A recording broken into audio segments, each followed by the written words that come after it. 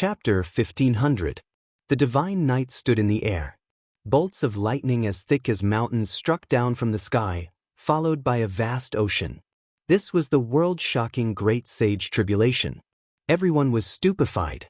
Who was this? Everyone's attention was focused on him. Many people didn't recognize him and had never seen him before.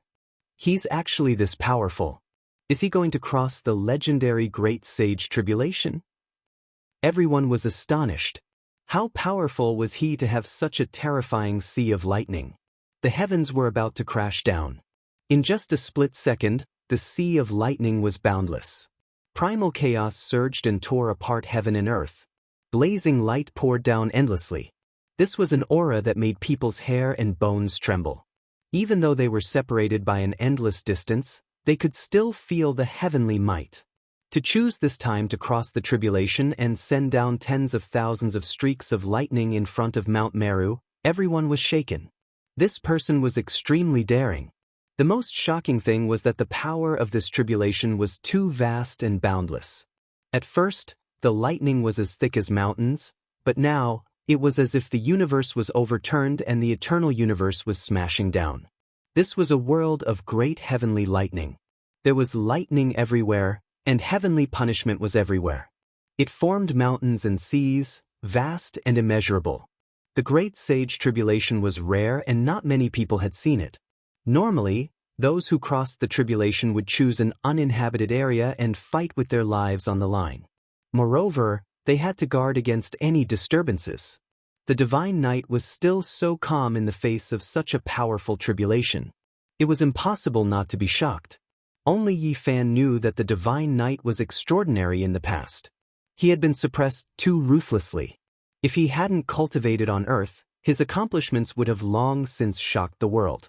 If he can pass through such a powerful tribulation, there will be another terrifying great sage in this world.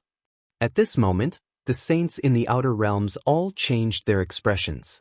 The 10,000 ancient races were also frightened. The divine night's tribulation was too extraordinary. There were actually 9 suns in the sky accompanying it. In the end, the 10th great sun appeared. It made his entire body shine resplendently as if he was cast from gold. His golden hair fluttered in the wind as if he was about to ascend to immortality. He held the dragon spear in his hand and pointed it towards the southern heavens. He resisted the heavenly might with his body without the slightest bit of fear. Boom! It was as if the sky and earth were being split apart. The sea of lightning was boundless, and the chaotic aura was surging violently. The divine night in the center was the most powerful and the most saintly. He looked down at Xianxia with a pair of sharp and intimidating eyes.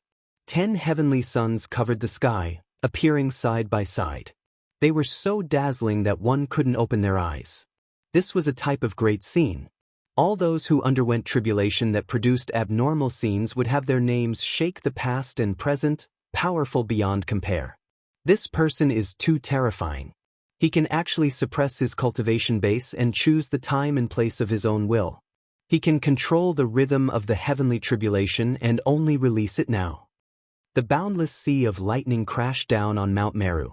Everyone knew that the divine night wanted to use the heavenly tribulation to strike the Buddhist gate. If the monarch weapon of the Buddhist gate was triggered to undergo the tribulation together, the consequences would be catastrophic. Yi Fan, Ji Ziyue, the divine silkworm princess, the old undying man, and the others had long received a voice transmission from the divine night. They retreated with their arch-weapons and did not dare to come into contact with it. The sea of lightning that filled the sky struck down, shaking Mount Meru so much that it rumbled, but it still stood tall and did not move an inch. When everyone saw this, they were indescribably shocked. Although they knew that the pure land of the Buddhist gate would not be breached, they were still scared after witnessing such a heavenly tribulation with their own eyes. This was the tribulation of the great sage.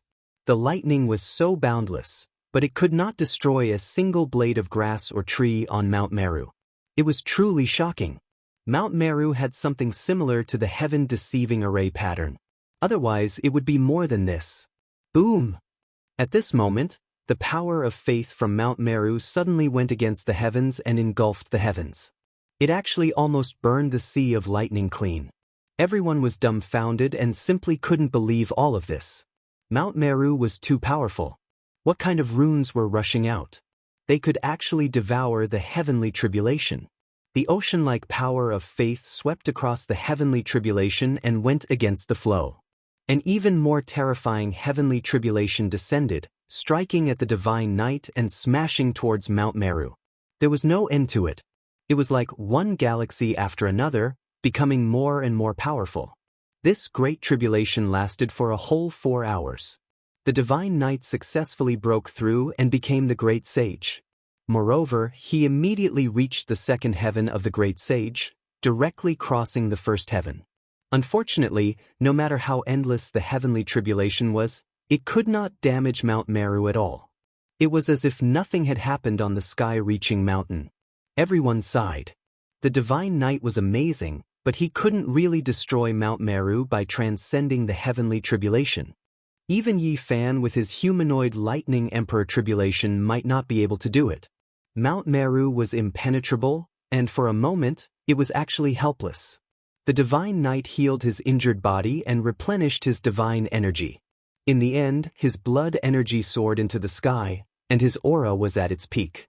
After all of this was done, he didn't retreat. Instead, he asked Yi Fan and the others to protect him with the support of the emperor weapons. The divine knight was solemn and dignified. He sat cross-legged in the void, chanting an incantation while facing Mount Meru. What is he doing? Does he want to rely on his own strength to shake the Buddhist gate? Many people didn't think so.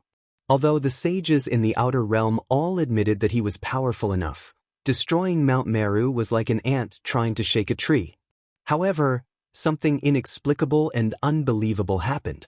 On Mount Meru, strands of Buddhist energy turned into a rain of light and shot out in all directions. Someone exclaimed in surprise. The rain of light fell like a spring breeze, and people felt a kind of auspicious power. Reverse nurture. Soon, people understood what the divine knight was doing. He could actually reverse the power of faith and break it down into a rain of light that scattered in all directions, benefiting all living beings. This was a reverse process. Mount Meru gathered the power of faith, but the divine knight was doing the exact opposite. He dissolved it and illuminated all directions. Boom! Inside Mount Meru, the old monk Moku couldn't sit still anymore. He directly punched out a great sage fist toward the divine knight to stop this strange law. Swish! Yi Fan's sword slashed out. He was standing at the side, protecting the divine knight. How could he let the great sage of the Buddhist gate succeed? He slashed apart that giant fist of light. This is destroying the foundation of Mount Meru and disintegrating this place. Everyone saw through the profoundness and were all shocked. Who is this? Why did he have this kind of method? Many people were astonished and felt that it was inconceivable. This was definitely a taboo method of the Buddhist gate. It was difficult for outsiders to see through it. This golden-haired man was too extraordinary. Yi Fan naturally knew what was going on. Where did the divine knight come from? Vatican City was also a divine land that gathered the power of faith, so it wasn't unfamiliar with this kind of secret. The divine knight didn't rely on the power of faith to cultivate, but living in that kind of environment, how could he not understand this kind of taboo secret? At this moment, there was naturally a reverse hand. The divine silkworm princess, the old undying Jizue, and the others all stood by his side, protecting him. Moreover, they supported him with their emperor weapons. Mysterious and powerful multicolored light overflowed and surrounded him. Not only could emperor weapons attack, but they could also emit gentle power. If used, they could also benefit others. When mentioning the strength of the ancient emperors, people would always think of their world-shocking battle prowess. For example, they could destroy galaxies and reopen the sky. They thought that they could make a large number of stars fall with just a slight move. It was obvious that they were looking at the problem too extreme.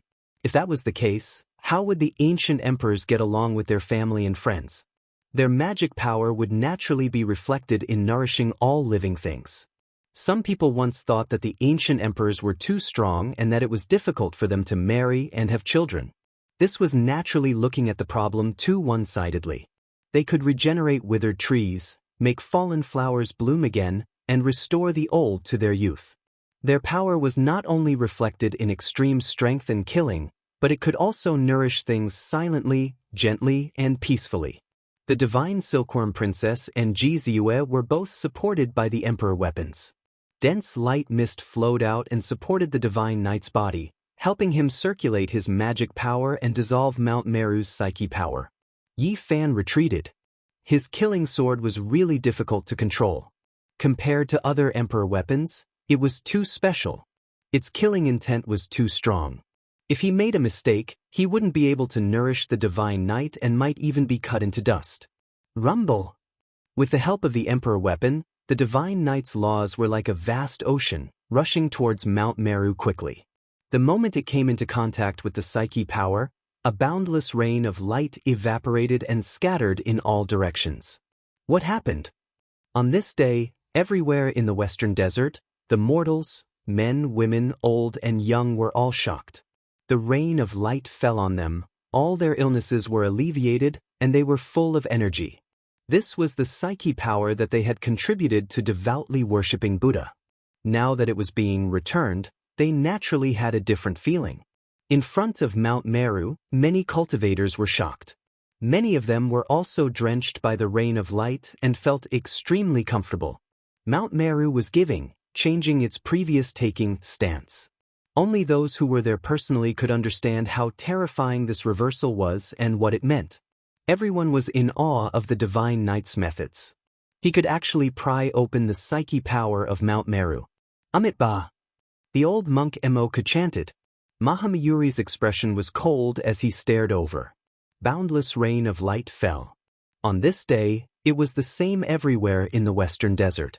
Many mortals' illnesses were cured and their bodies became much stronger. This was an act of blessing all living beings. Mount Meru's halo was immediately shaved off a layer. Many golden arhats, bodhisattvas, and ancient Buddhas were all shocked and worried. Li Tian, Dongfang Yi, and the others were naturally overjoyed. This was truly a heaven-defying method. They didn't expect the divine knight to be so amazing and attract everyone's attention. However, it was truly a pity. After this situation continued for a period of time, the divine knight could no longer dissolve Mount Meru. The pure psyche power accumulated there was even heavier than the sun, moon, and stars. What's wrong? You can't do it anymore? Yi Fan asked. The divine knight sighed and said, Amitabha is a truly compassionate person. This method is useless against him. Everyone was puzzled and listened to his detailed explanation. Mount Meru was vast and had been incomparably prosperous since ancient times. Mortals prostrated themselves in worship. Naturally, there were also those who believed in bodhisattvas and other ancient Buddhas. Some Buddhist saints only knew how to take, and it was easy for them to dissolve this psyche power and give it back to all living beings. However, since ancient times, the laws and seeds of Amitabha's psyche power had been operating on their own. There was giving and taking. All living beings believed in him and gave him psyche power, and he would also nourish them. This was a balance. Now, the divine knight could break through the psyche power of others, but it was difficult for him to move the slightest bit of Amitabha's psyche power.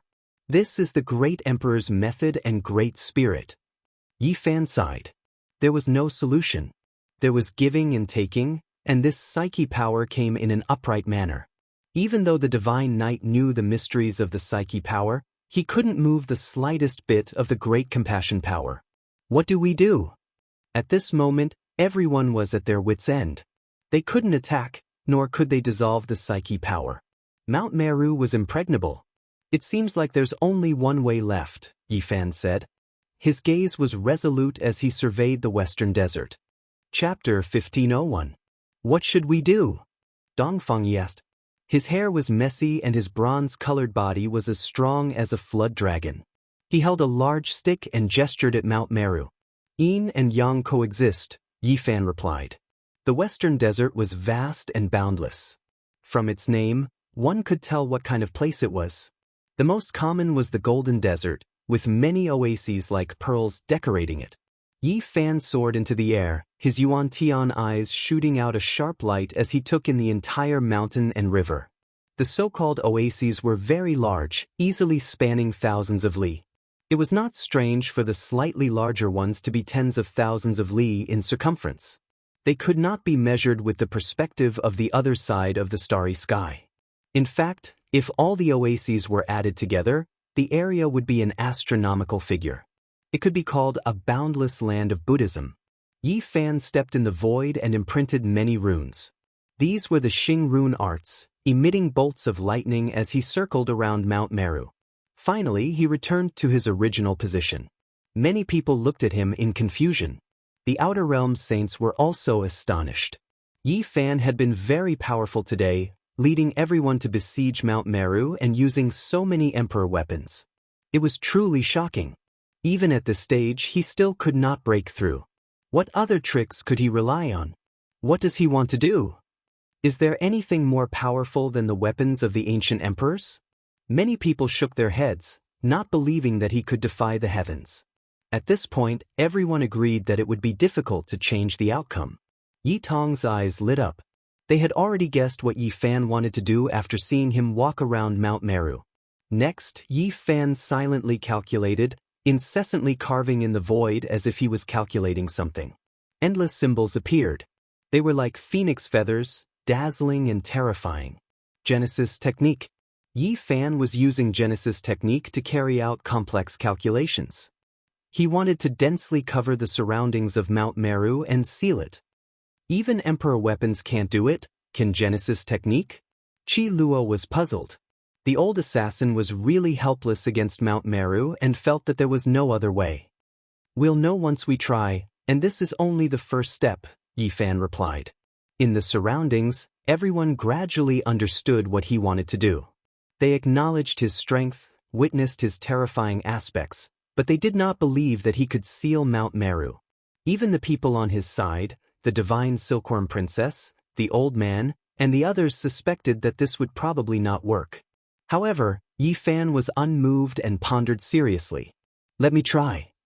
After an indeterminable amount of time passed, he raised his head and looked off toward the western desert. He stared at Mount Meru, preparing to begin the magic. Roar! Yi Fan let out a long roar. Golden blood energy surged from the top of his head and rushed into the sky. He began to move. His hands moved about, drawing upon the draconic chi under Mount Meru. This was a big dragon, and it was an unparalleled ancestral dragon. Apart from ancient veins like Kunlun, there were few that could compare. At this moment, the subterranean divine marrow, dragon chi, and Genesis chi all began to seethe and resonate with him. With a flip of his hand, Yi Fan sent a series of patterns into the ground to inscribe laws. This was a huge project. Yi Fan had poured his blood, sweat, and tears into this formation for a full 8 days and 8 nights. His hair was dyed white. To him, these 8 days and 8 nights were equivalent to 80 years or even 100 years. He was completely immersed in it, forgetting everything else. Apart from the formation, there was nothing else. In the end, he let out a long sigh. Mount Meru was surrounded by densely packed runes. The entire mountainous region had become a forbidden land. Ji Ziyue came forward and handed over a bottle of the ancient celestial being's life spring liquid. He took it and drank a mouthful. After resting for a while, his fatigue was swept away and he recovered. Even the vigorous Saint Physique was in such a state. One could imagine how shocking the consumption was. Normally, it would take years to lay down this formation. Is it done? Qi Luo asked. The old assassin had a worried expression.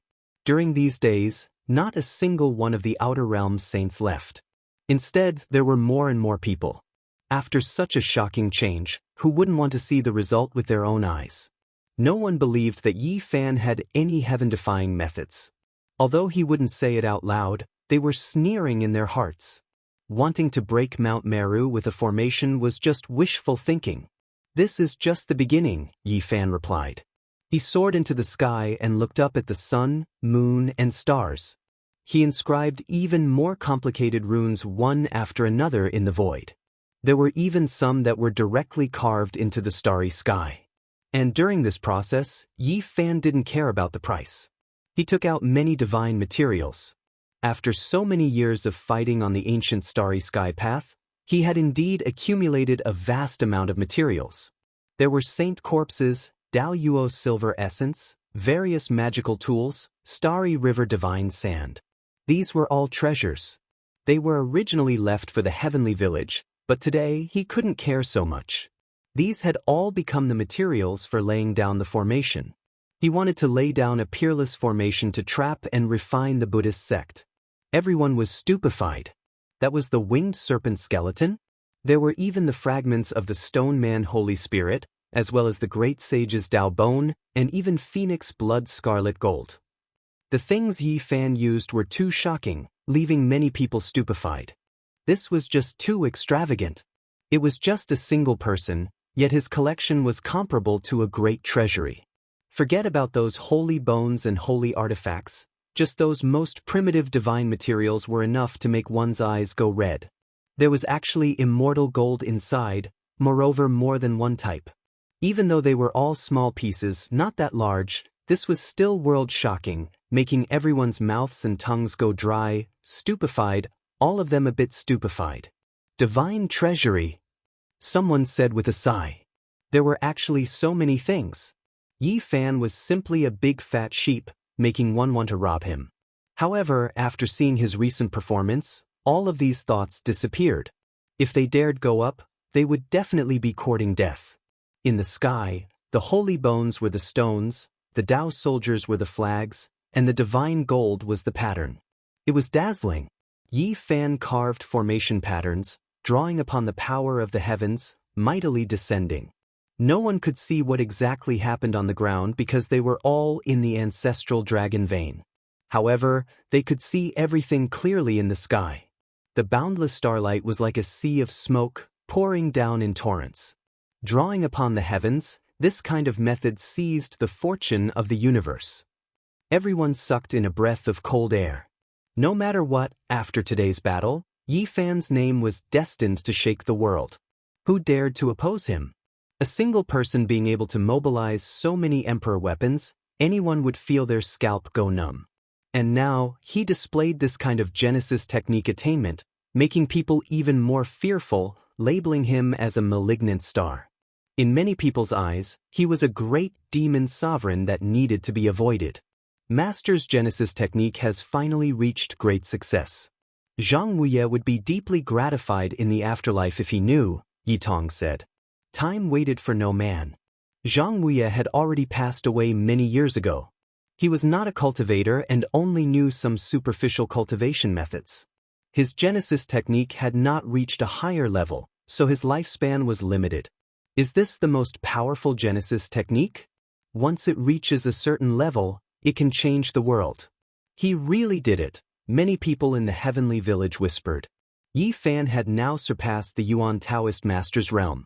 After so many years of enlightenment, he was comparable to several ancestors, and he also had his own unique understanding, so he could seal the sky with a formation. For example, the forbidden Genesis technique patterns deduced like the 6 seals for immortals were only a component of this peerless formation. This formation had entrusted his many years of Genesis essence. This formation contained the laws and formation patterns of the superstar field divine map seen in the 50th city of the human race. It was also the condensation of the Yuan Taoist master's blood, sweat, and tears of several generations. This was the crystallization of various Genesis techniques. In the past, changing the world was just a saying for Yi Fan. He often changed his appearance, but now he had really done it. Moreover, in this formation, this was only a small technique, a manifestation of a part of the divine ability. When this vast Genesis formation was completed, Yi Fan was exhausted. Even his body and primordial spirit had dimmed a little. It took him a long time to recover. You can seal Mount Meru just like that? All the saints were doubtful. Many people sneered in their hearts. Benefactor, your obsession is too deep. You need to repent and leave. On Mount Meru, the old monk Emoka had a compassionate expression on his face as he chanted Amitabha. The golden arhats, protectors, bodhisattvas, and ancient Buddhas were all fearless. They all looked solemn, but in their hearts, they did not care. It was just a formation. How could it compare to Mount Meru? Open the formation! Yi Fan shouted, activating this vast Genesis technique formation. Runes flickered in the sky, stirring the earth. In an instant, the wind and clouds changed, and the universe lost its color. In the cosmos, endless starlight fell down. The underground draconic chi and Genesis chi also boiled. Yin and Yang intersected, sealing this place to refine Mount Meru. Rumble! Even something as powerful as Mount Meru trembled. This was the light of the stars in the sky. It pressed down, shaking people's hearts. However, it only trembled for a moment.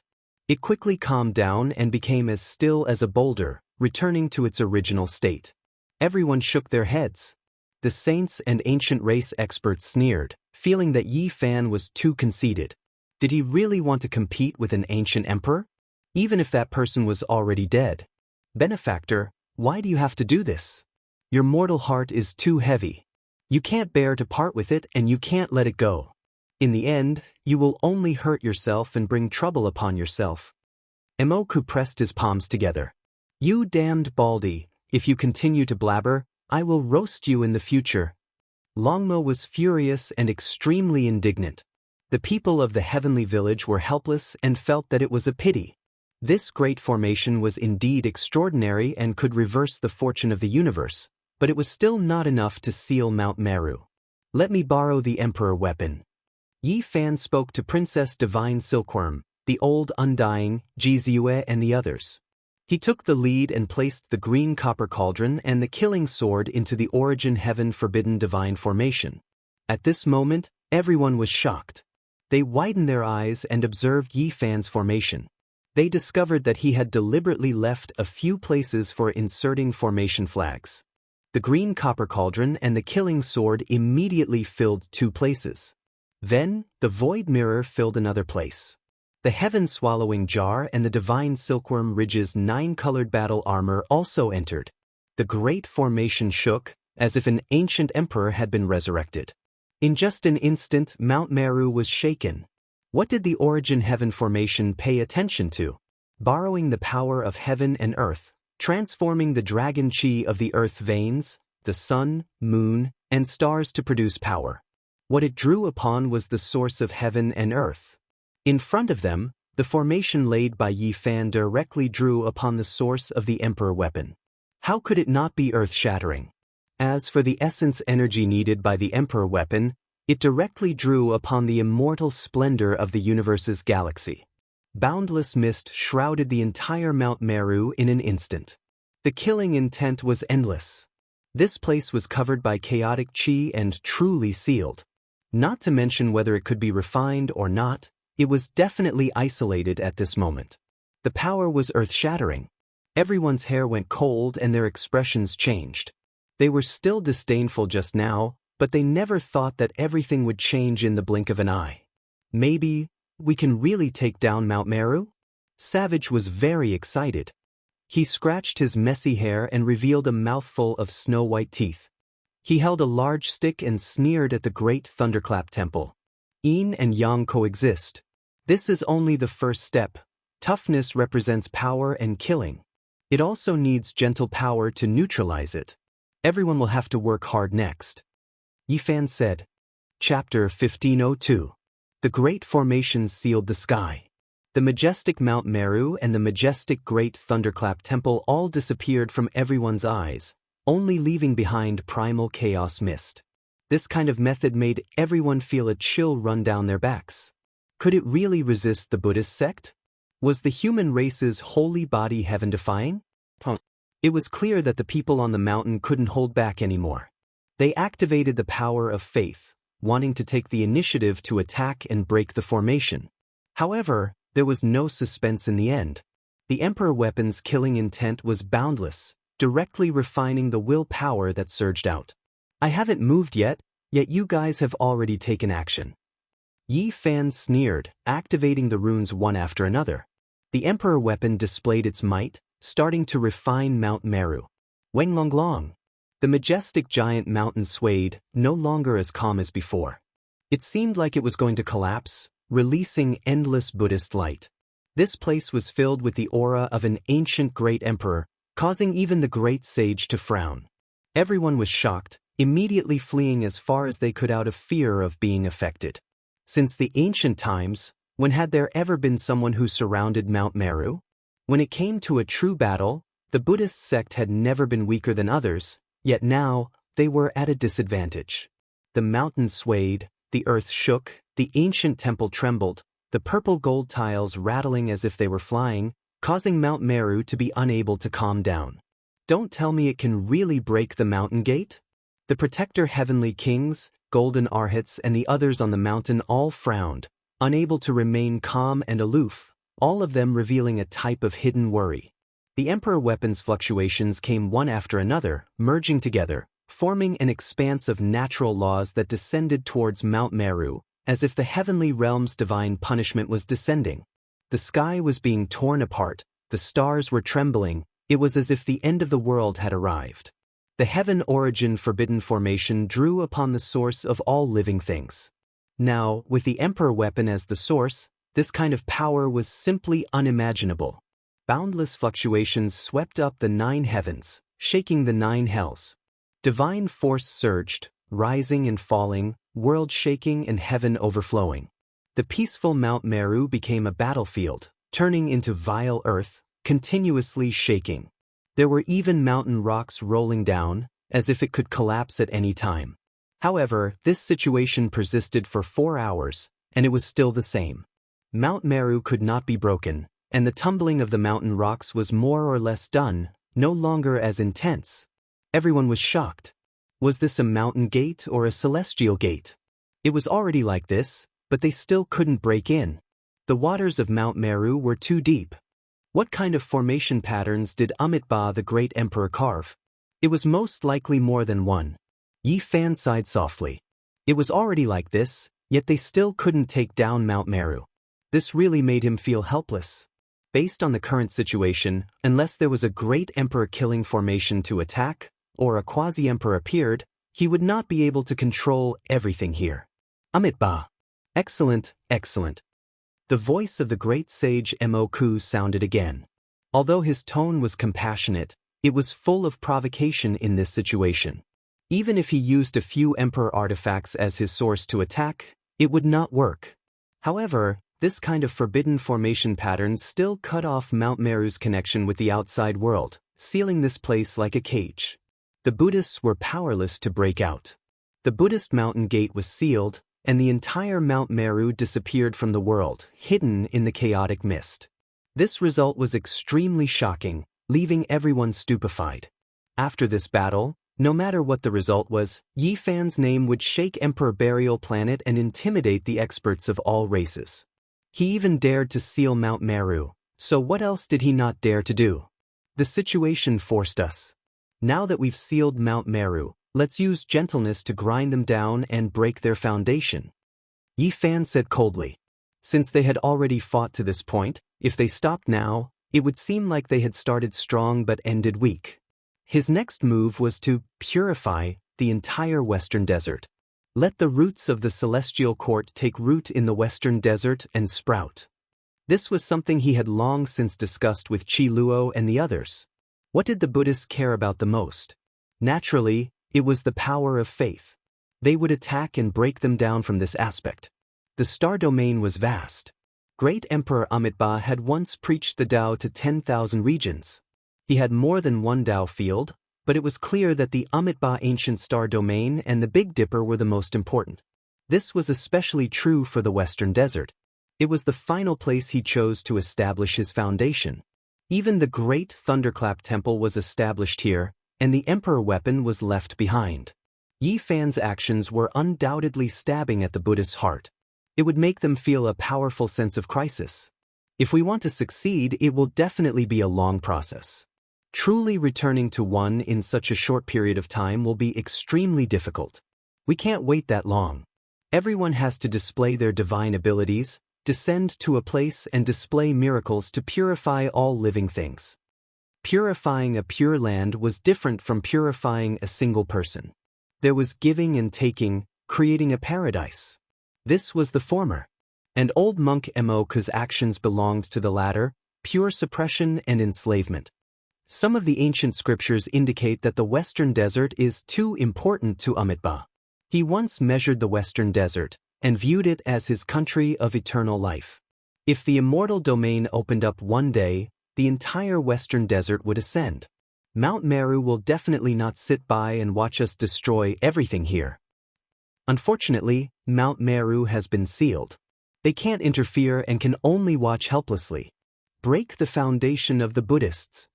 After Yi Fan and the others discussed, everyone split up. They were all experts here, and there were so many sages. Each one of them was enough to purify a region. Longma, Gu Jinpeng, and the others alone had 11 sage kings. This was a powerful force. Adding Yi Tong, Qi Luo, Dongfang Yi, and the others, there were too many. If it was just for spreading the Tao, it would be a waste to use experts of this level. But now they had to do this. On this day, a great sect called the Celestial Court appeared in the Western Desert. This was not an ordinary spreading of the Tao. The true bodies of the sages manifested to spread the teachings. As long as there was a request, they would answer. Some places were dry and lacked rain. When people prayed to the Celestial Court, there would definitely be an answer. Sweet dew would fall from the heavens, and water would moisten the dry earth. In some places, there were huge mountains. Many mortals prayed to the heavens. Soon, there would be sages descending like deities. They would move the mountains and open up a path, building a smooth path. In some places, there would be chaos caused by war. The people would pray, and immediately, there would be heavenly soldiers descending to quell the chaos. They would return peace to that place, and it would become a pure land. Without a doubt, this was like a huge rock being thrown into a lake. It caused a huge uproar. There was no one in the Western Desert who didn't know that a real celestial court was giving a sermon, because it was too effective. In places where there was a disaster, as long as people prayed to the celestial court, there would definitely be deities descending from the heavens to solve the problem. Immediately, the Western Desert was in an uproar. Is this true? The celestial court of legends has really appeared. It will purify all living beings and send down blessings. It's actually so effective. Whenever there is a disaster in the world, all we need to do is pray to the heavens. There will definitely be deities from the celestial court descending to solve our problems. Buddhism was deeply rooted. It was impossible to change it in an instant. However, the sages of the celestial court had appeared. The effects were absolutely astonishing. The mortals saw it with their own eyes, and they all rushed to discuss it. In front of Mount Meru, Yi Fan and the others used the Void Emperor mirror to project these scenes into Mount Meru. The Buddhist monks understood everything, and their expressions all changed. This is just the beginning, and there are already people who believe in the celestial court. If this continues, and miracles continue to appear, there is no need to think too much about what the result will be. You all understand what kind of trend this will be, shouted Yi Fan. The great sage Moku's expression changed. If Yi Fan and the others really planned on wasting time, the consequences would be unthinkable. They were sealed here and couldn't leave Mount Meru. They could only watch as the Western Desert became the Tao field of the Celestial Court. This was the long-life country of Amitabha the Great Emperor, and they couldn't afford to lose it. This was the legacy of their predecessors, and they couldn't tolerate it. Because if this continued, the Celestial Court would really take root and sprout. At that time, this place would change its course, and the banner of the Celestial Court would be planted everywhere. The Buddhist sect would then be destroyed. The Western Desert was the root of long life, the cornerstone of Amitabha. If it was occupied by the Celestial Court, all the Arhats and Bodhisattvas on Mount Meru would be sinners. You won't succeed. The old monk Moku said coldly. This was the first time he had this kind of expression, and it was no longer the constant bitterness. In just a few days, the news of the Celestial Court spread throughout the Western Desert. Regardless of whether they believed in it or not, everyone knew about it. This was because it was too effective. No matter what kind of natural or man-made disaster, as long as the number of people reached a certain level and they all prayed together, it was guaranteed that a deity would descend. Amitabha, Who are you all to cause chaos in my western earth and disturb my Shimin Qingning? Some people from the temples couldn't sit still anymore. Today, when they heard that Mount Meru was trapped, all of them were terrified. They didn't go to help because it was completely useless. If even the Demon Fall Pestle and Great Emperor's formation patterns couldn't protect them, then they would only be throwing their lives away.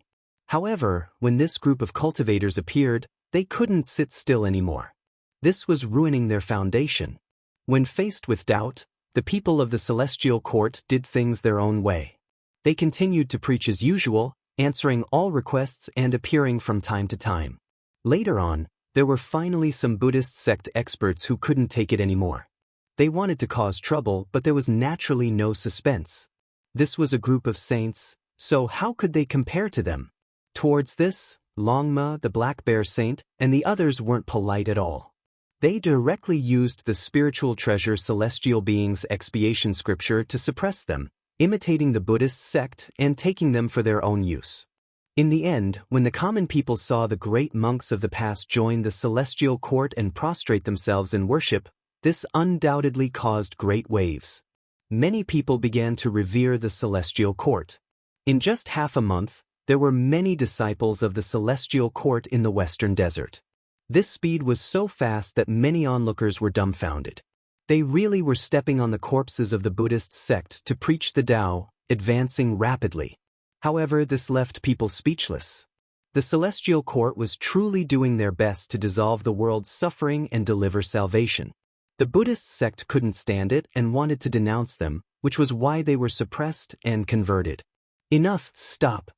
When the old monk Moku saw the scenes reflected by the Void Emperor mirror, he couldn't sit still anymore. The Western Desert was the most important pure land of the future. It couldn't be tainted by others, or else he would become a sinner of the Buddhist sect. You think I'll stop just because you say so? Yi Fan laughed coldly. He was doing this to put pressure on the Buddhist sect. Using softness to overcome hardness was enough. Just seeing this change was enough to make them feel like they couldn't bear it. However, Yi Fan sighed inwardly. If they wanted to purify the Western Desert, this speed was still too slow. Could it be that they really had to wait decades or even a century before they could purify the Western Desert? He could wait, but did he really have to waste his Emperor weapons here? This was a headache. Benefactor Yi, you should understand that if this goes on, you won't have a chance. No matter what you do, you won't be able to break through Mount Meru, said the great sage Moku. Then let's wait and see how the Celestial Court will take root in the Western Desert and blossom with the most dazzling splendor in the world, said Yi Fan calmly. Moku's expression was ice cold. He didn't want the Western Desert to be lost, but he was still unyielding. He hinted that they could continue like this and see who could last longer. Since that's the case, I can only do my best. Everything will be resolved today, replied Yi Fan, his expression solemn. Chapter 1503. A stone coffin that was less than the size of a palm and only 4 fingers wide appeared in Yi Fan's hands. Its style was simple and natural, and there were indistinct carvings on it. Upon closer inspection, one could see that they were the sun, moon, stars, flowers, birds, fish, bugs, and other things. They were all ancient objects that had existed since time immemorial. The 9-layered coffin of the legendary era. Yi Fan finally took out this inauspicious object. He was going to use it to attack Mount Meru and break through the Great Thunderclap Temple. Most people were puzzled after seeing it. They revealed looks of doubt and didn't recognize it at all. What use could a palm-sized coffin have? Could it be more powerful than an emperor weapon?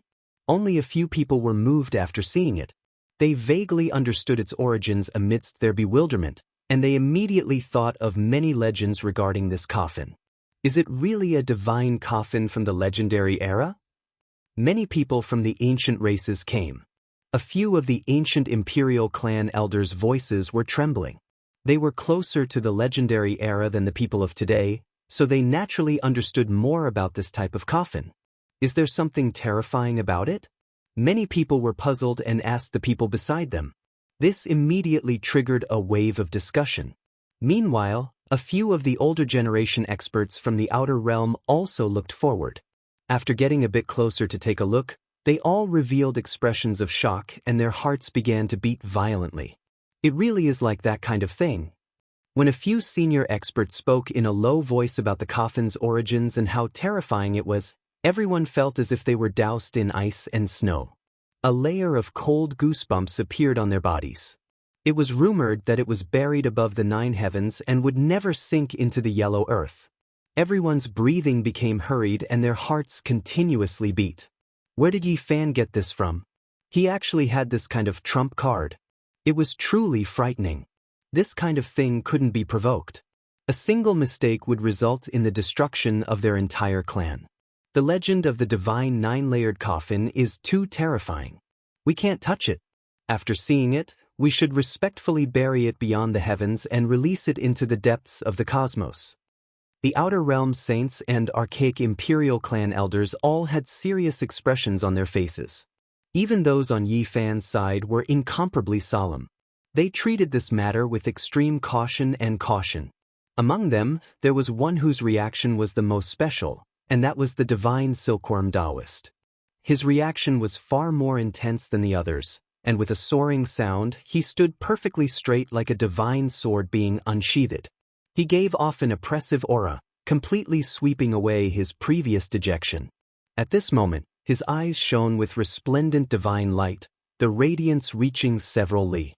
His lips trembled again and again, his fists tightly clenched. The bystanders naturally noticed his abnormality and carefully inquired about it. However, he didn't pay them any attention. His eyes didn't blink for even a moment, as if he was an immortal statue staring straight ahead. Everyone knew that he had a strange temper, and even the divine silkworm princess was usually helpless against him. Qi Luo Yitong and the others naturally did not mind and did not disturb him. You want to fight against my Mount Meru? The old monk Moku's voice finally changed. His expression wasn't very good. He chanted the name of Buddha and said, using it might injure yourself first. You don't have to worry about it, Yi Fan said flatly. In the depths of the starry sky, in the battle on the other side of the gods, the indestructible god realm was destroyed. The ancient coffin of the Void Emperor played a great role, destroying all the power of faith.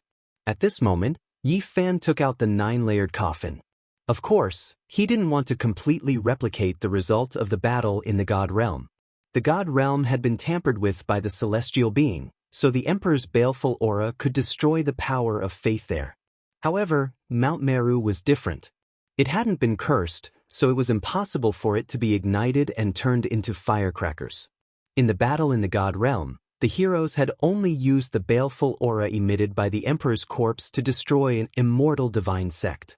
Now, what Yi Fan wanted to use was the true corpse of the god inside, not as simple as the baleful aura. He wanted to place the entire Emperor's corpse inside into Mount Meru. If he succeeded, it would definitely be a devastating disaster. The expressions of the ancient races were all solemn because they clearly remembered an old matter. In the ancient times, a supreme race had once obtained a 9-layered coffin, but it ultimately led to the extinction of their race. All of this was because they had touched the taboo item in the deepest part of the coffin. Back then, when Yi Fan and the others obtained this coffin in the ancestral temple of the Yuhua god dynasty, the sacred prince had also solemnly mentioned the tragedy of the ancient times and warned them. But now, even after using all kinds of methods, they still couldn't do anything to Mount Meru. Yi Fan decided to use this trump card. How many people had seen the entire Emperor's corpse? It had almost never appeared in the world before. It immediately caused a huge uproar. Ba, excellent, excellent. The old monk Mok chanting Buddha was angry. He was no longer as calm and composed as before.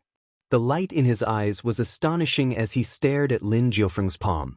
Yi Fan didn't hesitate. With a flip of his hand, he sent the small coffin into the forbidden array formation. There was an empty array flag position at the front of Mount Meru. Clearly, it was left for this coffin. The baleful emperor couldn't win the battle in one go, but if he used the true emperor's corpse to suppress Mount Meru that hadn't been cursed, it would definitely be effective. He should be able to tear the mountain gate apart. In this world, there was nothing that could harm the great emperor. Even if they died, the bodies they left behind couldn't be damaged. Runes flickered in the heaven source array. Hazy chaotic mist flowed, drawing upon all the source aura of heaven and earth. The patterns spread to the array flag at the front. Yi Fan slit his wrist. Streak after streak of golden blood sprinkled down. He circulated the army formula and sent it into the formation, dripping onto the small coffin. With a kacha sound, a crack appeared. The first layer was opened. Nothing could be seen on this layer. The small coffin inside was a size smaller, but it was still simple and simple. All kinds of blurry patterns were engraved on it.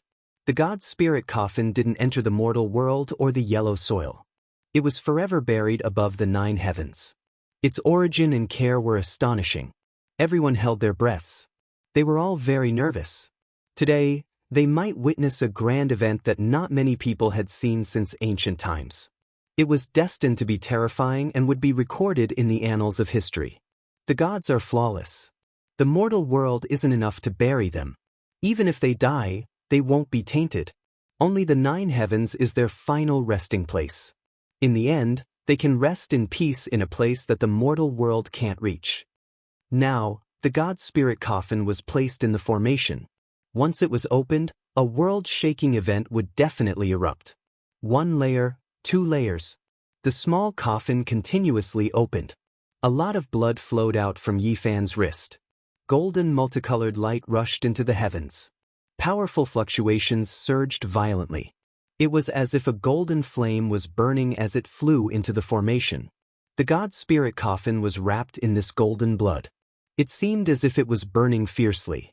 Not long after, 6 layers had already been opened. Nothing unexpected happened. Everyone's hearts were exceptionally stifled.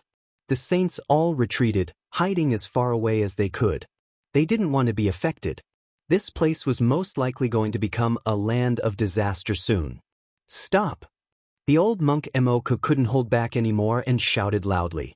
Meanwhile, the great Mahamayuri held the demon-subduing pestle in his hand. He was ready to deal with any sudden changes at any time. The golden crown on his head flickered, and a Buddha Tao diagram appeared. A misty expanse appeared, making her entire being seem divine and intimidating. What do you think? Are you going to let Hua Hua leave the mountain? Yi Fan asked coldly. He is a fruit on my Mount Meru, there's nothing more to say. Yi Fan directly interrupted him. The golden blood on his wrist flowed even more rapidly as he directly opened the 7th layer of the stone coffin. When it came to the 8th layer, the blood on his wrist was no longer effective. He pointed at his heart and cut open a wound, refining the heart blood essence. Kacha! The 8th layer of the coffin opened, revealing the last small coffin. At this moment, the surroundings were extremely quiet. Not a single sound could be heard. Everyone was holding their breaths. Even the arhats, protectors, bodhisattvas, and ancient Buddhas on Mount Meru felt their heartbeats quicken. However, their expressions were still cold and indifferent. They didn't say a single word as they stared silently. The last layer of the ultimate coffin appeared. It was only the size of a thumb and looked simple and ordinary. However, it made everyone feel exceptionally terrified. It was as if they were facing a primordial deity. An invisible pressure surged over. Everyone's nerves were stretched taut. They were extremely nervous as they waited for the final ancient coffin to open. They wanted to see just what kind of great secret was inside. The last layer was sturdy and immortal. It was extremely difficult to open. Yi Fan had used up a lot of the heart blood essence. His face was pale, but it still didn't move. Kacha. In the end, he once again refined his heart blood. His body swayed because the consumption was too great. He sprinkled the saint blood essence on the stone coffin. It let out a trembling sound and then left a tiny crack. The smallest crack appeared on the last coffin layer, but boundless emperor fiendish energy rushed out. It covered the heaven and earth like a vast sea. It was boundless and boundless as it rushed straight towards Mount Meru. Everyone's expressions changed. The great emperor's origin hadn't even been released yet, but the endless fiendish energy had already surged out and drowned out everything in front of them. This kind of emperor fiendish energy was the most terrifying. It was a disaster for saints, but for the pure and holy power of faith, It was like fire and water in a different furnace. One was the fiendish energy of the dead, while the other was the will of the living. They were extremely opposing. Under the guidance of the Heaven Origin Great Formation, the formation flags fluttered. The 9 layers of coffin from the legendary era trembled. The Emperor fiendish energy flowed endlessly from the crack, filling up the heaven and earth as it rushed towards Mount Meru. Without a doubt, this was a great disaster. This wasn't the divine realm. It wasn't cursed, so the power of faith couldn't be ignited. However, the attributes of the two powers were different. There was a feeling of light and darkness merging together. An intense collision. The last layer of the coffin was only the size of a thumb, but the Emperor fiendish energy it emitted was so terrifying. It was as if a starry river was falling down, boundless and boundless. Clearly, this was like a mustard seed containing Mount Meru. There was another universe inside, as vast as a world. Yi Fan activated it and lifted the last layer of the coffin lid. The Emperor corpse would appear and suppress Mount Meru, breaking through this place. However, at this moment, he felt an inauspicious aura. The Heaven Origin Great Formations patterns shone, covering the heaven and earth. It made him, who was outside the formation, even more resplendent. Even though it looked divine, Yi Fan still frowned. His body was in intense pain, as if blades were cutting into it. His pores became thicker, steel needle-like red hair piercing out one after another, growing out. At this crucial moment when the Emperor corpse was about to appear, this kind of thing actually happened. The Yuan Taoist master's inauspiciousness was greater than the eruption in his later years. And now, it happened to him here. Without the Emperor weapon, Yi Fan coldly snorted. Golden blood energy ignited all over his body, burning away all the red hair on his body in an instant. He cut off that strange power. Clearly, things weren't over yet. Wu, evil winds howled angrily. Demonic shadows flickered about. The distant great earth was dusky. A whirlwind of red hair swept up, actually covering the sky and earth. Sand and stones flew everywhere. It looked exceptionally terrifying as it rushed over. Chapter 1504. Wu. It was as if a ferocious ghost was crying or the wailing of the dead. The world was dark and shrouded by dark clouds. This was a terrifying scene. When had something like this ever happened in front of West Earth's Mount Meru?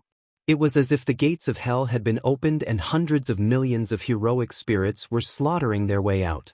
A red whirlwind engulfed the area. Demons and monsters were everywhere and ghosts wept and gods howled. This place was simply uninhabitable. It was as if the gates of hell had been opened and Yin Qi rushed into the heavens. The ghostly wind split the sky and was especially terrifying. The whistling sound rang out non-stop and some of the short mountains in the distance were uprooted.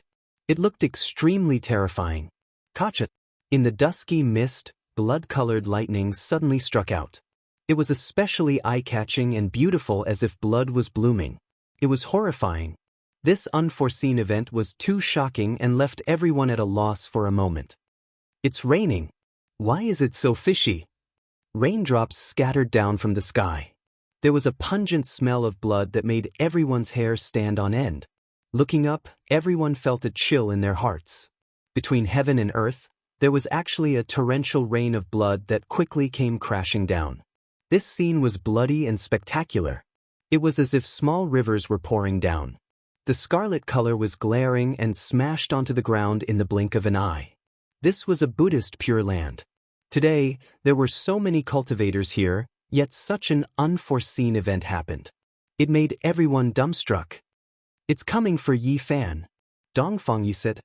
He stared at the gloomy mist and his eyes were filled with wildness. He swung his club and was about to smash it over. The Yuan Taoist master's later years. Ji Ziyue was shocked and worry appeared on her face. Don't act rashly. Don't provoke this kind of thing. Yi Fan's expression was solemn as he said solemnly. The ominous premonition from before was right. On the surface of his body, a layer of red hair grew tenaciously and drilled out again. It looked extremely terrifying. The people in the distance also understood what had happened. All of them felt a chill down their spines. Someone as powerful as Yi Fan was actually shrouded by an ominous aura, and such a strange, unforeseen event happened. Every single Yuan Taoist master will die a miserable death in the end. None of them had a good ending. It seems like his curse has flared up prematurely. As saints, who would believe in ghosts and gods? This is the fatal weakness of a powerful inheritance. It seems strange, but it is actually inevitable. The saints naturally saw the demonic shadows. Some of them even wanted to make a move and catch one to see what was going on. However, they held back in the end. This was because the later years of the Yuan Taoist master were very strange and frightening. In the past, there was a divine body of a saint ruler who lived in seclusion with the Yuan Taoist master in his later years. As a result, blood dyed the great wilderness red. This is fate, someone said inwardly while taking joy in others' misfortune. Now that Yi Fan was so domineering, no one dared to show it in front of him. Many people stared unblinkingly.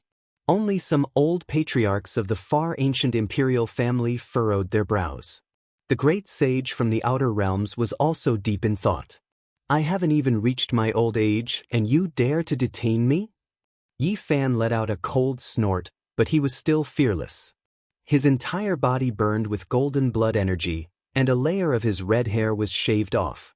In the end, it was completely uprooted and could no longer grow back.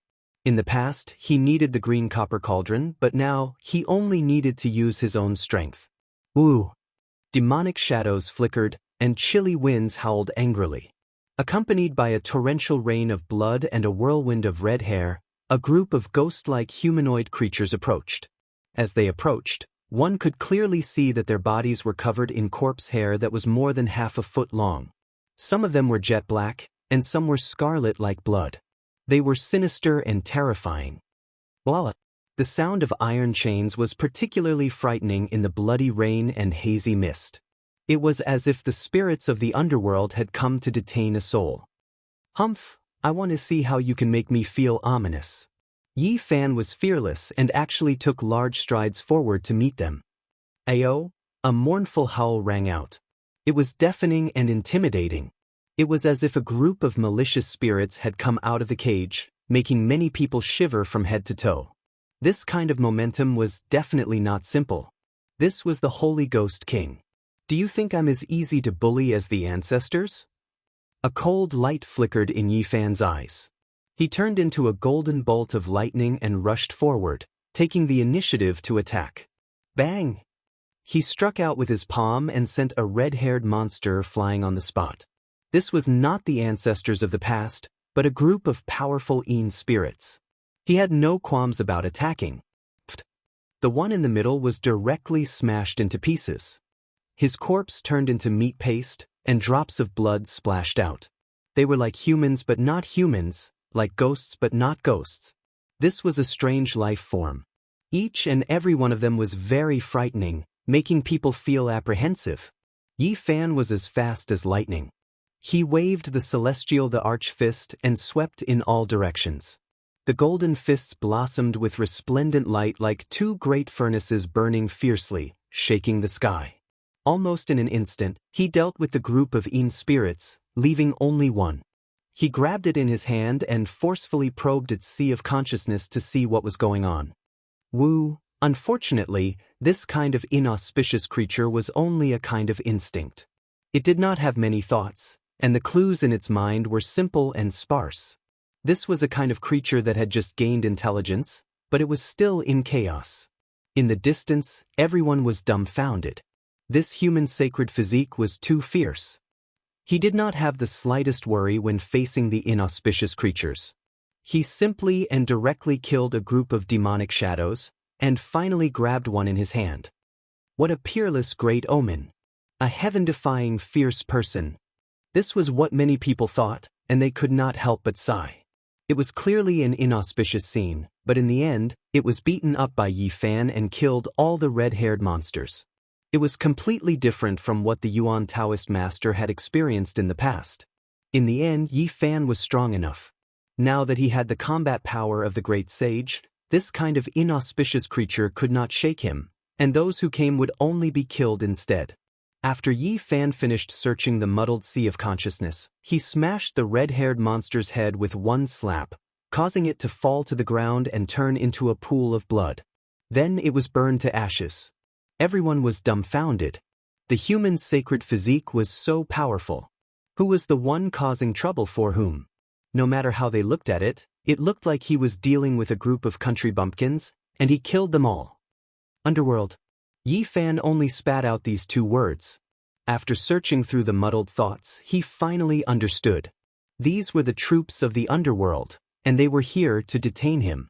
Of course, it was not because they were under orders, but because the Genesis technique formation he had set up was too astonishing, and it triggered the instincts of these creatures. Moreover, because of the grandeur of the Emperor Fiend, it also awakened them. The Heaven Source formation and the Evil Corpse Chi were both things that could alarm them, and these muddled creatures were attracted here. The person in charge was not here, and there was no one to restrain them, which led to this result. Sending troops to the Western Desert, the underworld is plotting something big. Yi Fan sneered. Unfortunately, he had caught up with them today, and they had come to detain him. This made him feel quite regretful, and he could not help but shake his head. After killing this group of creatures, all kinds of abnormal scenes disappeared. The old leader of the far ancient imperial family and the great sage from the outer realms frowned, and they also thought of this inheritance, the underworld. Many people muttered to themselves, could it be that they have come? If so, the Big Dipper will not be peaceful in the future. Chasing corpses and chasing spirits, this was the underworld. After so many years, could it be that they were really going to move the Emperor Burial Star? If they succeeded, it would be a sumptuous feast for them. Although it was unexpectedly interrupted, the battle still had to continue. Moreover, the Divine Spirit Coffin was constantly releasing Evil Corpse Chi, and it was eroding the mind power of Mount Meru. Even if he could not ignite it, he could still swallow it. Because the two opposed each other, they would inevitably clash and consume a vast amount of mind power. Yi Fan was very decisive. He drank a jug of the life spring liquid of celestial being to replenish his essence energy, and then he cut open a wound on his chest to refine the essence of his heart blood. He made up his mind to open the lid of the 9th layer of the coffin, and let the Emperor Corpse come out to suppress Mount Meru and open a path. The heart blood was like golden liquid, and it was dazzling. Drop by drop, it sprinkled on the Divine Spirit Coffin, causing it to shake violently. The crack became even larger, and the Emperor Fiend surged out, as if it would not stop until it submerged Mount Meru. Yi Fan activated the Genesis technique formation, and the ancient coffin was almost pressed right in front of Mount Meru. Rumble! Mount Meru trembled, feeling a type of threat.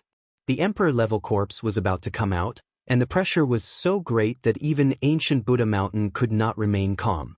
It fought back tit for tat. Benefactor Yi, are you really going to go all the way? The old monk Emoku was anxious. Yi Fan ignored him. At this point, large amounts of essence blood flowed out of his body, and it was extremely precious. How could he give up like this? Kacha! A terrifying sound rang out. The final layer of the Divine Spirit Coffin buried in the 9 heavens was opened. The coffin lid flipped to the side, and immediately, a gale swept about. The sun and moon trembled, and the rivers of stars trembled. In that instant, the entire western desert felt like it was being crushed by 100,000 mountains. Everyone felt suffocated, and even the great sage felt fear in his heart. The small coffin was only the size of a thumb, but the primal chaos surged within. It was like a brand new world was currently evolving, and the heavens and earth were being created. The stone coffin looked small and could be held in one's palm, but there was another world inside. With a single glance, one's soul would be swallowed, and it felt as if it was as vast as a sea. At this moment, there was no one who wasn't trembling. Including the great sage, many saints couldn't help but kneel down. Their souls were trembling, and their divine senses were about to collapse. From the thumb-sized coffin, the Emperor Fiend and Primal Chaos rushed out, pressing down on Mount Meru together to intimidate. Yi Fan withstood the tremendous pressure, and in the end he pushed the coffin towards Mount Meru. But with this movement, many of the heavenly origin patterns directly shattered, turning into dust. One has to understand that there were many saint bones, divine materials, and Saint King magical artifacts. But even so, they still couldn't resist the mysterious fluctuations from the Emperor coffin. Great Emperor, corpse. Everyone's legs trembled, and they spat out these words with great difficulty. It really came into being. Only an emperor's corpse could be like this. Finally, the primal chaos erupted, and the emperor fiend filled the sky. It completely erupted, and the aura and fluctuations of a true emperor surged out from the coffin, engulfing the 9 heavens and 10 earths. The saints were intimidated, trembling with fear. They couldn't even speak. All of this was too shocking. Only one person cried out, and that was the divine silkworm Taoist. His eyes shot out 2 terrifying rays of light, and then he couldn't help but mutter to himself, "Father, it really is you." The people nearby heard this.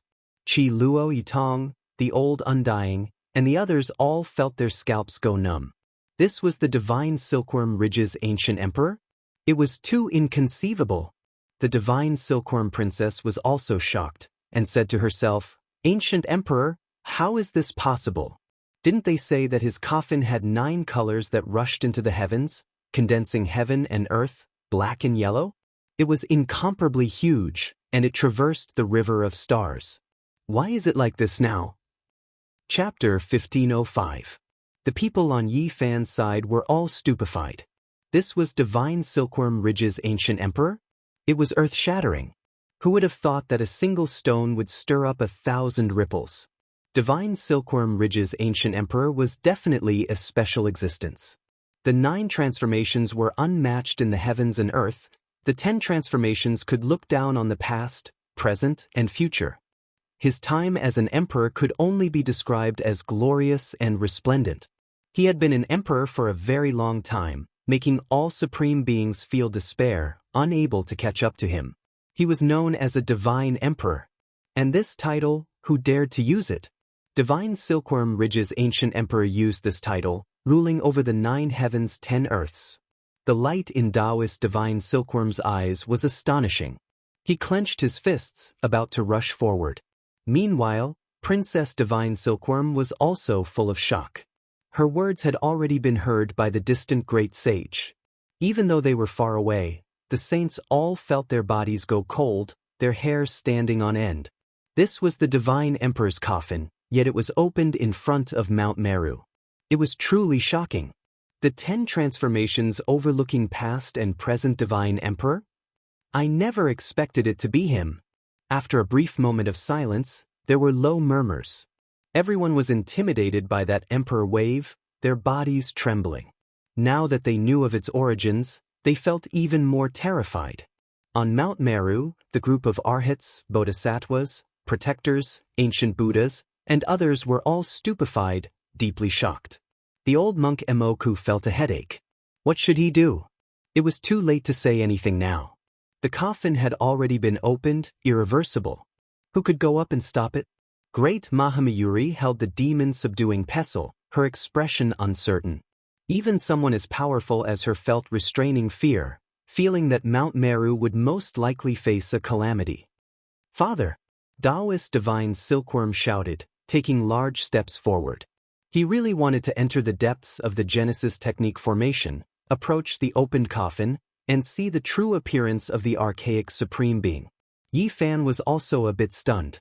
He never expected it to be divine silkworm Ridge's ancient emperor. This was clearly a bit troublesome. Princess Divine Silkworm came to help, and the ancient emperor's son was also here, so it wasn't good to touch his corpse. However, the coffin had already been opened, unable to be reversed. He couldn't stop it even if he wanted to. He was a step too late. Kacha! The very front of the heaven's origin formation had been shattered, unable to withstand that kind of pressure at all. After the stone coffin was opened, the chaotic chi and emperor aura surged out, shattering everything here. There were no fluctuations more terrifying than this in this world. Everyone retreated, feeling a chill run down their spine. Yi Fan could only back up. At this point, there was no way he could turn around. He couldn't close the coffin lid. Great emperor-level characters were unimaginably powerful. No one in this world was a match for them. Even if they died, The corporeal bodies they left behind were undefeatable. A single corpse was enough to suppress an immortal inheritance. Normally, it could only be sealed in a coffin, because the emperor's corpse represented death and destruction. Once it fell into the mortal world, it would definitely be a terrifying disaster. From a certain perspective, the emperor's coffin was more terrifying than anything else. It was uncontrollable, equivalent to a magic box. Opening it was equivalent to opening the source of blood and chaos. Yi Fan tried to activate the numinous treasure celestial beings killing sword and control the green copper cauldron, hoping to pull the corpse back. After all, this was the divine Silkworm Ridge's ancestral emperor, so using it as a weapon was a bit inappropriate, needing the approval of this bloodline's people. However, right now, it was completely useless, actually unable to move it at all. The body inside the emperor's coffin was too terrifying. Endless fluctuations spread out like ripples. They looked gentle, but even the slightest ripple was enough to make one's entire body's bones break. Normally, it was even more terrifying than emperor weapons. It was because the emperor weapon could be controlled. Without reaching a certain cultivation realm, it was difficult to activate. It would always remain asleep, harmless to others. Moreover, even if one could activate the emperor weapon, if one's own cultivation didn't reach the peak, it was impossible to completely revive it. It was because this was a weapon exclusive to great emperors, possessing extraordinary power. No one could truly grasp it. Meanwhile, the great emperor's corpse continuously fluctuated, representing the aura of death and destruction. Only by using a coffin to isolate it from the world could it be used, or else it would be a great disaster. Hong Long Long. The open little coffin slowly moved, approaching Mount Meru, crushing down until even the endless blue skies were collapsing. Unmatched ripples were released, destroying everything in its path. Taoist divine silkworm stopped. This meant that not even his father could move forward. He was his father when he was alive, but after death, his consciousness was extinguished. If he went up, his flesh and bones would similarly shatter. The little coffin pressed towards Mount Meru, almost about to crush it. Correct, it could be described as crushing. Even though it was small, no one would look down on it. In everyone's hearts, it was even heavier than the 9 great heavens, able to destroy everything. This was an archaic emperor.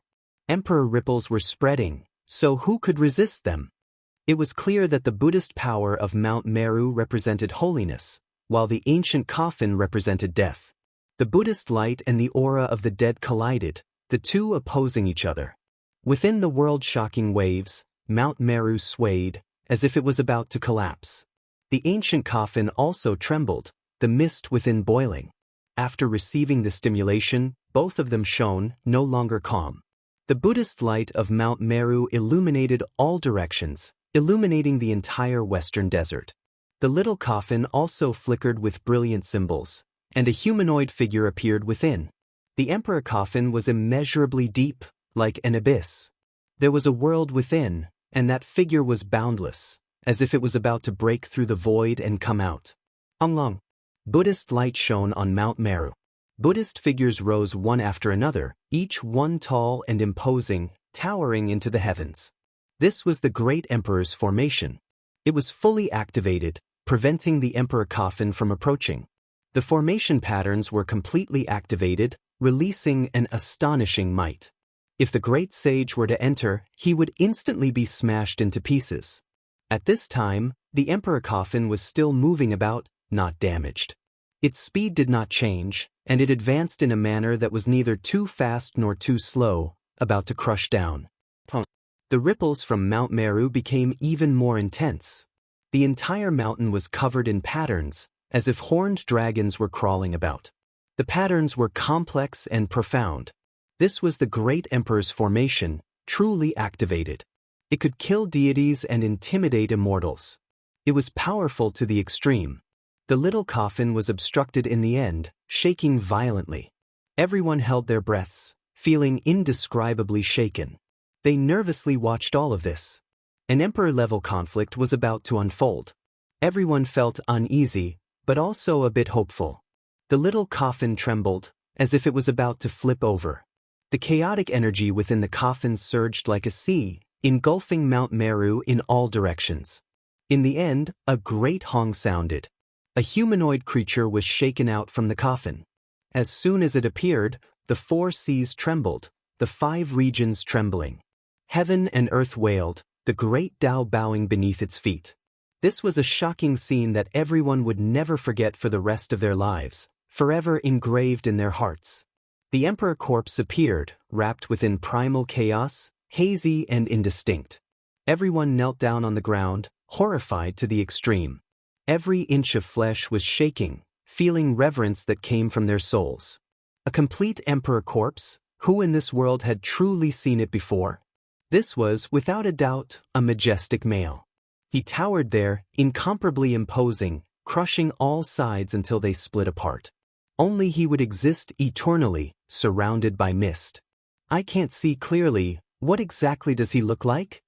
There was a great sage who said with a trembling voice, "Is this the legendary matchless divine emperor?" Everyone wanted to see him, but they couldn't.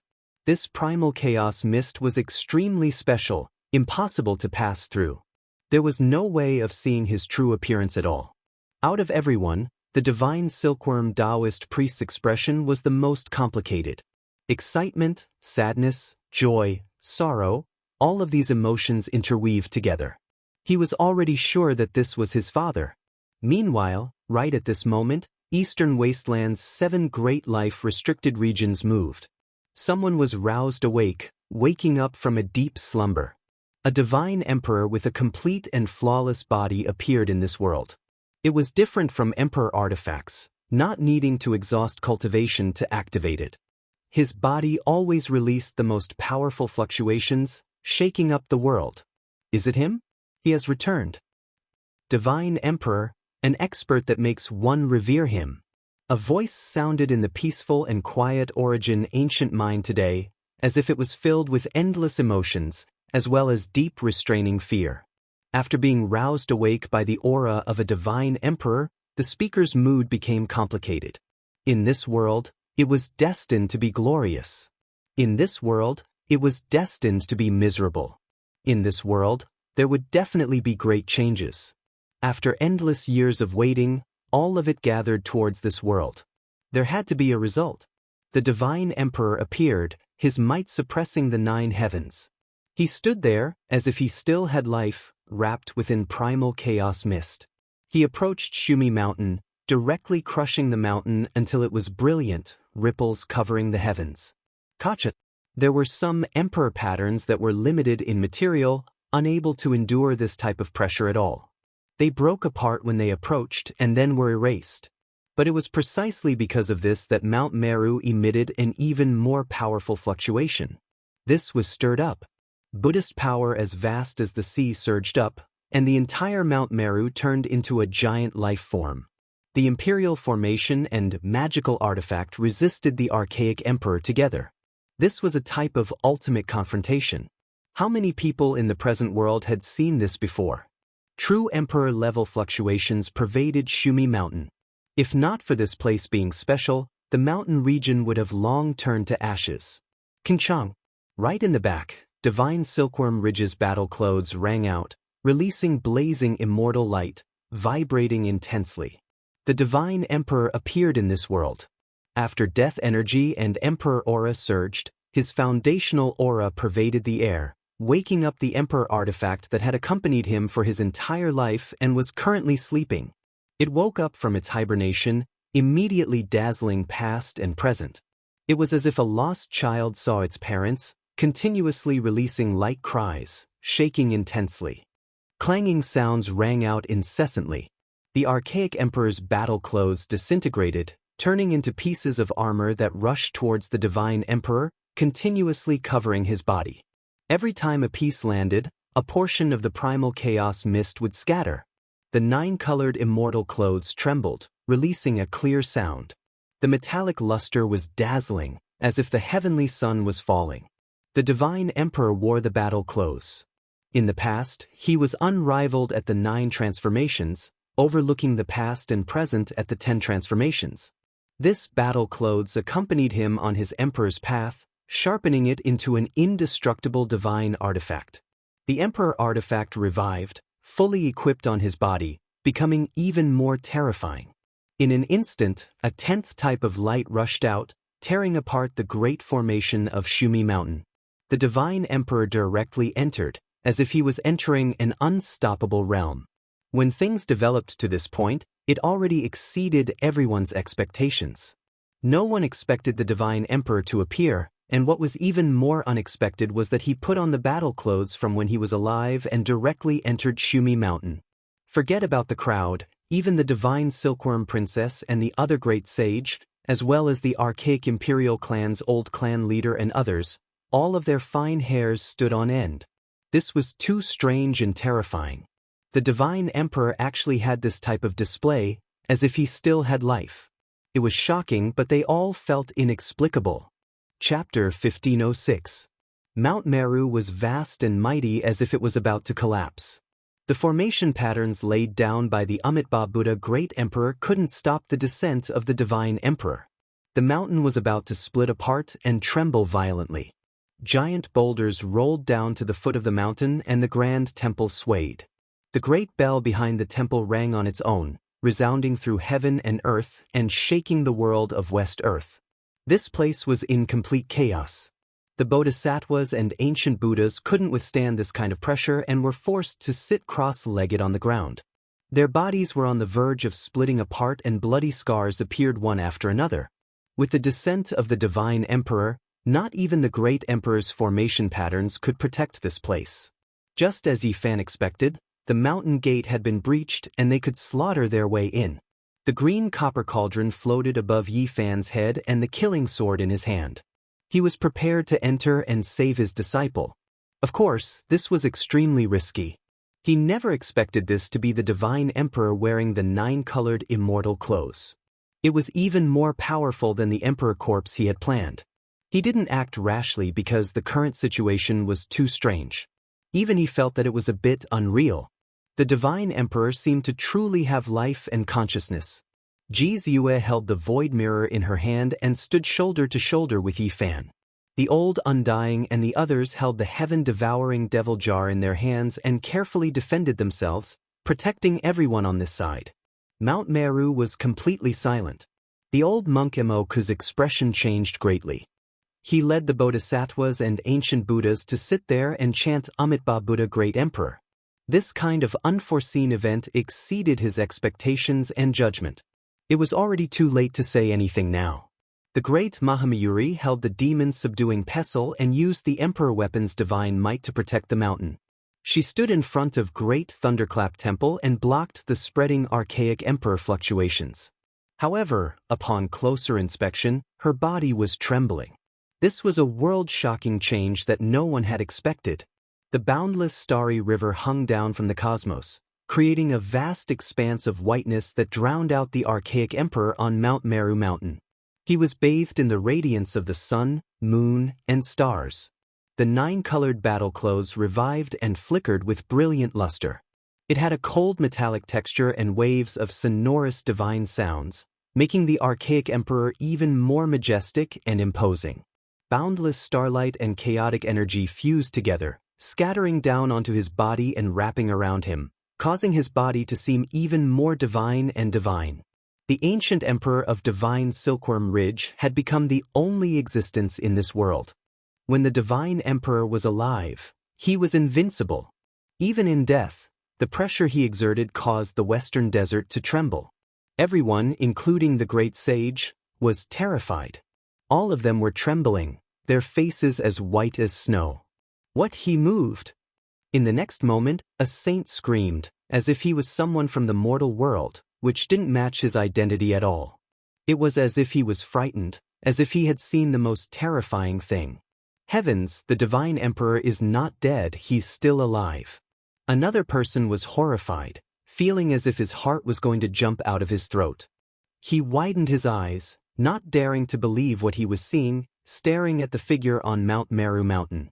The God Emperor was advancing, ascending Mount Meru step by step along the mountain path towards the majestic temples.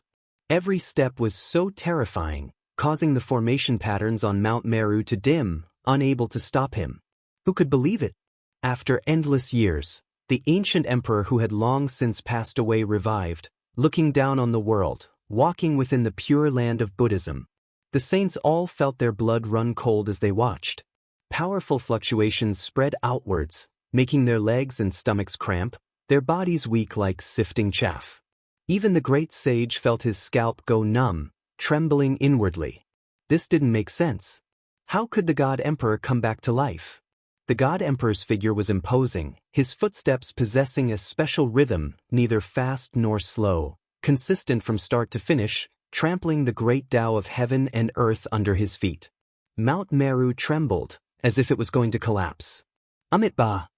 All of the arhats, bodhisattvas, ancient Buddhas and others chanted together, hiding in front of the great thunderclap temple, hiding behind the exorcism pestle.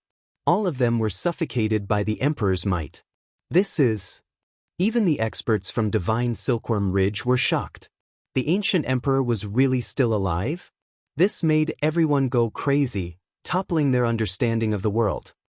Is the ancestral emperor going to ascend Mount Meru to fight and discuss the Tao with the Amitabha great emperor? What a pity that the other party died in meditation. The God Emperor revived, climbing the mountain step by step like this. What was he doing? After being lonely for 10,000 years, he finally saw Mount Meru, feeling the fluctuations and traces of the great ancient emperor. He was excited to see his prey. At their realm, they were invincible and lonely all their lives. They longed for an opponent that was evenly matched, but finding one was harder than ascending to the heavens. After the God Emperor ascended to the peak, Mahamuri sat cross-legged on the ground, unable to endure the pressure. Only the exorcism pestle shone, becoming more and more resplendent as it resisted on its own. With a rumbling sound, great thunderclap temple shone with boundless light. The violet gold roof tiles and roof all released auspicious colors. Buddhist energy surged majestically, rushing into the clouds. A Buddhist voice rang through West Earth. A Buddha figure appeared out of nowhere, and no one saw how he appeared. He stood in front of great thunderclap temple, blocking the God Emperor's path. This was a monk in gray robes, wrapped in primal chaos mist. His forehead was indistinct, but if one looked carefully, he looked very similar to the Amitabha Buddha statue in the temple. He stood beside the long withered Bodhi tree in front of the temple with a benevolent expression. When his aura rippled out, it was as vast as a mountain. Amitabha Buddha. All the monks on Mount Meru chanted Buddhist chants, revealing astonished expressions. Outside Mount Meru, all the heroes were shaken as well. They couldn't help but cry out in alarm, chanting the 4 words Amitabha Buddha. They simply didn't dare to believe what they were seeing. There couldn't be 2 emperors in one world, and the ancient emperors couldn't meet. This was the common understanding of the world, but today, it was continuously overturned. The God Emperor had revived, and Great Emperor Amitabha had reappeared. Were the 2 going to fight? Many people suspected that they were in a dream. After personally experiencing all of this, they wondered if they had gone crazy. Were their senses still normal? The God Emperor took a step forward, and the immortal clothes on his body made zheng-zheng sounds like the roars of dragons and tigers. The vibrations made people's ears hurt, and they felt as if their flesh was about to evaporate. Great Emperor Amitabha held the exorcism pestle in his hand and released boundless precious light to block the God Emperor's path. The 2 seemed to be opposing each other with equal harshness. Boom! The God Emperor's body expanded and soared into the clouds in front of Great Thunderclap Temple. It was unknown just how many tens of thousands of zhang tall he was. Great Emperor Amitabha wasn't willing to fall behind. He similarly soared into the clouds, and his enormous Buddha body towered between heaven and earth. This scene shocked everyone. A battle between emperors and emperors had occurred? After being separated for so long, there was actually a day when they would face each other and take action. Everyone found it hard to accept and believe it. Is that the Amitabha Buddha's imprint? But how can we explain the God Emperor's resurrection? He should be a corpse, and in the end he ascended Mount Meru step by step. How can it be said that he hasn't revived? The saints were bewildered, and their faces were all pale. Everything that happened today made one's hair stand on end. It was too shocking and inconceivable. If this was true, it might be the most important event in the lives of the great emperors and great ancient emperors. They had been lonely all their lives, and in the end, they had found an opponent. The great emperors didn't meet each other, and today, common sense was broken. Perhaps, every great emperor longed to be born in a different era and fight with the past emperors. They wanted to find a true opponent. Unfortunately, everyone passed away in loneliness. Their wishes couldn't come true, and it was difficult for them to meet others of the same kind. Mount Meru trembled, and the sun, moon, and stars swayed. It was as if they were going to fall down. The two of them wanted to test themselves against the heavens. Natural laws pervaded the air, and the two seemed to be confronting each other. Their bodies continuously increased in size, directly reaching beyond this region. They were so large that they exceeded common sense, shocking the entire northern Dipper star domain until all creatures trembled. Their divine might was matchless. Did the divine emperor really revive? The voices of some of the divine Silkworm Ridge experts were trembling, and their bodies were shaking. After the shock, only excitement remained. This isn't my father's doing. The divine Silkworm Taoist shook his head, his voice carrying sadness and regret. The surrounding people's expressions became sluggish. This was the great ancient emperor's son. Even he said this, so it most likely couldn't be true. However, just now, they clearly saw the divine emperor ascend Mount Meru. Yi Fan released a light sigh. After watching for a long time, he also understood everything. The divine emperor's loneliness and the Amitabha great emperor's regret couldn't be compensated. In the end, they still couldn't meet. These two weren't them. If the true bodies of great emperors confronted each other, heaven and earth would definitely react, and an irregular scene that had never been seen since the ancient times would appear. The great emperors wouldn't meet each other, never having opponents in their entire lives. This curse was difficult to break. This is a confrontation between two weapons, not because the great emperor himself is still alive. The divine Silkworm Taoist pointed out the riddle. His father ascended Mount Meru. Even though he was moving, he didn't develop a consciousness. It was his immortal clothes that were in control, keeping his mighty body from falling, overlooking the endless ages. The Amitabha great emperor's appearance was actually more or less the same. The demon fall pestle revived under the tremendous emperor-level fluctuations, merging with the fist-sized Saraira, forming the Amitabha great emperor's void image. In reality, there were no true bodies, only two emperor weapons. Their respective masters Daos confronted each other, as if they were searching for an opponent for the lonely emperor and great emperor, satisfying their final regrets.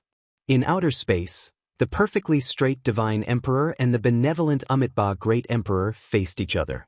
Natural laws swirled, releasing endless divine light. There wasn't a true confrontation, just a probing of Tao and magical techniques. The two didn't fight each other. The two emperor weapons revived, leading everything. They were extremely cautious and careful. Long. In the end, their bodies shrunk, returning to their normal height. They reappeared at the peak of Mount Meru, in front of the great Thunderclap Temple. The Amitabha great emperor disappeared, leaving only the demon fall pestle floating in the air. As for the Saraira, it also fell to the ground, unmoving. On the other side, the immortal clothes rustled lightly, as if in grief. In the end, they couldn't keep the archaic emperor. Even seeing his corpse couldn't change anything. Everyone was shocked. How could they not understand what had happened now? Everything was because of the two emperor weapons' revival. Buddhism speaks of transcendence, great enlightenment, and only then can one achieve the Tao of Buddhism. At this time, the demon fall pestle transmitted its divine sense. This weapon actually spoke after reviving. Amitabha Buddha. The old monk Moku and the others all chanted, listening respectfully. It was because they knew that the demon fall pestle was talking to them. Have you all transcended and gained enlightenment? Put that child down. The demon fall pestle continued. Let him go down the mountain? Regardless of whether it was Moku or the great Mahamayuri, they didn't have the slightest bit of rebellious thoughts. This emperor weapon was personally forged by the Amitabha great emperor to protect the Western Desert Buddhist land. As a supreme being, they had to be respectful. Put it down? Have you all put it down? The demon fall pestle calmly asked. The great sage Moku immediately put his palms together, admitting his sins and chanting Buddhist names continuously. Not long after, a golden arhat and the others escorted Hua out. They made him appear in front of the great thunderclap temple and prepared to put down Mount Meru. No one had expected this kind of ending. It actually ended like this. Chung. The archaic emperor's battle clothes trembled slightly. The armor disintegrated, turning into rays of immortal light that fell down. The emperor corpse was wrapped in primal chaos mist, standing at the peak of Mount Meru. Chapter 1507. The divine emperor stood tall and majestic. Strands of chaotic energy swirled around him, making him seem transcendent and mysterious. He was like a living supreme being that looked down on all life. He stood at the peak of Mount Meru. The deathly energy had lessened greatly. The pressure of the archaic emperor was released, but the two awakened emperor weapons could withstand it and block it, protecting the great seal thunder sound temple. The world calmed down. A light sigh came from within the 9-colored immortal clothes, carrying endless sadness. It summoned the 9-layered coffin, burying the divine emperor once again. The silkworm emperor's body slowly fell, surrounded by primal chaos. He sank into the coffin, and the stone coffin closed one by one, sealing him within. How many heroes were buried under the passage of time? No matter how great their divine abilities were, it was difficult to reverse the situation. A lifetime of glory, but in the end, all that was left was sorrow. The divine emperor was exceptional, stunning the past and present, but he still couldn't resist the passage of time. In the end, the curtain had to fall. After a dazzling moment, it was followed by endless darkness. Long. The 9-layered coffin was completely sealed, like an ordinary stone. It was simple and unadorned, and no one would notice it even if it was thrown into the yellow earth. This was the life of a great emperor. In the end, ashes to ashes, dust to dust. Father! Taoist divine silkworm shouted loudly, hot tears gushing out. He clenched his fists and rushed forward. The divine silkworm race's battle clothes shot out a streak of immortal light, turning into a resplendent heavenly river that led outside the mountain. It was like a bridge to the heavens, turning this place into a passageway. It was guiding the people of the divine silkworm race. The ancient emperor's son, Princess Divine Silkworm, and the others all stepped onto Mount Meru. Yi Fan had a copper cauldron with brilliant green multicolored light above his head. He held the 3-foot immortal sword in his hand as he followed, arriving at the peak of Mount Meru for the first time in his life. Taoist Divine Silkworm's tears rolled down his face. He stroked the stone coffin, his voice hoarse. No one could hear what he was saying. With a honglong sound, the stone coffin enlarged. 9 colors rushed into the heavens, and the 10th color burst forth. It immediately enlarged to 1,000 zhang in length, and it was still growing. Strands of multicolored light shot out, entering the space between Taoist Divine Silkworm's brows. There seemed to be waves of scripture sounds, and there was even a type of comprehension after the great Tao was shattered. Taoist Divine Silkworm retreated, and he was in a daze. He muttered to himself, "I missed it in the end, I have to be on my way." Shwa!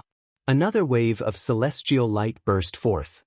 Out of everyone's expectations, it actually flew towards Princess Divine Silkworm's shoulder and aimed at the little monkey that was shining with golden light.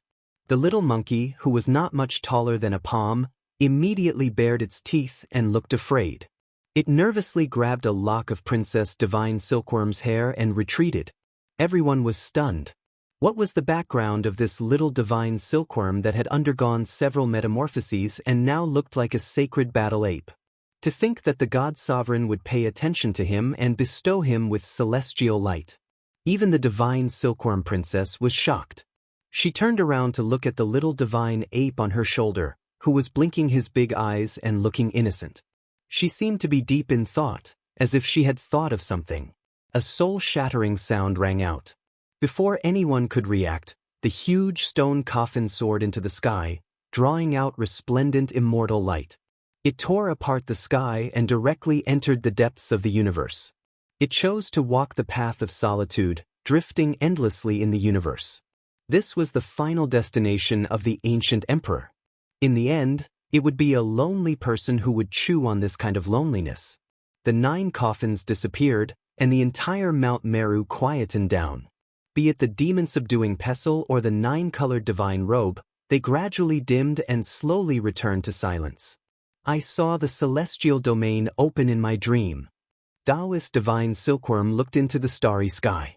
No one knew if he had dreamed of the celestial path, or if he wished for his father to sleep like this and see the celestial path after his death. Master! A loud cry rang out, shocking the group of people on Mount Meru back to their senses.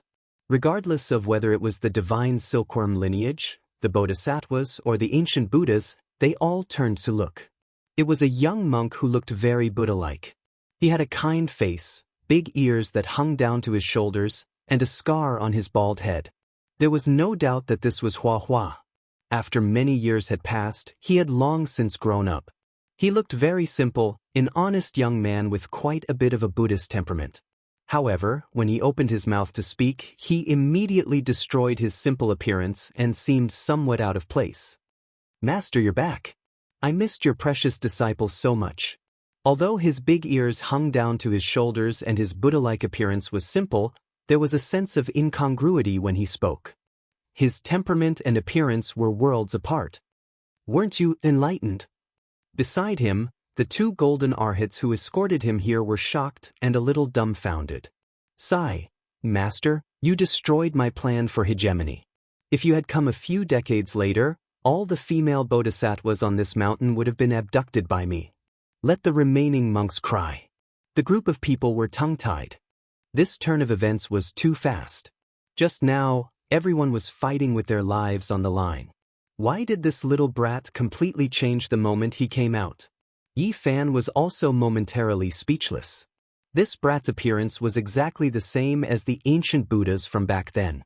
If he stood to the side and maintained his silence, he would have the bearing of a senior Buddhist monk. However, everything was ruined once he spoke. Especially after he smiled, he looked like a lowly person no matter how one looked at it. What did you say? Yi Fan slapped the back of his head. Little Baldy, weren't you illuminated? Little K, and the rest also followed the golden path up Mount Meru. At this step, no one from the Buddhist sect stopped them. Seeing that Yi Fan was also looking over, Hua Hua immediately put on a solemn expression and said with a serious expression, Amitabha, Tathagata, Hua Hua, Great Buddha. Master sits in my heart, and wine and meat pass through my intestines. How can I be illuminated by them? In the end, it caused him to suffer another slap on the back of his head.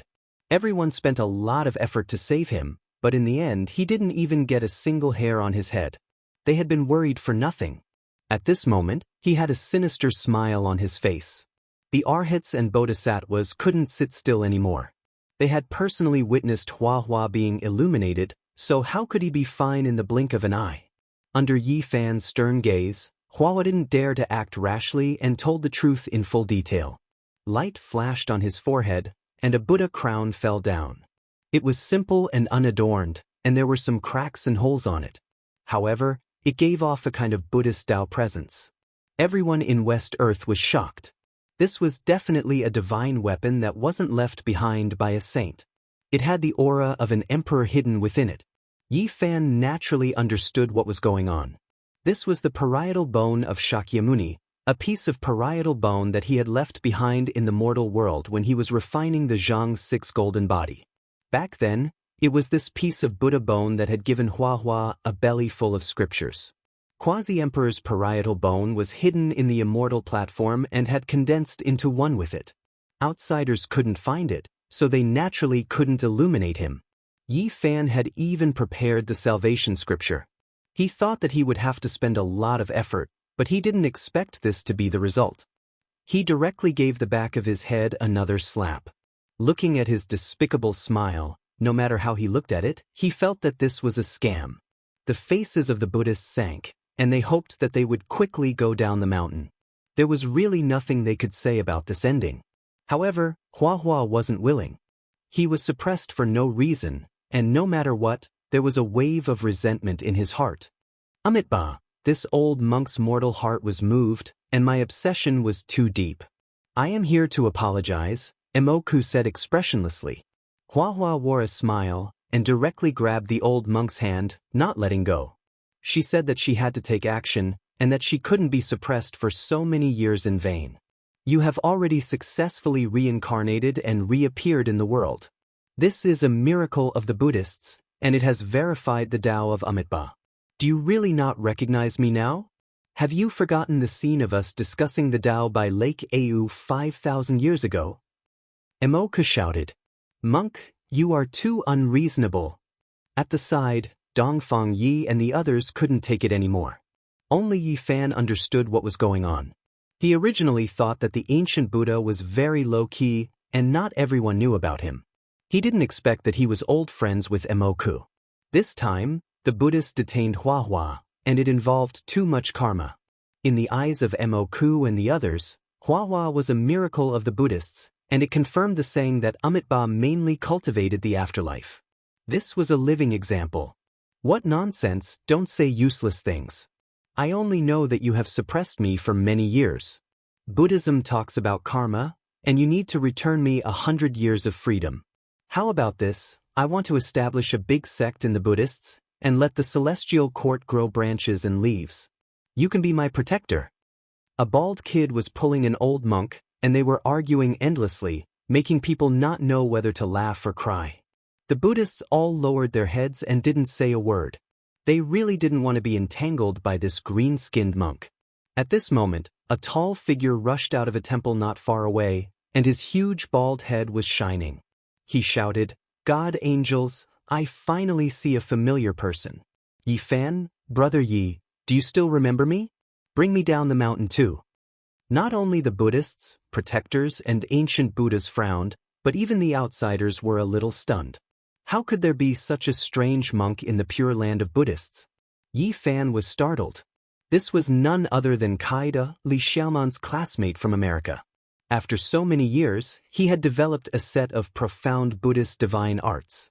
As a protector Vajra, what have you become? Emoku scolded. Kaida ignored him as if he was grasping at a life-saving straw. He looked to Yi Fan for help and said, Bring me away from this damned place. I'm a vegetarian every day, even the gods will go crazy. Weren't you punished to face the wall? Why did you come out? A bodhisattva asked. Kaida complained to Yi Fan, I haven't eaten meat for 150 years. A while ago, I managed to braise dog meat with great difficulty, but I was discovered the moment I took a bite. I was punished to face the wall for 500 years. God, after 500 years, when I come out, all my teeth have fallen out, and I can't even bite dog meat. Everyone was dumbfounded and dumbfounded. Outside Mount Meru, the saints from the outer realms were also staring at each other.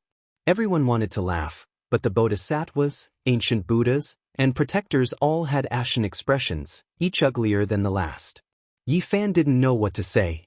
He patted Kaida's shoulder, not knowing if it was to comfort him or if it was the etiquette of old friends reuniting. He cursed silently, this was also a fraud. He muttered to himself and spoke to the Western Desert monks, asking Kaida to go down the mountain and jump out of this hell in his eyes. As a Buddhist disciple, your 6 senses are impure. Banish him down the mountain. Mahamayuri's face was gloomy as he issued such a decree. He didn't want to see such a disciple for even a moment longer. On Mount Meru, the bodhisattvas and arhats sent them down the mountain as if they were the plague. Hua was like a chatterbox. He pulled the old monk Emoku's hand and talked endlessly, spittle flying from his mouth. It was as if he hadn't opened his mouth in 10 lifetimes and had endless things to say. His saliva flew everywhere as he chatted with the old monk, asking him to go down the mountain and become a protector to compensate him for all the years of suppression and suffering. The great sage Emoku could bear it at first, but later on his snow-white eyebrows kept twitching. He wanted to slap Hua to death. He really couldn't stand it anymore. His mouth never stopped. Great Master, your beard has turned white. Great Master, your shoes are about to grow holes. Great Master, were you hacked when you were young? There's a big scar on your nose. Listening to these endless words and godlike logical thoughts, the old monk Emoku wanted to strangle him to death. Chapter 1508. After walking out of Mount Meru, the chatterbox continued to hold the old monk Moku's hand affectionately. People who didn't know the details would think that they were good friends despite the difference in age. Moku couldn't bear it anymore, but he could only endure it in the end. In the end, Moku agreed to be the protector of the mountain gate for a few years. No one knew if it was because of the Vajra's order, or because he really felt guilty, or because he pitied Huahua's previous incarnation, or because he was moved by the chatterbox. This result left everyone dumbfounded. "Master, don't worry. I will heal that big scar on your nose in the future." CK. The Bodhisattvas and ancient Buddhas were dumbfounded and speechless. After a long time, they finally returned to Mount Meru. Dongfang Yi and the others were still wondering if they should beat this old monk up with a stick, but after seeing this result, they decided to let it go. They were afraid that the Vajra and other monarch weapons wouldn't agree to it. "Let's see how he does. If he dares to do anything, we will cut off his cultivation." The group of people left for real. Delicious. After leaving Mount Meru, they arrived at a city. In an old shop opened by a mortal, Cade was holding a big pig elbow in his left hand and a roast goose in his right. He looked like the reincarnation of a hungry ghost, eating until his cheeks were bulging and his mouth was full of oil. Like a whirlwind sweeping away the clouds, the table was a mess, and even the bones were swallowed. The innkeeper served several tables of meat dishes before he burped and raised his head reluctantly. Cade expressed his sincere gratitude to Yi Fan first and then looked at the crowd. He had been paying attention to the holy night for a long time on Mount Meru and didn't ask about it. He said something that Dongfang Yi and the others thought was bird language, and he got a response from the holy knight. Then he rushed over and gave this holy knight a big hug. "My immortal eyes are blinded. I have a needle in my eye. I didn't see anything." Dongfang Yi, Li Heishui, Wu Zhongten, Jiang Huairen, and the others were all cursing. It was too immoral for two men to hug each other. Of course, it was the monk who hugged the holy knight. In China's words, when people from the same hometown see each other, their eyes will be filled with tears. For so many years, I've seen aliens all the time. Finally, I've seen one of my own kind. Cade's tears and snot were all over the holy knight's body, and he didn't take this great sage seriously at all. It was fortunate that the holy knight hid his aura, or else he would have shattered Cade's body. This world is too dangerous. Minotaurs, Bigfoot monsters, ghoul corpses, devil cats, and everything else. They even call themselves the far ancient imperial race and eat people all day. Also, the monks in this world are fanatical religious people. I ran away a total of 38 times, but I was always caught by them. They almost burned me and asked me to go see Amitabha. I'm not even close to him. Cade was so excited that he was incoherent and deranged. He kept rambling on and on. "I came in a coffin. How did you get here? I feel like we've all been abandoned by God. I've always had a dream. I want to go back to Earth and rely on Satan to attack God." The holy knight was speechless when he heard his nonsense. In the end, he just patted his shoulder and said, "Mental trauma needs time to heal." "What do you mean? I'm not crazy, those monks are." Cade was unhappy. The group laughed. Princess Divine Silkworm had already found out where the victorious fighting Buddha was on Mount Meru, but she couldn't find any evidence of him being enlightened. She was unwilling to accept this and left with everyone. Old Undying, Old Blind, and Tu Tian also left with the heaven-swallowing jar. The people of Ji family, Yao Yuekong, and the Prince of Great Xia also set off. Yi Fan sent them off and expressed his sincere gratitude. The people of the Celestial Court didn't completely leave West Earth. They were really planning to take root here. Of course, this could only be considered a branch, and they had to be handed over to Huahua to manage. The Celestial Court Buddhist Branch. This was the name Huahua had given them after smiling. One could imagine how gloomy Moku's expression would be when he came. But all in all, his safety shouldn't be a problem. All the Bodhisattvas and ancient Buddhas in West Desert were waiting for his subconscious to awaken. This proved that he had a past life and an afterlife. Cade joined the Celestial Court without hesitation. When he heard that he was still going to be a guardian Vajra and stay in West Desert, He almost fell to the ground. I won't be a monk even if you beat me to death. Wine and meat will pass through your intestines, there's no need to follow those rules. Huahua tried her best to make him a guardian Vajra. In the end, Kate abandoned God and Satan without any sense of loyalty and became a guardian Vajra of the celestial court. The holy knight left like a lone boat sailing towards the vast ocean. He decided to charge into the outer region and tread his own path. The heavenly village was in the outer region and couldn't be found. The people of the celestial court like Qi Luo and the two Silverblood emperors stayed in West Desert, allowing the celestial court to temporarily take root here. As for Yen Yishi, Li Tian, and a few others, they chose to travel the world. When this great era arrived, there were too many interesting things to see. Of course, everyone had already agreed that it wouldn't be too long before they crossed the star region and left Big Dipper. Because they knew that once the path to immortality opened, this place would definitely be in chaos. At that time, even a saint would easily perish. After getting drunk, everyone set off on their way. After this battle, the celestial court's fame spread far and wide. In the eyes of the Golden Crow race and the ancient race, Yi Fan had also killed his way to fame. He had used several of the arch-weapons at once, shocking the world and making it tremble. From a certain perspective, the clans that had used the arch-weapons were all tied to the same chariot. In the future, if one of them was provoked, it could lead to several of the arch-weapons smashing down at the same time. Who could fight against them? The 5 regions were in an uproar, and there were sounds of discussion everywhere. For so many days, it was all about Yi Fan's battle at Mount Meru. It had become the focal point of the world's attention. Yi Fan walked alone through the western desert with an immortal sword on his back. His clothes fluttered in the wind, and he looked otherworldly. There was no longer a trace of killing intent, and his green clothes made him seem otherworldly. He arrived at the shore of Lake Au and stood there for a long time. Then he walked through all the monasteries in the western desert and finally arrived at the Lantua temple. Benefactor, you've come.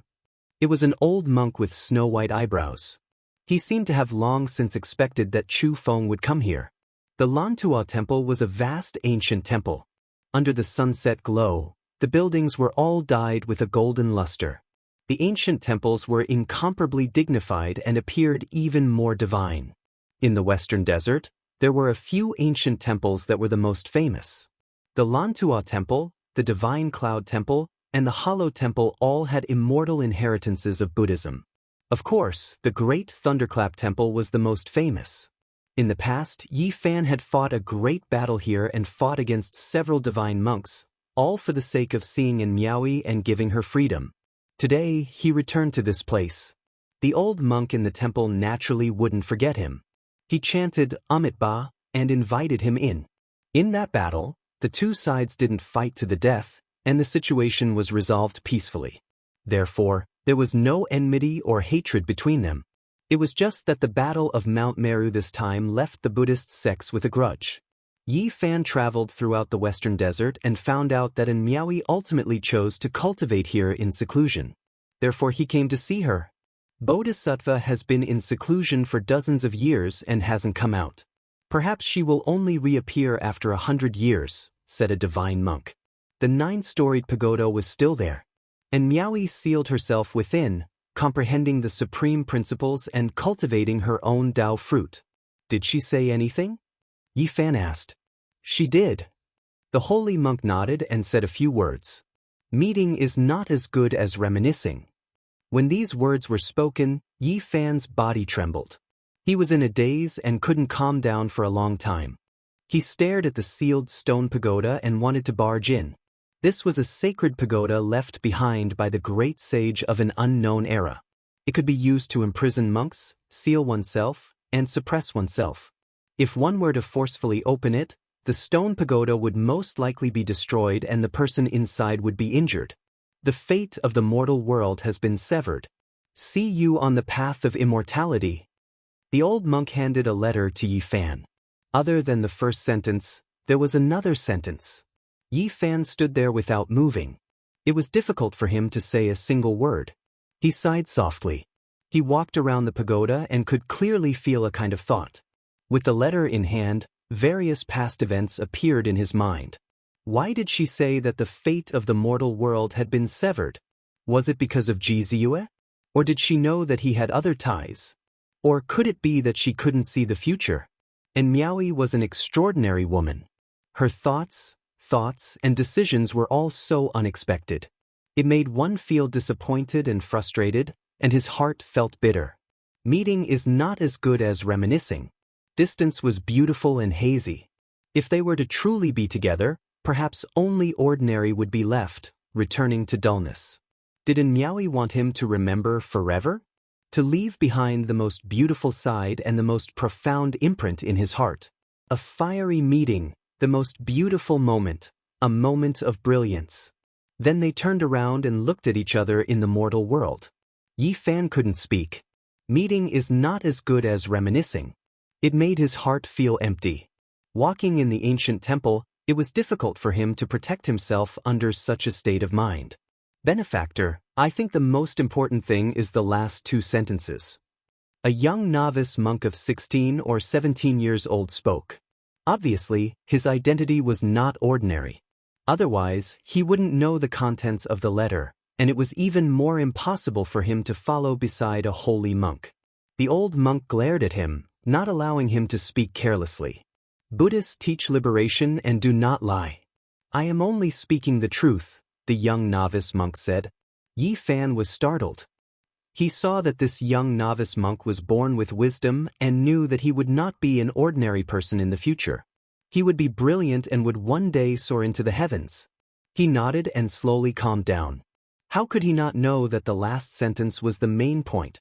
He also understood its meaning. The fate of the mortal world has been severed. We will meet on the path of immortality. Let him go on the path of the mortal world. Marry a wife, have children, raise children, repay kindness. We will only meet on the path of immortality.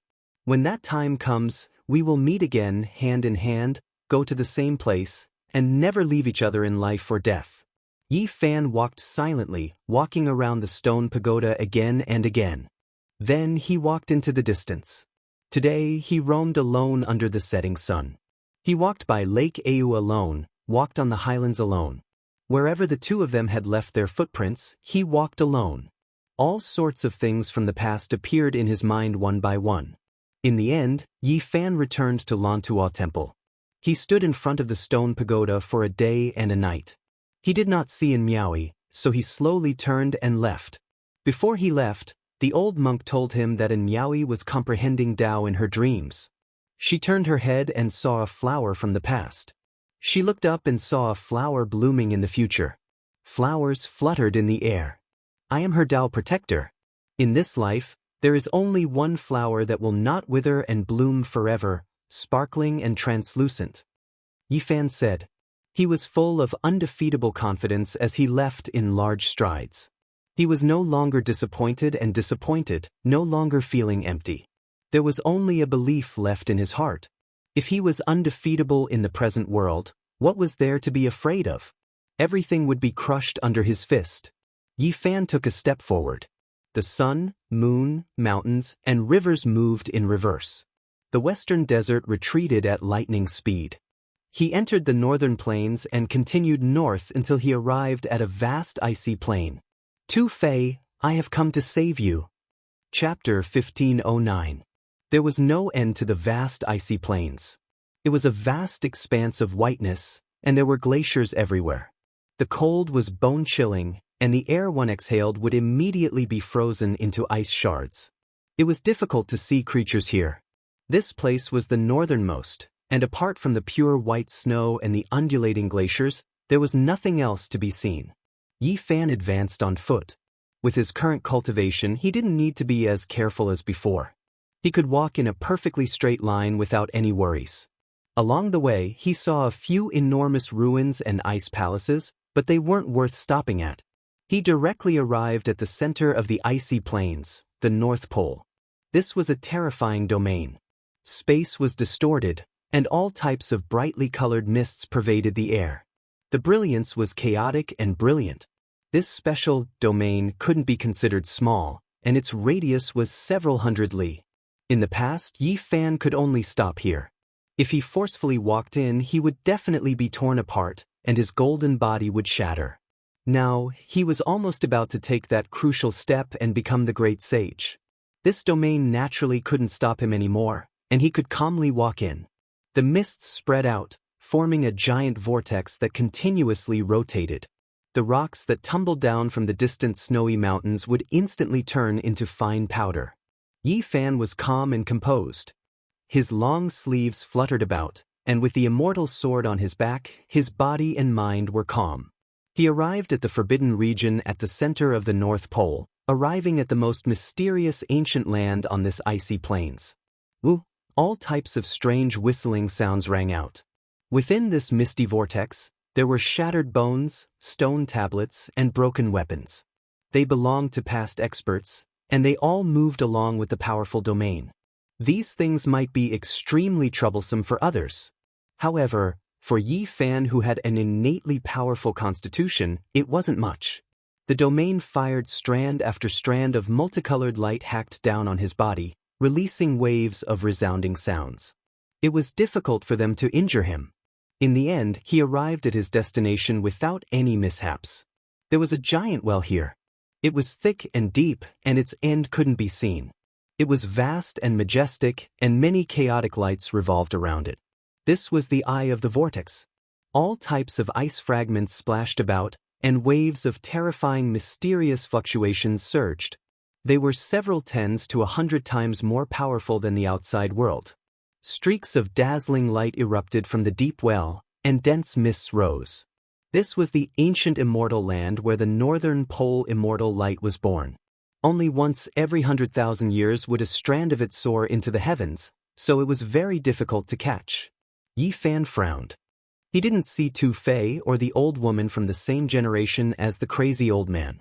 The immortal light in the ancient well was more intense. The extreme true essence and magnetic light surged like a river or a sea.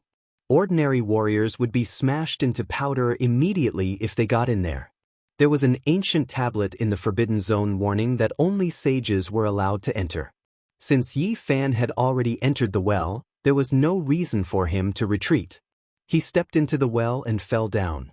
Below the ice cave, there were brilliant colors. Radiance rose like mist, and the coldness was bone-piercing.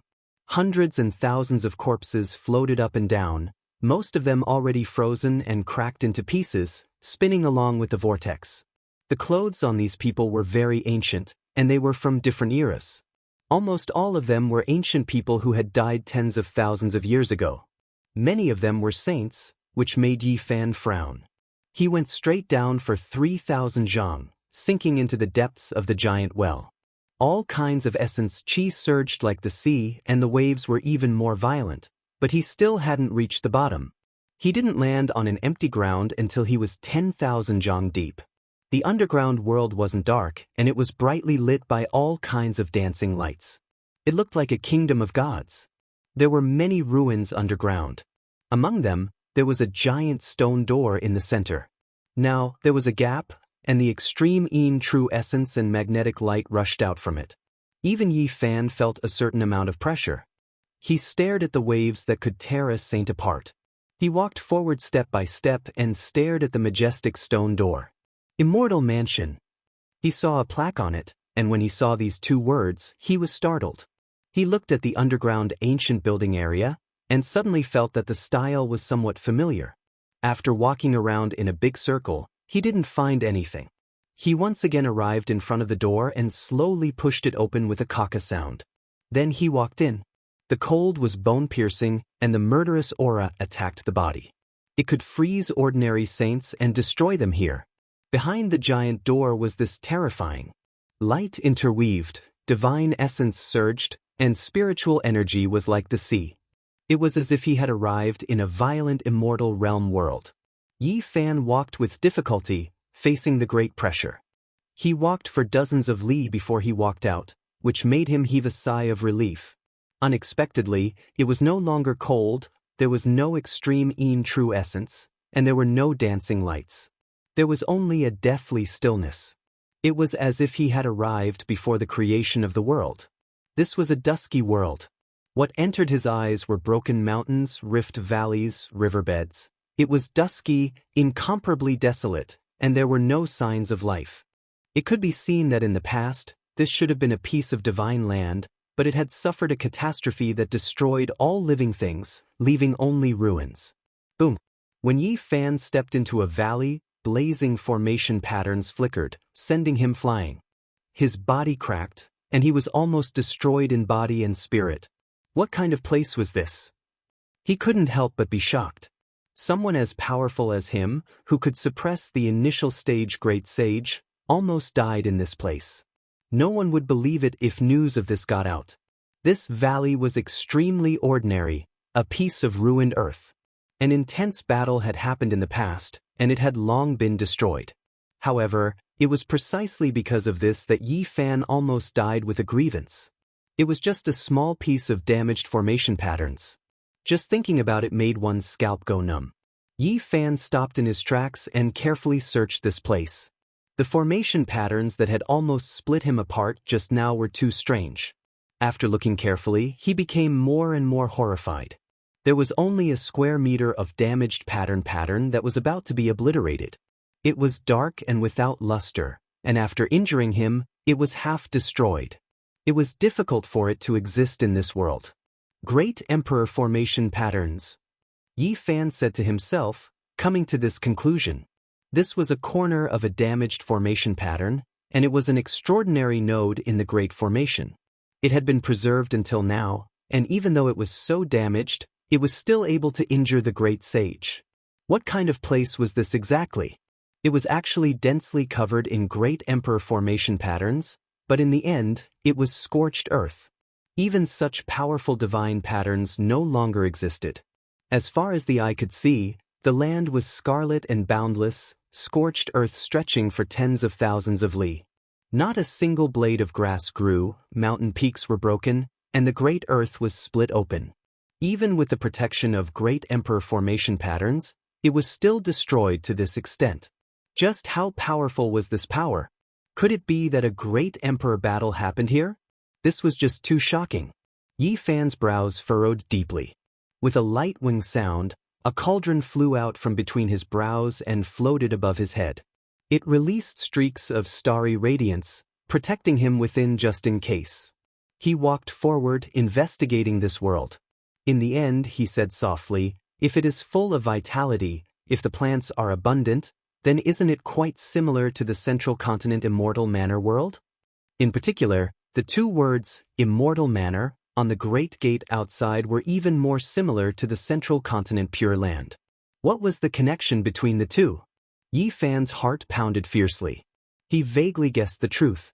The two words, Immortal Manor, had a profound meaning. He quickly walked forward, wanting to seek confirmation. However, right in front of him, an expanse of primal chaos surged. He had reached the end of this small world. The road ahead was cut off. Clearly, some broken mountains, some great rifts were forcibly cut off here. The road ahead was blocked, and the original small world had been destroyed. What a pity, the Great Emperor-level battle destroyed all clues. However, I can go to the Central Continent Immortal Manor world to continue seeking confirmation. Yi Fan searched carefully, not wanting to miss a single place. Finally, in a dilapidated rift valley, he discovered a path that led straight into the depths of the primal chaos. He walked forward. This was a narrow, winding path that brought him into a small heavenly abode that was like a bubble of primal chaos. The circumference of this place wouldn't exceed several li. This place was densely covered with formation patterns, and the path was blocked. They were all Great Sage-level formations, and the slightest trigger would inevitably lead to the most violent attacks. Yi Fan held the immortal sword in his hand, but he didn't slash immediately. Instead, he gazed forward, feeling astonished. A most sacred and auspicious aura rushed over. There was a hazy ball of immortal light there, wrapping around a person. It floated up and down, merging with the great Tao. Scriptures rumbled, deafening and thought-provoking. That's the Northern Immortal Light. Yi Fan was shocked. Legend had it that a wisp would appear every 100,000 years, but today, it wasn't as simple as just one wisp. There were at least 10 wisps, and they were wrapping around a person. Every wisp was like a spirit dragon, several zhang long. They surged up and down, and immortal energy rose up and down, shocking the world. Tu Fei. Yi Fan called softly. The person being wrapped was Tu Fei. Many years had passed, but he was still the same. He was sealed in the mysterious ice, motionless, and was being nourished by the immortal light. Another wave of life caught Yi Fan's attention. This place could almost be called a bubble of primal chaos, created by someone. A vague figure was wrapped in mist. It was an old woman. She also had the northern immortal light on her body, but it seemed like she had completely refined it. Only a little light flowed on the surface of her body. Above her head, there was a golden pagoda flickering with light. It blended with her, bobbing up and down. It's her. Didn't she transform into the Tao? This was the old woman from the same generation as Crazy Zol. When he came here that year, he clearly saw that she was transforming into the Tao. How could she still be alive? Moreover, her vitality was as vigorous as the sea, hidden in her body. Young man, you're here again. A divine consciousness came. It was definitely the peak of the great sage level, and its fluctuations were like the sea. The old woman still had her eyes closed, not moving at all. It seemed like it was inconvenient for her to move, so she just transmitted her voice. Greetings, senior. Yi Fan saluted. Your advancement surprised me. This world has finally changed again. The old woman sighed, as if she had endless emotions. The old woman didn't die, and the golden pagoda she obtained was a damaged immemorial ancestral artifact. This time, both the old woman and the artifact were nourished by the immortal light. The former's lifespan increased, and the latter also recovered, gradually becoming flawless. According to legend, a strand of immortal light could only fly out every 100,000 years. However, they had a great opportunity.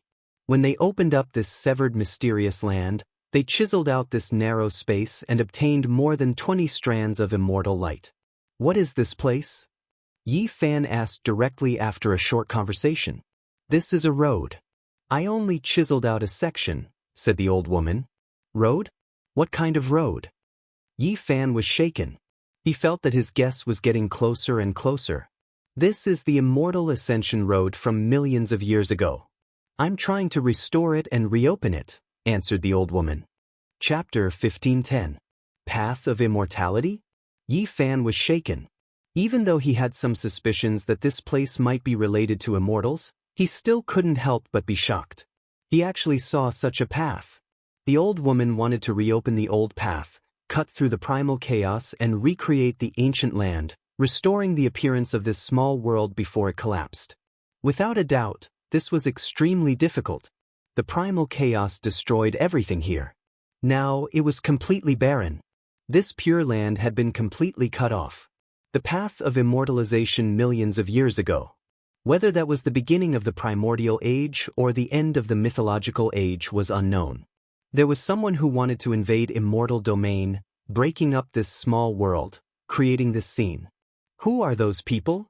One name after another appeared in Yi Fan's mind. Was it the ancient celestial being, or the emperor of the celestial court at the end of the mythological era, or the immortal heavenly emperor?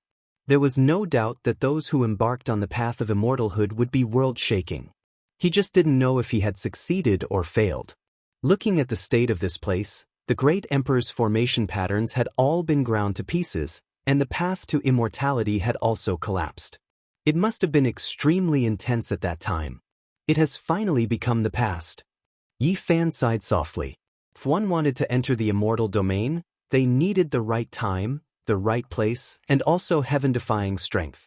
Not a single one could be lacking. No one could truly be sure where the path of immortality would open in this world. This place was just an undying ruin, a place that had witnessed the glory of those who came before, as well as the desolation of those who came after. The only thing the old woman could do was to open up the primal chaos and restore the pure land of the past to its original state. She wanted to find the traces left behind by the path of immortality millions of years ago. There was no way they could enter immortal domain from here. Time changed, so the location naturally changed as well. However, This place was undoubtedly a treasury, containing immortal light. Back then, that person was unrivaled and unmatched. He definitely broke through immortal domain, or else there wouldn't be immortal light descending into this world. The old woman said, there was naturally reason to suspect that the North Pole immortal light was the spiritual energy of the immortal domain. Back then, someone broke through the barrier that had been unbreakable for 10,000 years, causing the aura of that world to surge over. This immortal energy or auspicious multicolored light was sealed in primal chaos. After endless years passed, a strand would occasionally seep out, appearing in the outside world. This is a powerful person, able to see immortal domain. Yi Fan sighed softly. Shui Yueqing had also stepped onto the path of immortalhood and broken through the barrier. However, his body was frail and he was no longer as glorious as he was in his prime. In the end, he fell on the road and could not enter that world. What about this person? Would he also be like this, breaking through immortal domain, but in the end, he was covered in blood along the way? This was very likely, because this place had completely collapsed, and the great emperor's formation runes were almost completely obliterated. Yi Fan looked at Tu Fei and sighed. He knew that it wasn't the right time to come here. Tu Fei's fortune wasn't finished yet. He was still transforming. It wasn't suitable to take him away. A fierce wave of soul consciousness came. Tu Fei couldn't move or talk as he was sealed in the mysterious ice. However, his soul consciousness had been awakened for many years. At this moment he was so excited. Little Yi, is it really you? It's me. I've come to see you, Yi Fan said softly. I'm a dead man now. I can't move. I really want to get out of here. Tu Fei's body was controlled by the immortal light, but it hadn't been refined yet. He couldn't move yet. Just wait. Sooner or later, you will be born, comforted Yi Fan. Where's that dog that should be chopped into pieces? I want to kill it. That bastard. That unreliable bastard. Tu Fei was full of resentment. He was a blabbermouth. At this moment, of course, he couldn't control himself anymore. He cursed Black Emperor. Which one is better? Rock meat or donkey meat? Tu Fei's thought process couldn't be judged by common sense. He had just cursed Black Emperor, and now he was talking about food. What's wrong? Asked Yi Fan. Hungry. Yi Fan was speechless. You've got some Saint Virgins. Don't kill them all. As your brother, if you don't agree, you should save some for me. Besides his big mouth, Tu Fei was also thick-skinned. He changed the topic quickly, which made Yi Fan speechless. After being trapped for so many years, this man couldn't change his nature. Little Yezi, you're not good enough. You can't even get Yao Shi. You haven't seen the Jade Lake Saint Virgins for more than 100 years. You're such a waste. You just woke up. Don't worry too much. Yi Fan got a headache. I want to drink the path understanding tea. Your grandpa. Can't you think normally? Don't jump around. Does Black Emperor still wear flowery underwear? Give him a dog skin one. Tu Fei's thoughts drifted again. After his thoughts raced endlessly, he finally quieted down. It was very quiet. After a long time, he sobbed, Lu Ko is dead. He cried loudly. This was his true feelings.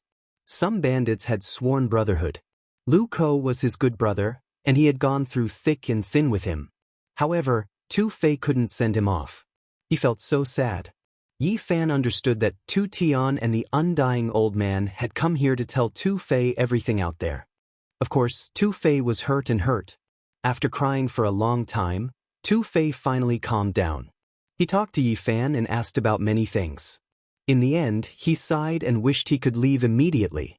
The old woman had taken Tu Fei as her disciple and taught him the Nirvana immortal scripture. It was said that this was the orthodoxy of an ancient celestial being. It was a cultivation method that was copied from a divine steel dug out from the ground. Tu Fei's long hibernation was also related to this. This environment, this immortal light, and this cultivation method were really suitable for him. In the end, they talked about the path to immortality. The old woman pointed out that the celestial world in the central province was definitely the correct location in the past, and that there were even people who had truly entered the celestial realm from there. Because that world had not collapsed to this day, it also meant that the ancient path had not collapsed back then. I want to go there and see what the deepest part is like, said Yi Fan. That year, he couldn't go deep due to his limited strength. He was stopped outside. In that place, the undying heavenly king and the Tai Huang were buried. They had coffins but no corpses. They had entered that small world. Perhaps death wasn't the truth. Becoming an immortal was the truth. Yi Fan stayed here for 3 days. They talked about many things that happened in the past, which made two-phase emotions fluctuate. He didn't participate in the killing of the heavenly prince or the human clan's ancient road. He hated that he couldn't leave immediately. However, his cultivation method was too special. After 3 days, he directly nirvana and fell into a deep sleep. He became a living dead person and began his special cultivation journey. Snowflakes fluttered in the air. Yi Fan bid farewell to Tu Fei and the old woman.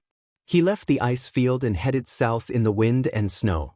Eventually, he returned to the eastern barren territory and entered the Blue Flood Dragon King's small world.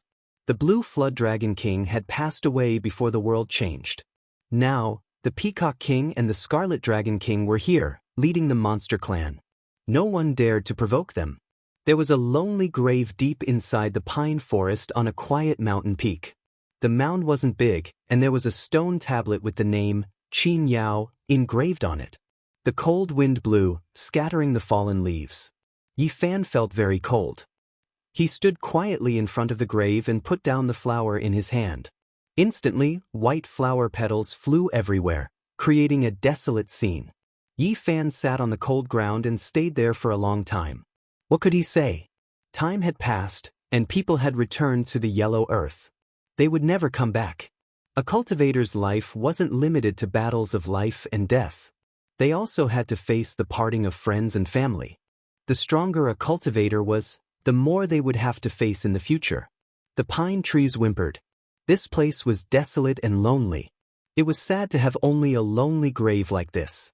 After an unknown period of time, Yi Fan stood up. The wind was strong, and the pine trees rustled. It sounded like they were sobbing and complaining. He hid in a gust of wind and dashed out of the Blue Flood Dragon King's small world. He didn't go to see the Red Dragon Taoist or the Peacock King. He just wanted to leave this place and run with all his strength. Who was it that scattered these flowers? A woman appeared. It was precisely Jin Yen from the past. She was much more mature now. She looked at the disappearing wind and said, "Did that person come? Sister Qin Yao, the person you couldn't forget has come to see you. I heard he's about to become unrivaled under the heavens. My older brother Jin Yu died, and big brother Ku Zhu also died from severing the Tao. Of the 3 of them, only big brother Bai Feng is left. If we had a choice, how different would our paths be?" Jin Yen left this mountain peak. Yi Fan was someone who could kill the initial stage great sage. His strength was extremely great, and he also cultivated the row word art. He possessed the world's fastest speed. Even though the great earth was vast, with his current cultivation, it still couldn't be considered much. He didn't use a formation platform and directly strode forward. He squandered his body's exuberant blood energy and rushed towards Central Continent. After an unknown period of time, he finally slowed down. He had already entered Central Continent's territory, and he slowly calmed down. Large amounts of mountain ranges rose and fell like dragons in hibernation. Waves of purple chi rose up, as if it was a land of ascension to immortality. It was grand and beautiful. This was the immortal mountain where the unique scholar manor was located. Yi Fan directly walked through the mountain gate. Many things of the past occurred to him when he arrived here. One outstanding talent after another had used their strength to break through and enter the unique scholar manor. Only he had stood guard outside and never entered. He had eaten Qi Huanshui's mount, killed Yen Yunluan, and even faced off against Wang Teng. Who is this person? Why does he look so familiar?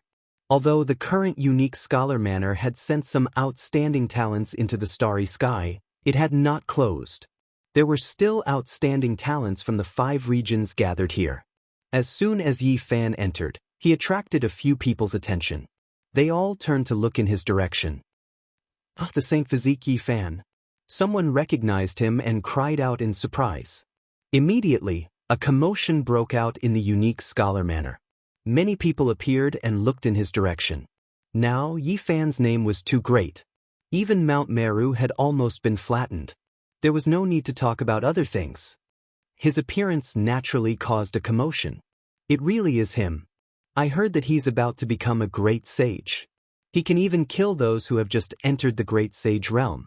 He's invincible on the human race's ancient road and has returned to the Big Dipper. Within the unique scholar manor, there were people from Yi Fan's generation. After seeing him, they couldn't help but feel bitter.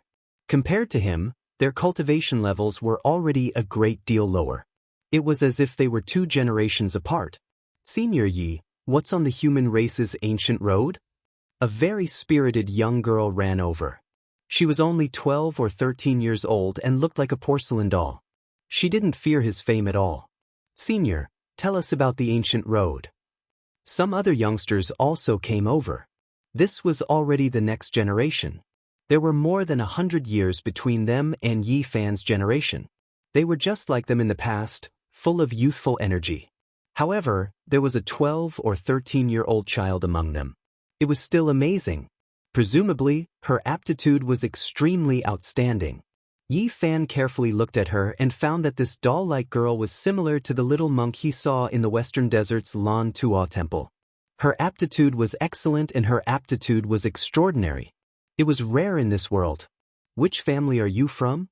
Yi Fan asked in a pleasant tone. The porcelain doll was very cute and naive. My mother and Senior Yi are old friends. Chapter 1511. The porcelain doll was innocent and unaffected. She didn't feel the slightest bit of fear because Yi Fan was an expert on par with the great sage. Her voice was sweet and naive, pure and natural. Yi Fan noticed the longevity lock hanging around her snow-white neck. He understood whose descendant she was, and couldn't help but feel a bit moved. The longevity lock was polished from purple gold. Although its luster and extraordinariness had been deliberately concealed, and it wasn't that outstanding, its auspicious aura could still be sensed. This lock was extraordinary. It was the leftover material from the Buddha's demon-subduing pestle. It was forged into a life-saving lock by the bodhisattvas of the Western Desert. It had been worn by central sovereign Xiang Yufei, and then it fell into Duanda's hands. In the end, Yi Fan, Princess Yu Dai, and Dongfang Yi launched a sneak attack in the Immortal Mansion world. They knocked out the heartless Taoist and robbed him clean, and the longevity lock fell into Yu Dai's hands. Is the princess well? Yi Fan asked. My mother is very well. She has mentioned uncle many times, telling me to learn from you and cultivate diligently, the porcelain doll said happily.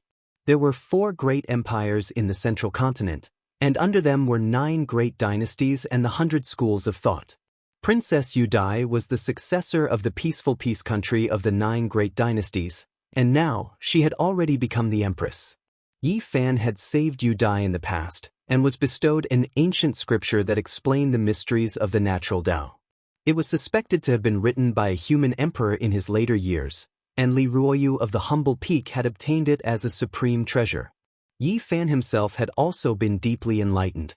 Yu Dai was one of the few beautiful girls in the central continent, and was ranked 3rd by busybodies. She had countless pursuers in this great land, and her popularity among her peers was very high. The stunning girl from back then had already become a mother. Yi Fan could only sigh. Time passed quickly.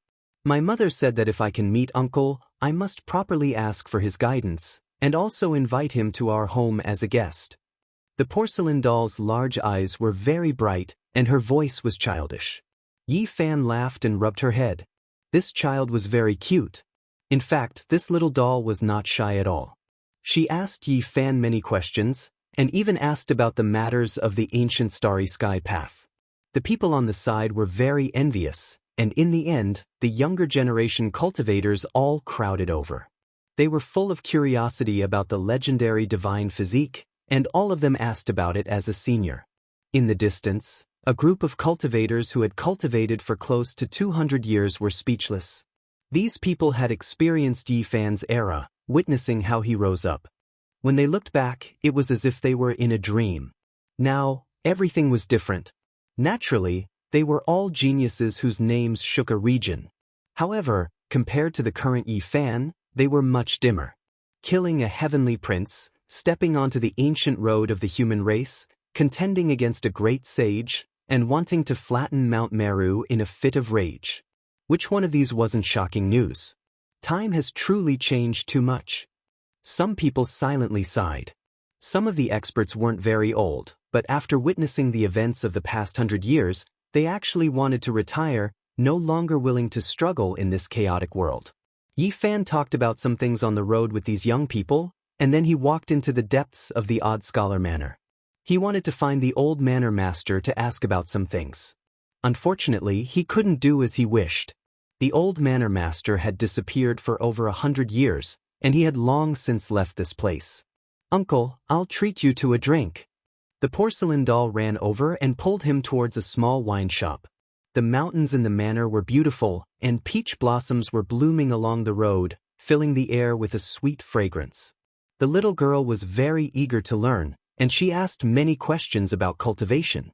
Then, she gathered her courage and asked Yi Fan to teach her the one artifact breaking 10,000 techniques technique.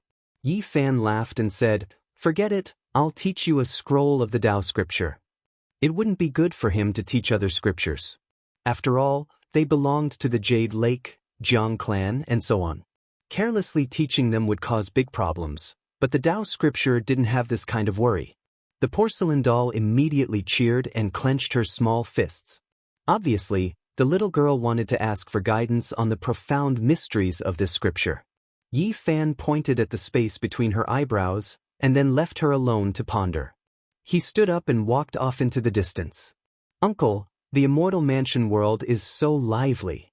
All the saints from outside the realm have been coming and going for so many years, all searching. Aren't you going?" "I want to go in with some friends as well," the little girl called out from behind. "You guys go first, I'll be there soon," Yi Fan replied. He knew that the porcelain doll wanted to go in, but was afraid that something unexpected would happen, so he hoped that he could protect her. Yi Fan's main goal in coming to the central continent was to enter the immortal mansion world, so he didn't refuse. He couldn't refuse to take care of the daughter of an old friend. He went to a different tavern and saw some familiar people. He guessed that they were cultivators of the same generation as him, and after chatting with them, he didn't mind telling them about his experiences over the years. "Brother Ye's name has shaken the world, and you've killed so many saints from outside the realm that they don't dare to act rashly. But we haven't accomplished anything yet, and our cultivation isn't high enough. We've really wasted our time. What's the point of saying such useless things? Brother Yi still remembers us. Then please drink more and drink to your heart's content." After the initial restraint, the crowd loosened up a little. Yi Fan learned many things from their mouths. He learned all about the turbulence that had happened in the Big Dipper Star region over the years. Many years had passed, but the wild aura of the immortal mansion world hadn't changed. Wild beasts ran amok, strange birds roamed, and powerful saints had already been born in the depths. After so many years, this world had long since been opened to the outside world. First, the ancients had stirred up trouble, because they had heard that the undying heavenly emperor was buried here, and that there was a divine will left behind. Then, the saints from outside the realm descended. They understood that this place might be related to the road of immortal ascension, and all of them hurried over to investigate. In the past few decades, they had come and gone, and many heroes had come and gone. They had discovered many secrets, but it was still difficult to enter the deepest parts. That was a forbidden area. "Will Senior Yi come?" This was a group of youths, 6 or 7 in total. They constantly turned their heads to look behind them. "Don't worry, Uncle Yi is coming," the porcelain doll guaranteed, because she had heard the secret voice transmission. Yi Fan had indeed come in. He promised to stand guard for them for 3 days, and then he would leave. Apes cried and tigers roared. Azure dragons soared through the sky, and giant rocks spread their wings. In these past years, the creatures here had become more and more powerful. The natural laws had changed, making this place even more suitable for cultivation than the outside world. On the first day, these youths encountered danger. They were chased by a centipede that was over 10,000 meters long.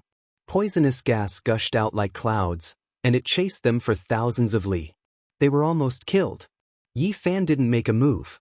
He calmly watched them flee, and he wouldn't show himself until the critical moment. Finally, these youthful faces understood how dangerous this place was. They no longer rushed in rashly and only trained in the outer regions. They didn't bite off more than they could chew. Time passed in a flash. 3 days passed. Yi Fan appeared and said, "If you are willing, I can bring you all into the depths for a walk. However, it can't be considered training and will only allow you all to gain some experience." Great. The group of people cheered. Yi Fan walked towards the undying emperor's coffin. He had already heard that the will of the deity had disappeared.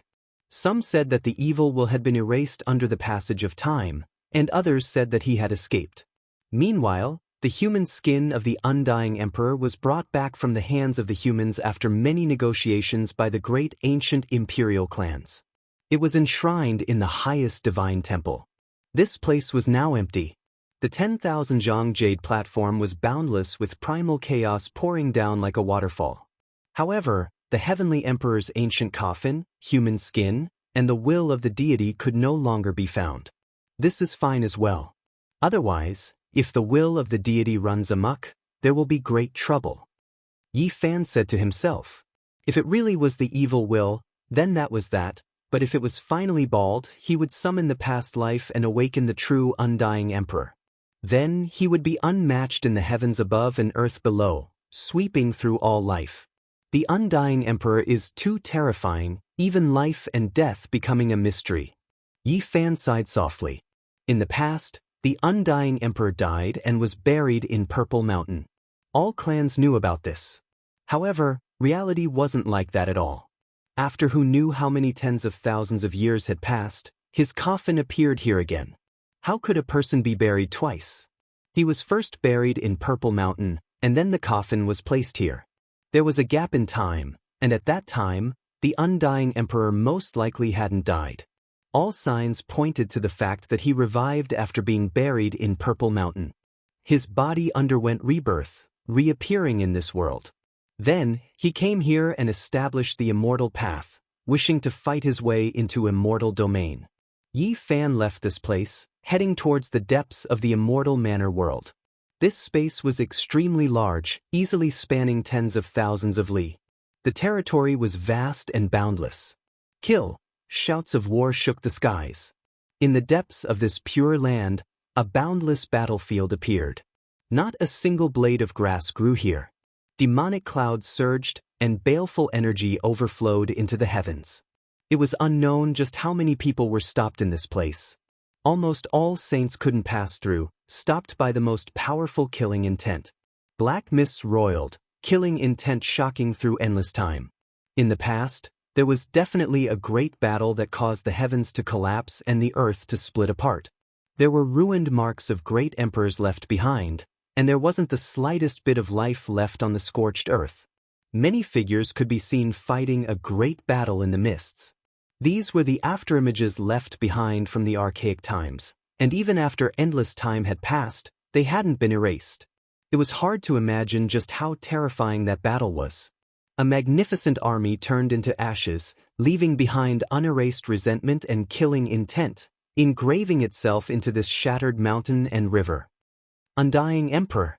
Someone roared angrily, his voice shaking heaven and earth. Even after endless time had passed, it still made everyone's ears ring with wung-wung sounds. One could imagine just how astonishing that roar was back then, how majestic and magnificent it was. Yi Fan was stunned. Meanwhile, the faces of the porcelain doll and the others were all pale. They were all horrified. Even though they were young, they had naturally heard of archaic emperors. When they heard this type of explosive roar, their minds all trembled. Did he really open up the path of immortality here? Yi Fan said to himself. He became more and more certain. He had the children stay here and not rush about randomly. Then, he himself turned into a void figure, circling around this boundless battlefield, starting to measure it and carefully observe it. This was definitely a tremendous calamity. Even the great emperor's formation patterns were shattered. Was this the result of forcefully entering the path of immortality, or was it the result of a great battle between two archaic emperors? Even Yi Fan couldn't be sure.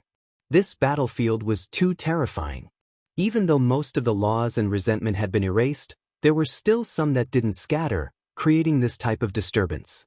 It was also precisely because of this that the saints were stopped here. 90% of them couldn't pass through. In just a short period of time, Yi Fan discovered that there were no less than 18 saints pacing back and forth. There were ancient races as well as sages from the outer realms. All of them were very powerful, and they were here to investigate. Why did a few little things that still smell of their mother's milk come in? Aren't you afraid of dying without a burial? A saint from the other side walked over. When he saw the porcelain doll and the others, his eyes were demonic and sparkling. The incomer naturally released a powerful aura that rushed over, pressing down on the porcelain doll and the others until their bones were about to break. They almost immediately knelt down. Do you have a problem? Yi Fan arrived soundlessly and stared at him coldly. You have the human race's divine physique. The voice of this foreign expert trembled. He staggered backwards and hurriedly bowed. Then, without saying a word, he hurriedly left into the distance. The saints nearby all knew that Yi Fan had arrived, and it immediately caused a wave of unease. Everyone nodded in his direction, but they all kept a respectful distance and quickly retreated, making way for this place. Yi Fan didn't tarry. His body shone with golden light, and he propped up a golden divine domain. He led the young people into the battlefield and actually passed through. Many saints were dumbfounded by the scene. Fellow Taoist, you are indeed extraordinary. Now your style is peerless. As soon as Yi Fan came out, he saw a familiar person. Hunchuo, the great sage, the king of mediation, greeted him with a smile and a kind expression. When he looked again, there were a few figures on this side of the battlefield. None of them were weak. They were all great sage, and they were all staring at the scene in front of them with solemn expressions. What is that? Could it be an immortal who has suffered a tribulation? Someone asked, his voice trembling.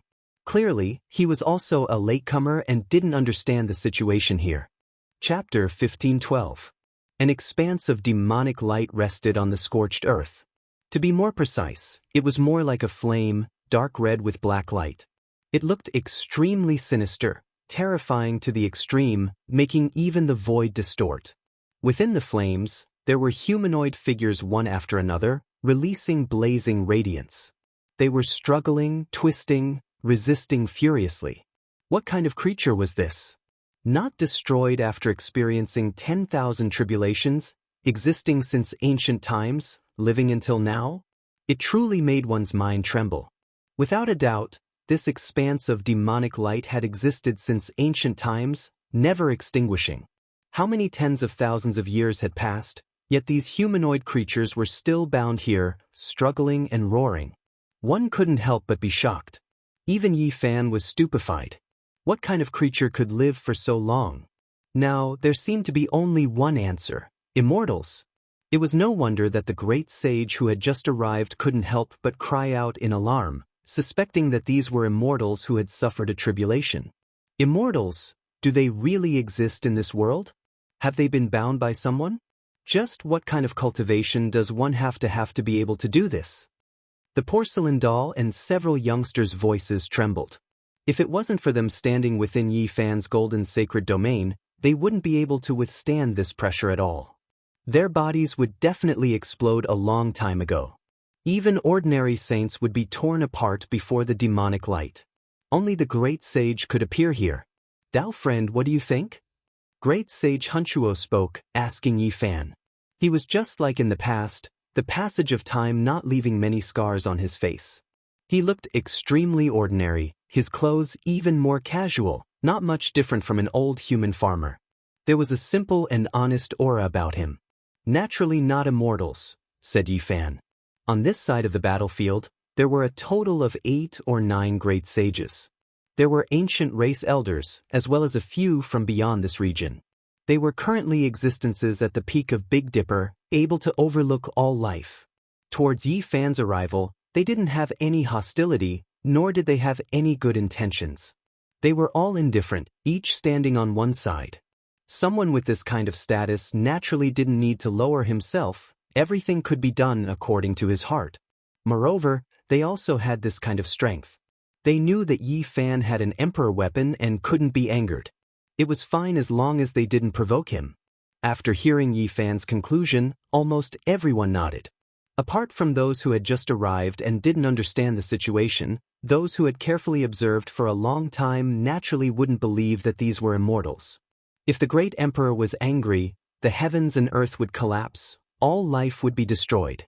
Let alone immortals. If there really were a few who were tied up here, struggling furiously like this, it might not only be this scorched earth that would explode, even this small world and central continent would split apart. Just what exactly was this? Everyone had their own answers. Some people believed that it was some sort of divine will, some sort of undying will that had manifested here. Some people of emperors had of gods, but of mortals. Sure. Of gods, of divine intent. Without a doubt, the latter conjecture was crazy. Normally, only existences at the level of archaic emperors or great emperors could give birth to such evil spirits. It was too shocking to see several of them together. Yi Fan searched carefully and observed carefully. He didn't find the divine will of the undying heavenly emperor. He believed the former guess more. Roars came from the dark red flames, shaking the great sage so much that his chi and blood surged and his body swayed. Yi Fan hurriedly thickened his gold sacred domain to protect the few young people. Just how powerful is his will? After countless years, he has already been worn down to his weakest state, yet he can still be like this. This is truly shocking. Everyone sighed. These humanoid creatures were terrifying. Even if they were so weak that they weren't even 1,000th of what they were in the past, if they escaped, it would still be enough for the great sage to go to war. This must have been left behind by an ancient emperor. Otherwise, it would be impossible for someone else to have such a strong will imprint. A great sage from the outer realms said. He had 12 pairs of golden wings, and it was unknown what kind of bird race he belonged to. Everyone nodded. Even the remnant fluctuations were this powerful. It could only be an ancient supreme being. Fellow Taoist, what do you think this dark red demonic light is? Great Sage Hunchuo asked Yi Fan as if they were of the same generation. He was very serious and sincere. Thinking back to the past, such a character was high up above, so powerful that even sage kings had to retreat, let alone Yi Fan, who hadn't become a saint yet. But now, everything was different. The little cultivator of the past had grown to a level that even the great sage feared. Everyone needed to treat him with caution and seriousness. It looks like blood is burning, Yi Fan said. That's right. Fellow Taoists and I also think so. This time, we specially came to seek confirmation. Great Sage Hunchuo nodded. The porcelain doll and the other juniors all held their breaths. They stood behind Yi Fan and listened attentively, not daring to disturb the conversation of this group of experts. These people weren't from the same world as them. How could they see them normally? Today, Yi Fan brought the porcelain doll and the others to broaden their horizons. It was completely a kind of spoiling. Hunchuo took out a paper bag. After opening it, it was actually black soil that emitted a hair-raising aura. The Outer Realm Great Sage was amazed and couldn't help but take a step back. According to legend, this was formed when the blood of an ancient sovereign sprinkled on the soil. After the essence energy scattered, it became what it is today. Great Sage Hunchuo said. With a light shout, a stream of light shot out, dragging the soil into the demonic light ahead. Boom! The entire world trembled. It was as if the world was collapsing. The dark red flames burned even more fiercely. However, near the black soil, there was a shocking change. It suffered a great rejection, and the dark red flames actually liquefied, turning into wisps of bloody mist. The killing intent was astonishing. This was a confrontation between the remnant blood of a great emperor-level expert and the ancient sovereign's blood. Everyone couldn't help but take a step back. They realized that their speculation was correct. It really was the blood of a great emperor-level expert that was burning. In that case, These humanoid creatures are the inextinguishable imprints contained in the blood? Correct, but this is the case. Everyone sighed. The ancient supreme beings were too powerful. The fluctuations of the imprints left behind by their remnant blood were already so terrifying. If their true bodies appeared, how terrifying would they be? Does anyone want to go inside and see what's going on? Great Sage Hunchuo asked. Everyone immediately became silent.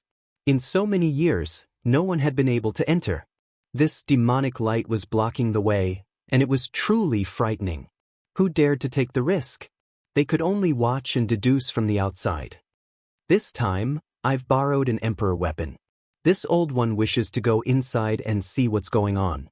Is there anyone willing to go with me? Hunchuo asked. As soon as he said this, 5 or 6 great sage immediately retreated far enough away from him. It was as if they were avoiding a plague god, not wanting to get involved. After so many years, the Outer Realm Great Sage and the others had long understood this world. They had even analyzed some powerful characters. In their eyes, Hunchuo was a star of misfortune. He could even persuade several great sages to death when they were fighting. If this type of person didn't do it on purpose, then he was naturally a god of misfortune. In reality, combining with past cases, everyone believed that he was the latter. He had an innately miserable and unlucky appearance. If one provoked him too much, there would be great problems. There were people who searched through ancient texts, saying that this was a special type of fate. He was innately gloomy and unlucky, but in the end, it would always land on others to lessen his own sins. The great sage naturally didn't believe these things. The more powerful a cultivator was, the more they believed in themselves. How could they believe this type of nonsense? However, they couldn't stop tragic things from happening one after another, so they naturally viewed him like a black crow. Now, he had an emperor weapon, so it was even more dangerous. It seems like only little friend and I are kindred spirits. Hunchuo said, looking towards Yifan. It was because he was the only one who didn't move. The others all moved 800 zhang away. Even the ancient race elders ultimately maintained a respectful distance. Yifan was speechless. The porcelain doll was about to cry. He pouted and pulled at the corner of Yifan's clothes, telling him not to agree no matter what. After so many years, even these children had heard of Hunchuo's glorious past. It was like thunder piercing through their ears. Yifan laughed and said, "All right, I'm willing to make a trip." When they heard this, the porcelain doll and the others' little faces all became snow white. They really didn't want to walk too close to this god of misfortune. Even the great sage was cursed to death, so their little lives were even more delicate. All right, the demonic light over there has almost been extinguished. We'll leave from there, said Hunchuo. Yifan walked behind him, maintaining a set distance from him. After all, this was an ancient race senior expert. His strength was extremely great, and he had an emperor weapon in hand, so he had to be on guard. Of course, he wasn't that scared either. He himself also had an emperor weapon. At worst, he could just run away, so there was no need to be scared. On this side, the demonic light was indeed about to be extinguished. Only a weak flame was jumping about, but it blocked the path ahead. After burning for hundreds of thousands of years, even millions of years, this type of blood still hadn't dried up. This in itself was enough to prove how terrifying it was. No one would be careless. The god of misfortune Hunchuo brought out the emperor weapon. This was a dark blue gourd, as if it was born from a real plant and not refined. The mouth of the gourd spat out chaotic energy. This was the ancestral weapon of the primitive lake, the primitive emperor's famous extreme Dao weapon. Hunchuo held it, and it emitted a gentle light. He walked through the void, walking towards the depths of the forbidden land, avoiding those flames and human-shaped imprints. When Yifan saw this, he brought out the damaged green copper cauldron. It floated above his head, and with the immortal sword in hand, he followed inside. The porcelain doll and the others were nervous and expectant. Yifan used a technique, and all of them disappeared, being held in his palm. Behind him, all of the great sage's eyes were shining with divine light as they stared at the green copper cauldron. This was a legendary immortal weapon, something left behind by an emperor. Everyone coveted it. However, no one dared to act rashly, because this was a killing star. Even Mount Meru was almost flattened, so if they didn't have any confidence, who would dare make a move? The dark red flames were extremely terrifying, possessing world-shocking destructive power. The green copper cauldron was forced to shine. After all, that was emperor blood burning, even though its essence energy had pretty much scattered. Hanchuo and Yi Fan walked in front and behind. It was daunting but not dangerous. They passed through this area of demonic light, about to break away from the dark red flames and avoid all of the human-shaped imprints. During this time, the porcelain doll reminded him in a low voice, saying, "Uncle Yi, he can even stop people from fighting, so won't it be even more miserable if we go in with him? Everyone says he's the reincarnation of a god of misfortune." Even though she was using her divine will to transmit sound, what kind of person was Hanchuo? He could completely hear it. He turned around and revealed a benevolent smile. "Little doll, you're quite cute. You look like you're carved from jade, just like my granddaughter in the past. In the future, I'll protect you in Big Dipper." When the porcelain doll heard this, her little face immediately turned snow white. She covered her mouth and was about to cry. I didn't hear anything. Please don't talk to me." Hee hee. Yi Fan laughed again and again. They safely passed through this area and arrived at the depths of the Forbidden Land. They immediately felt an even more terrifying aura. At this moment, the green copper cauldron shone brightly, several times more resplendent than before. This is... Even Hanchuo was shocked, his eyes widening. Is this the end? The golden blood in Yi Fan's body boiled as he looked at everything in front of him in shock. Chapter 1513. In the innermost depths of the Forbidden Ground, this was a piece of scorched earth. In the outer regions, the mountains had collapsed and the rivers had dried up. The land was deathly still, without the slightest bit of life. And inside, it was a scarlet expanse, dripping with fresh blood. Broken bones and flesh were scattered everywhere. It was a ghastly sight to behold.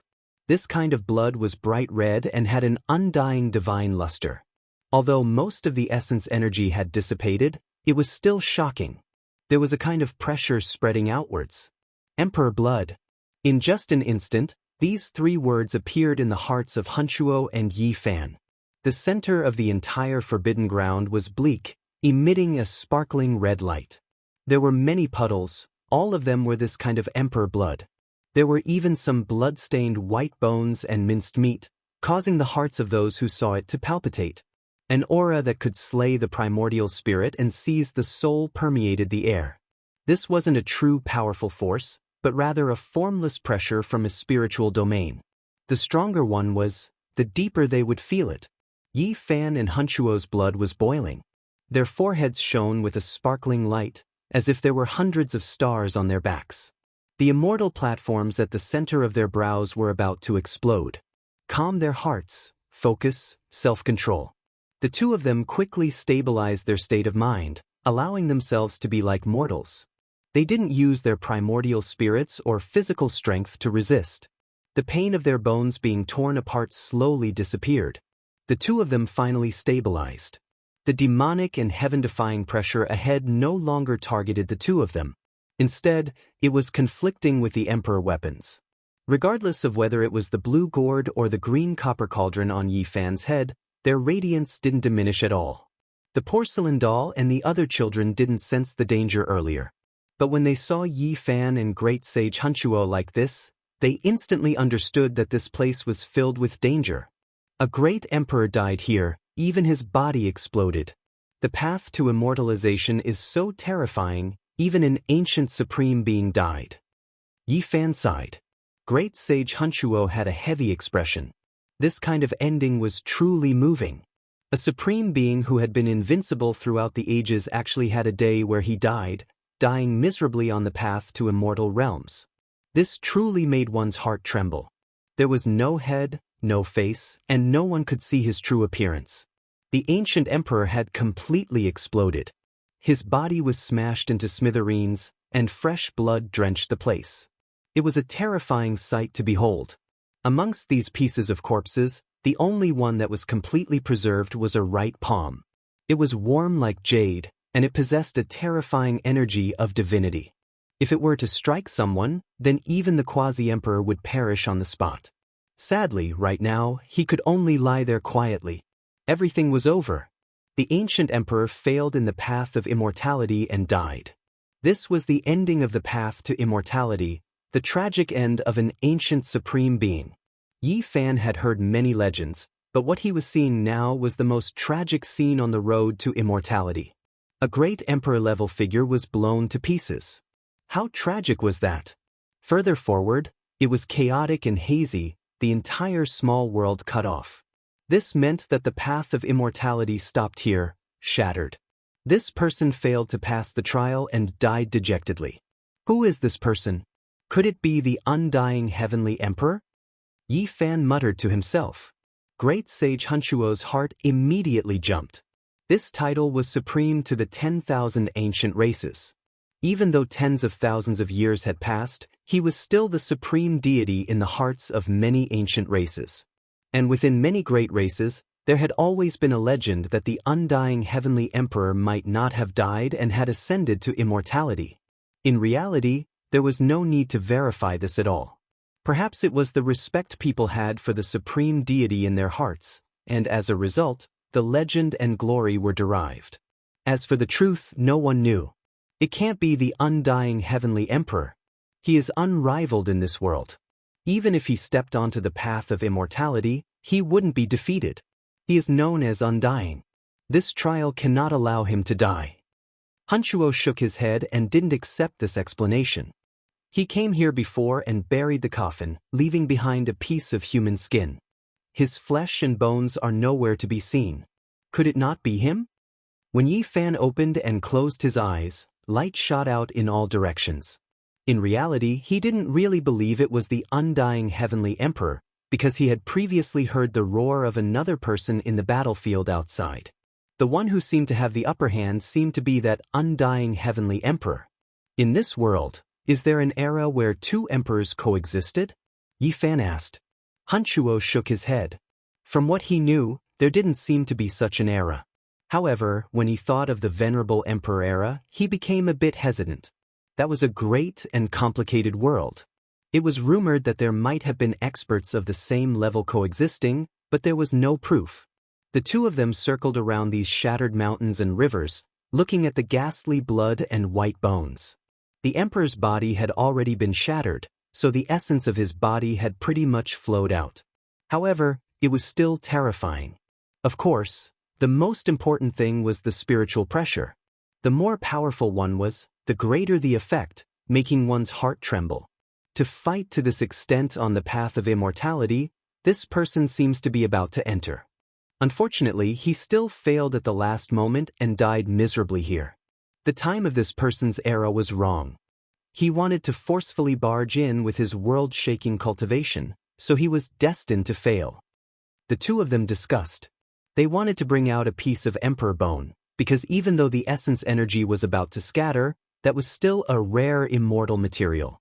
However, they couldn't do anything about it, because there were great emperor patterns interweaving about the shining blood and bone that still hadn't been erased.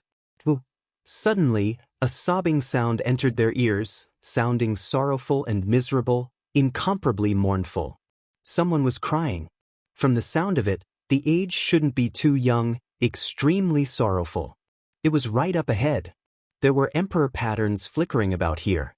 Even though they didn't extend outwards, they could still distort space and other things, which was why they could powerfully interfere with one's sight and hearing. At first, Yi Fan and Hunchuo thought that it was an imprint that hadn't been erased since the ancient times, not taking it seriously. However, when they continued walking for several dozen li, they sensed a wave of emperor might, and only then were they shocked. In a mountain call, there was an indistinct figure who was currently crying in grief, kneeling towards the flesh at the center. Meanwhile, above its head was a dragon sword that released brilliance in all directions, dazzling and resplendent. It continuously released mournful cries. Tai Emperor Sword. This was Central Continent Great Xia Emperor Clan's supreme treasure, left behind by its founder. One didn't need to think too much to know that this person definitely came from the Everlasting Dynasty. Yi Fan's heart shook, and Hunchuo also instantly understood. Now, the truth had come to light. The one who died at the center of the battlefield was the Tai Emperor, the founder of the Grand Xia dynasty. The Tai Emperor stepped onto the path of immortalhood, but he failed forcefully and his body exploded here. This was a great sage, his body emitting an aura of decay. He didn't have much lifespan left, and needless to say, this was the foundation of the Grand Xia imperial clan. Now he had appeared. This person should be the Tai Emperor's descendant, otherwise, why would he be so sorrowful? He trembled as he stood up, crying a few times, allowing the Tai Emperor sword to continue its mournful cries before finally leaving. He didn't bid farewell to Yi Fan or Hunchuo, he just left on his own. It wasn't one of the supreme sovereigns of the supreme ancient immortal realms, it was actually the Tai Emperor. When the truth came out, Yi Fan sighed softly. Great Sage Hunchuo was also startled and didn't say anything for a long time. As for the porcelain doll and the others, they all kept their mouths shut, their little faces filled with solemnity. All of them held their breaths in concentration, listening quietly. Yi Fan knew that the Tai Emperor had come here before, because during the battle back then, he and the others had ascended the tens of thousands of zhang tall jade platform and found the Tao diagram left behind by the undying emperor within the coffin. So this was the result. It wasn't the primordial emperor, nor was it the undying emperor, but the Tai Emperor died. The primordial emperor died here, filled with unwillingness. Not far away, his emperor blood was still burning, and even now, it hadn't been extinguished. This was the resentment of his unwillingness. Since ancient times, countless heroes had hoped to become immortals, but there was no record of a certain person becoming an immortal. Now, it seemed that everything was a tragedy. Even the primordial emperor failed, leaving behind great hatred as he fell in a pool of blood on the path of immortalhood. What's with that roar from the battlefield? Yi Fan muttered to himself as he looked at Hunchuo. Now that he thought about it, that roar was too terrifying. It seemed to be extremely angry at the undying emperor, and was loudly berating him, filled with hatred. Hunchuo was also deep in thought. This was really strange. What exactly happened in the past? Why would there be such unwillingness to die? Why would such a voice be branded in the void, not dissipating even now? That voice was so terrifying and it was still there. It was very likely that it was the roar of a great emperor-level character. Could it be left behind by the Tai Emperor? No matter who it was, when they thought about it, they couldn't help but make some connections. How did the Tai Emperor die? Yi Fan revealed a strange expression. Great Sage Hunchuo was silent. There were clues that pointed to one direction. It was very likely that the undying emperor had secretly attacked the Tai Emperor. However, how was this possible? The undying emperor was a character from the beginning of the primordial era, at the end of the legendary era. It was at least several million years ago, and the Tai Emperor was someone from hundreds of thousands of years ago. How could the two of them meet? This didn't make sense. That old ghost, the undying emperor, could he have lived for so long? How is that possible? If that's the case, he wouldn't need to become an immortal, and he would already be immortal. When Hunchuo heard Yi Fan's disrespect, he didn't object. He only frowned and thought about it seriously for a long time. Even he felt a wave of horror and strangeness. Could it be that the Tai Emperor forcefully broke through and opened the path to immortality, but the undying emperor ambushed him and stole his immortal throne? The porcelain doll said in a low voice. The other youngsters were all overwhelmed with shock. This matter was too far away from them. The great sage was someone they couldn't even look up to, let alone a great emperor. However, they had heard such a secret at this moment. This was a bewildering murder case that involved ancient emperors. After the porcelain doll finished speaking, he shook his head. This kind of deduction had a fatal flaw. Who could live for millions of years? Yi Fan's eyes were cold as he said, "Could it be that the undying heavenly emperor also walked that path in the end? Don't tell me that the origin ancient mind was created by him, and that was why he was able to live for endless years?" Hunchuo was shaken. He said to himself, doing that would indeed allow one to live for so long. However, it is too cruel. It would be difficult for one to advance even an inch in this life. The things he spoke of, at this point, there was already no longer a need to doubt what kind of existences there were in Origin Ancient Mine, that they survived precisely through such methods. The Undying Emperor definitely wouldn't do that. He was a prideful person, and from the moment he was born, he wanted to make all deities of the 10,000 worlds kneel beneath his feet. He would rather die than submit. He claimed to be number one throughout the ages, so how could he lower his head? Great Sage Hunchuo said. Regardless, this place didn't have the Undying Emperor's corpse. He had come here before, so he definitely had some plans and obtained something. The number of great emperors and emperors from the ancient times can be counted. Let's go to that battlefield again and carefully observe those engravings. We need to see who exactly left them behind to determine the truth behind this bloody case. Yi Fan said. He took the lead and walked out, wishing to get to the bottom of this. Chapter 1514. The great emperor fell, dying in battle on the immortal path. It was actually this bitter, truly shocking everyone's hearts. In the hearts of the people of this world, the two words great emperor were as heavy as Mount Tai. There was nothing they couldn't do, no opponents they couldn't defeat.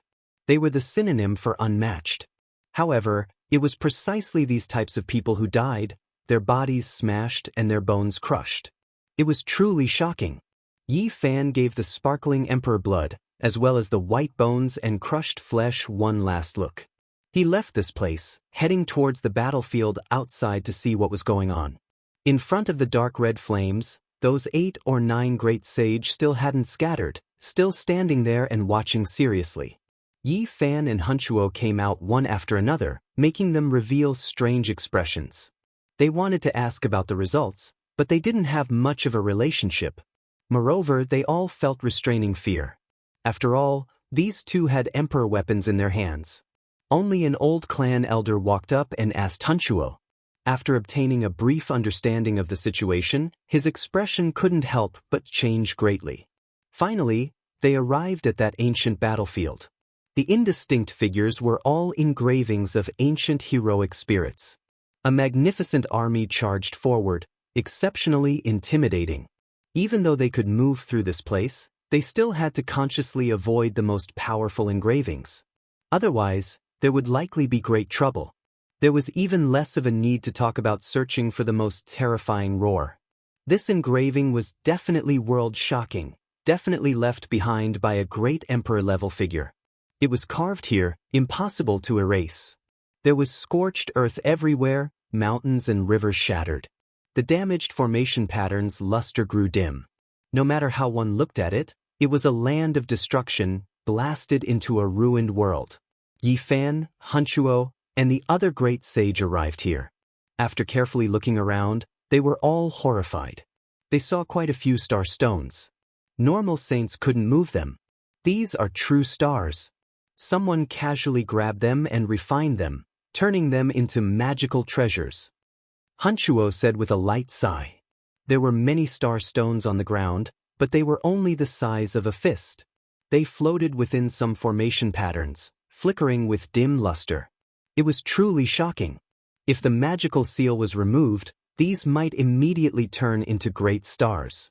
It really was as if the heavenly dome was blasted apart, all of them falling here. Undying Emperor, an angry roar finally appeared.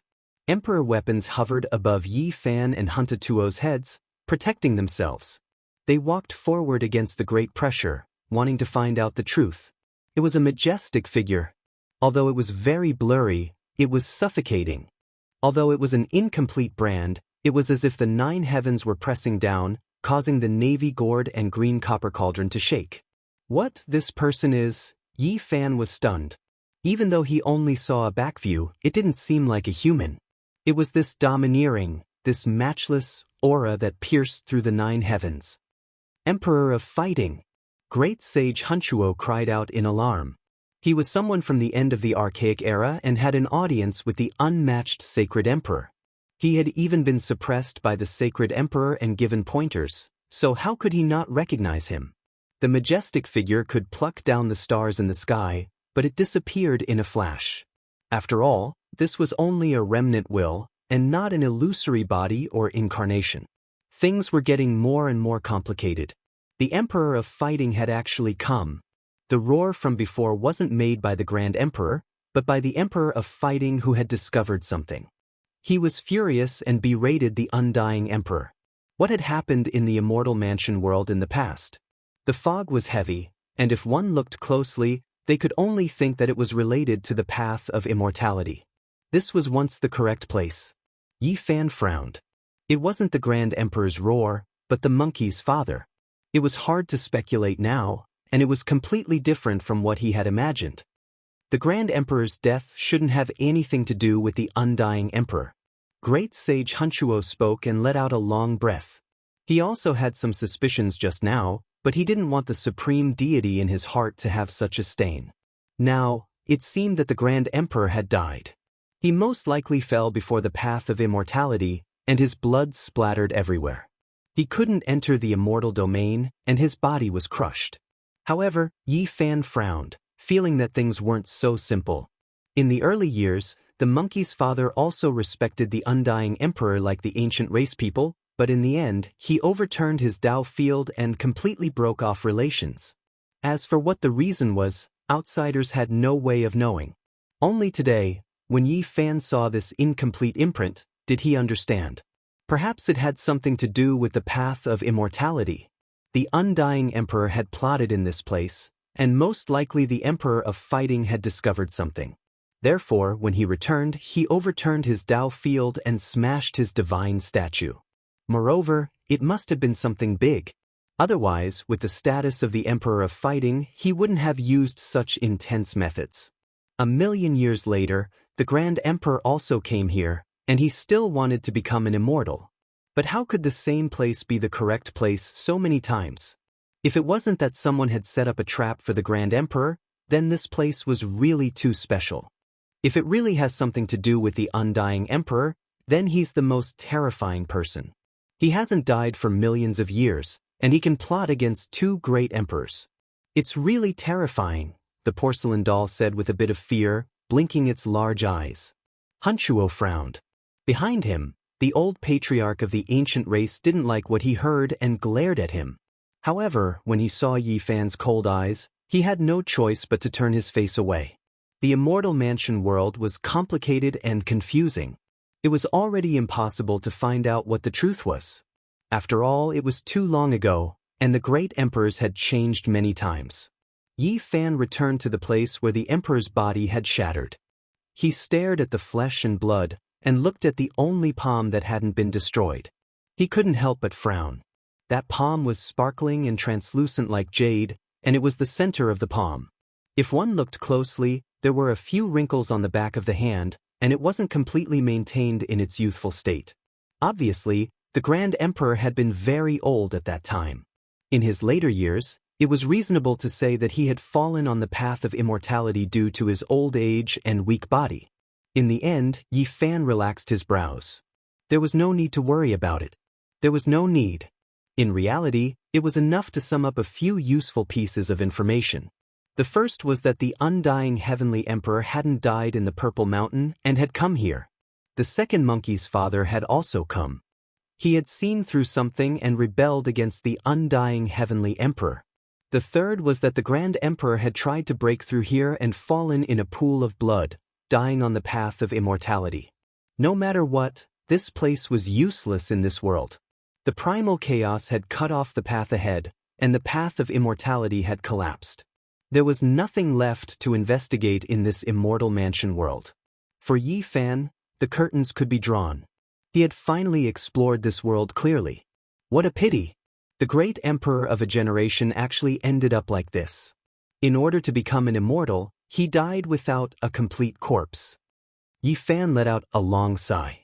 Whether or not immortals existed in this world was a serious matter.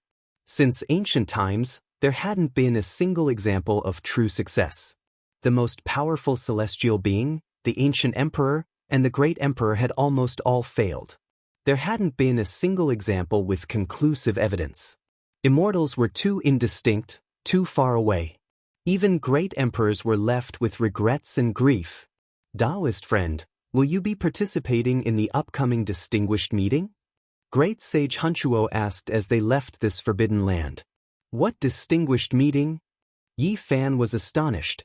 He had just returned and hadn't paid attention to it, so he hadn't heard of any distinguished meeting. The distinguished meeting of the myriad races. Great Sage Hunchuo replied. Yi Fan was momentarily stunned. He still remembered the distinguished meeting of the myriad races at the Jade Pool. That was truly a turbulent time. The human race and the ancient race had engaged in a soul-stirring contest. Great Sage Hunchuo said, "In this world the true path of immortality is about to appear, and the Big Dipper is becoming more and more chaotic. There are endless battles, and the saints are fighting to the death. They are about to set a rule." There were rumors in the world that this world would be different from the past. The ancient emperor and the great emperor of the human race both speculated that the heaven and earth might split open an immortal gate and connect the immortal domain. However, time was limited, so there would definitely be bloodshed and corpses forming a sea. The Big Dipper was destined to become the center of the storm in the entire universe. Battles were unavoidable, but they couldn't continue to be chaotic because of this. The various races had to discuss and set some rules. When the time comes, I will go and take a look. Yi Fan nodded and bid farewell to the god of misfortune. When they returned to the Great Scholar Manor, the porcelain doll and the few youths were incomparably excited. They bowed to Yi Fan to express their gratitude. Everything they had experienced today was too mysterious to them. They walked side by side with the great sage and saw the corpse of the great emperor of ancient times. They didn't even dare to think about this in the past, but now they were exploring it. In the northern part of the central region, in the City of Darkness, a place that made the unparalleled experts frown and feel apprehensive. The Empress of the West had come and gone before. Great Sage Physique had come here before. The Void Emperor had overseen it before. Great Emperor Wuxia had descended before. They represented supreme beings of the extreme Tao one after another. This city was too special. It would inevitably become the center of the storm every time there was a dark upheaval. That was because this place wasn't that far from the Undying Mountain, and it wasn't that far from the Sacred Cliff either. It was an ancient city that had to face the forbidden regions of life during the Age of Turmoil. Among them, there was a great sage Physique who fought a bloody battle at the Undying Mountain. He spent his entire life on conquest, and in the end he died at the Sacred Cliff in his later years. During his prime, he had once guarded the City of Darkness, and it was unknown how many upheavals he had quelled. The Void Emperor had fought bloody battles in the various forbidden regions, and the final battle at the Undying Mountain was the most cruel. Great Emperor Wuxia had also taken action here, killing the supreme beings of the Dark Age and even suppressing a rarely seen giant throughout the ages. Now, the God-sealed decree he had refined was still pressing down on the Sacred Cliff.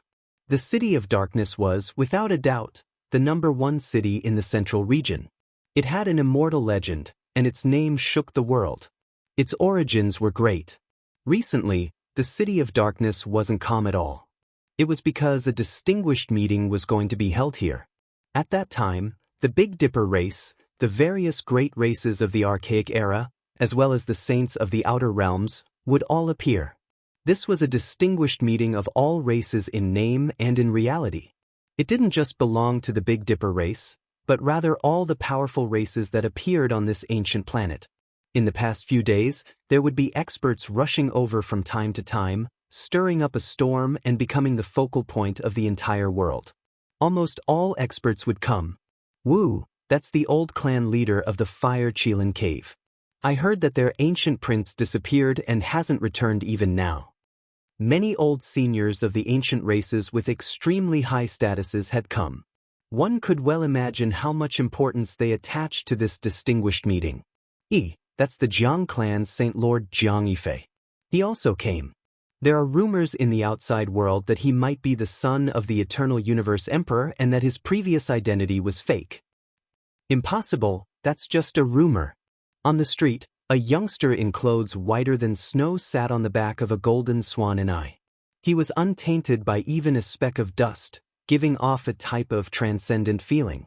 Many knights followed around him. The Central Region's Wind Clan's clan leader, Feng Huang, has come. This woman has truly been stunning in recent years. She solved the riddle of her clan's ancient monument. Oh, it's really her. I heard that she had some grievances with the human race's saint physique in the past. A woman wearing a multicolored mask and surrounded by multicolored clouds flew across the sky and quickly went far away. No one dared to approach her.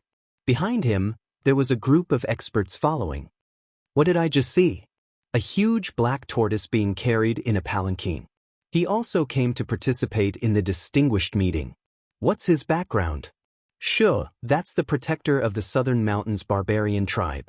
The people carrying the palanquin are all ancient beasts that admire him. This tortoise became a saint before the heaven and earth changed. Now, his strength is unfathomable. In the past few days, more and more experts had come to the Dark City. People from the Huasong Ancient Star, Gaochen Ancient Star, Tongtian Ancient Star, and other ancient starlands had all come. It had been more than 100 years, and many powerful races had already arrived at the Big Dipper race. Chapter 15:15. The walls of the City of Darkness were dark red. Due to the many battles since ancient times, the walls had been dyed this color by blood. It was known as the number 1 city, but when one got closer, it didn't seem all that grand.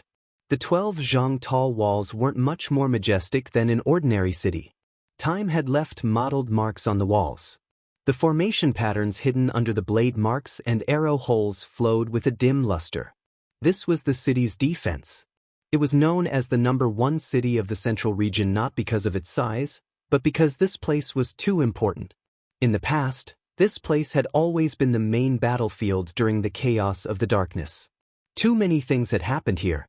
When people talked about the central region and the chaos of the Undying Mountain, this city was inevitably mentioned.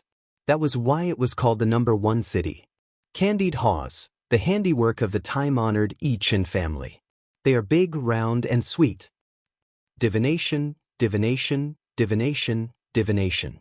The Lini divine image realm's watchman has descended, granting the fate of 3 lives and 3 worlds, seeking the heavens. After many years of recuperation, the City of Darkness was now very prosperous. The chaos of tens of thousands of years ago had long since disappeared. People came and went, rubbing shoulders with each other, and the atmosphere of the mortal world rushed to the heavens. After entering the city, what Yi Fan saw was a scene of hundreds of businesses flourishing and people living in peace. He also saw many cultivators hiding among the mortals. In reality, cultivators made up half of the city. After all, it had experienced the most terrifying chaos in human history, so there was no lack of cultivators. He entered a restaurant that was close to the main street of the City of Darkness. Looking out from the window, there was an endless stream of horses and carriages, and the sounds of hawking could be heard incessantly. There were even divine lights flying through the sky from time to time. There were too many people going in and out. There was no need to make inquiries. He only needed to find a place with a lot of people to sit down and hear the latest news. Many cultivators had come today, and they were all discussing the recent situation. People believed that the path to immortality was about to open because there were too many people coming from all over the heavens. Saints crossed over like a tide and descended on the Big Dipper. Moreover, the major life-restricted areas were no longer peaceful. Some people saw a beautiful woman playing a flute in the absolute beginning forbidden area. She flew across the sky, transcending the world and shaking the northern region. There were also people who heard the sound of iron chains shaking in the forbidden area of the southern domain. The 9 sacred mountains trembled every day, and endless mist spewed out from the abyss. There were others who saw that a few ancient monuments in the immortal tomb were shining, as if they were going to break through the heavens, releasing waves of terrifying aura. The recent unforeseen events made everyone feel uneasy, but also filled them with anticipation. If the path of immortality appeared, it would be the greatest change since ancient times. Only heaven knew what would happen. It said that in this era, the immortal realm might be connected to the human realm. Is this true or false? Why did such a secret spread from the mouths of the saints outside the realm? There should be some truth to it. Otherwise, why would they risk their lives and cross the galaxy from the other side of the universe? That's true. If it wasn't like that, only great emperors would be able to fight their way into the immortal domain. I'm really looking forward to it.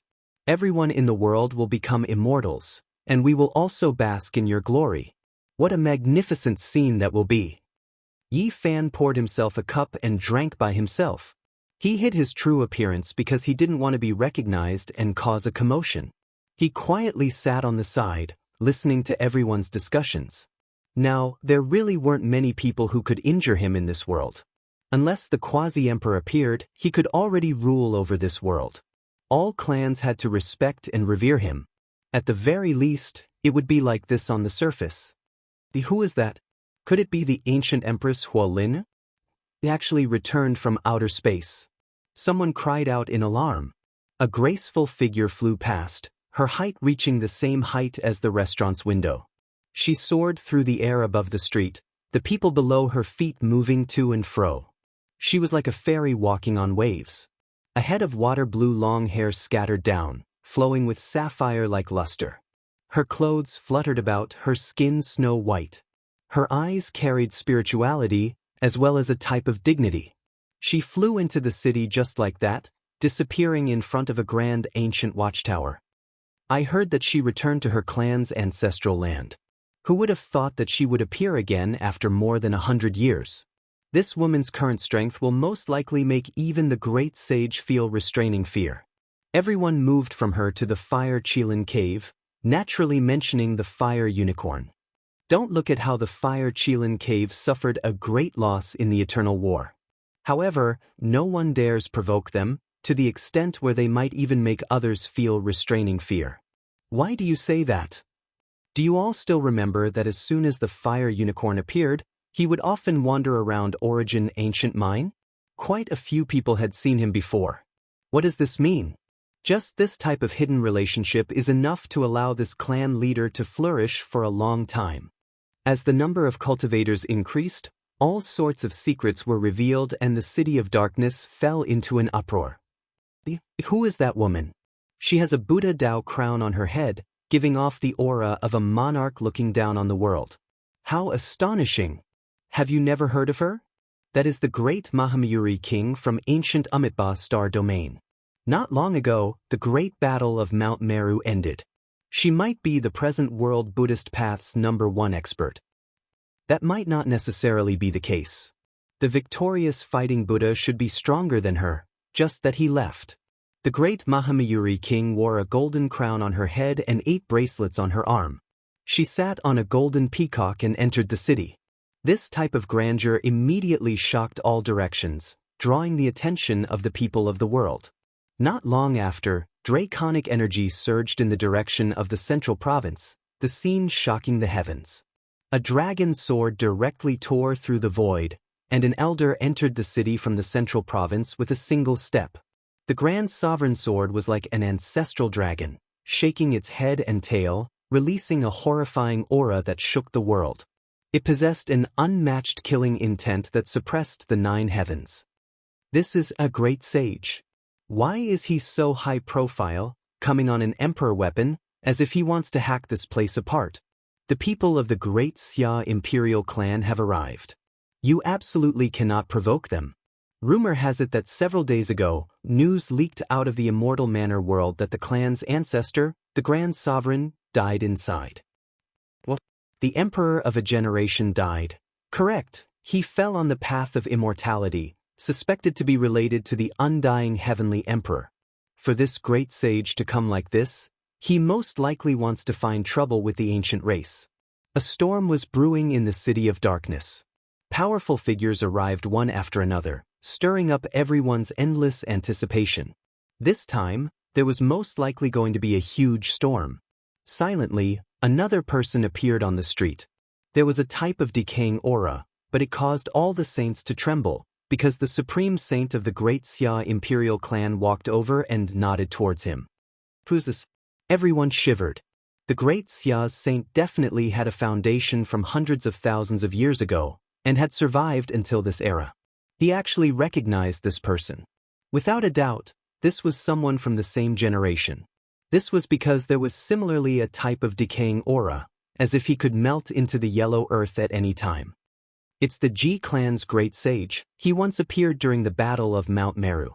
Everyone was shocked. The various great undying inheritances finally no longer kept a low profile, no longer hiding anything. Even the great sage had appeared. When they thought about it carefully, it made sense. They were all holy lands, but those that had produced great emperors were definitely different. Only ancient supreme beings could refine divine origin liquid and seal saints. Thus, they definitely had this type of foundation. In the past, it wasn't obvious because it wasn't the right time yet. If they truly fought, how could a clan that had produced a great emperor compare? They could definitely pierce through the heavens. A gust of wind blew over, and the two great sages disappeared. A commotion broke out in the City of Darkness. Someone from hundreds of thousands of years ago had appeared, and this definitely indicated that the path of immortality wasn't far away. At the same time, the news of the Grand Emperor's death seemed to have grown wings. It spread in all directions, triggering a huge commotion. Everyone was greatly alarmed. Was it the undying heavenly emperor who caused the Grand Emperor's death, or was it the Grand Emperor who died in battle due to his old age, his blood energy drying up? This became the focal point of everyone's debate. Who is that woman? She really is too beautiful, as if she walked out from a painting. What kind of identity does she have? Heavens, who is accompanying her and walking together with her? Is it a Holy Spirit? Cries of alarm sounded in the City of Darkness. A beautiful couple walked over. The woman was the most beautiful under the heavens, and her beauty was exceptional. The man was handsome, confident, and extraordinary.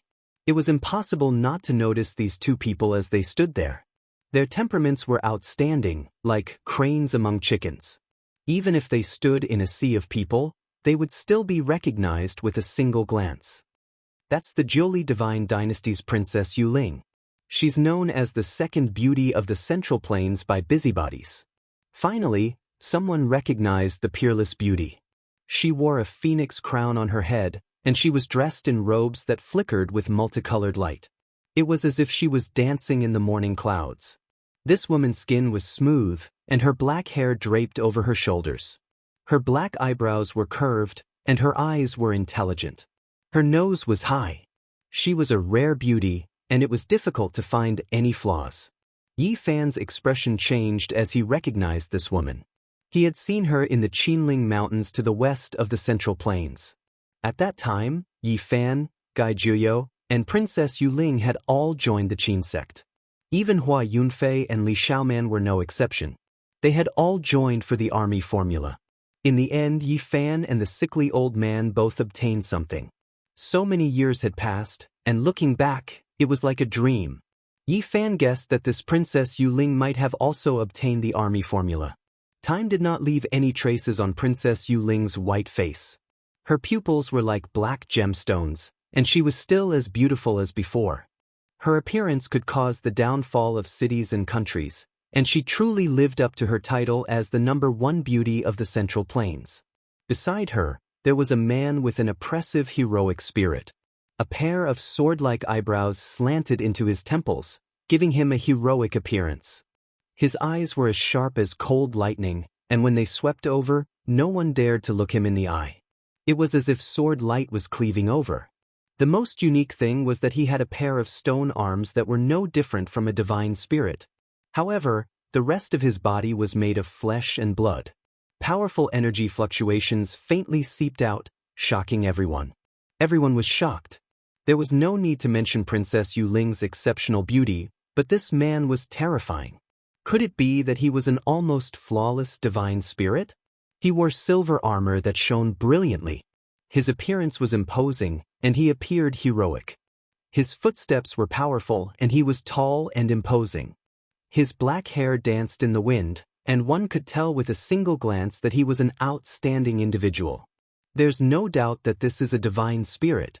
I can feel that special aura. A sage from the outer realm said with a solemn expression.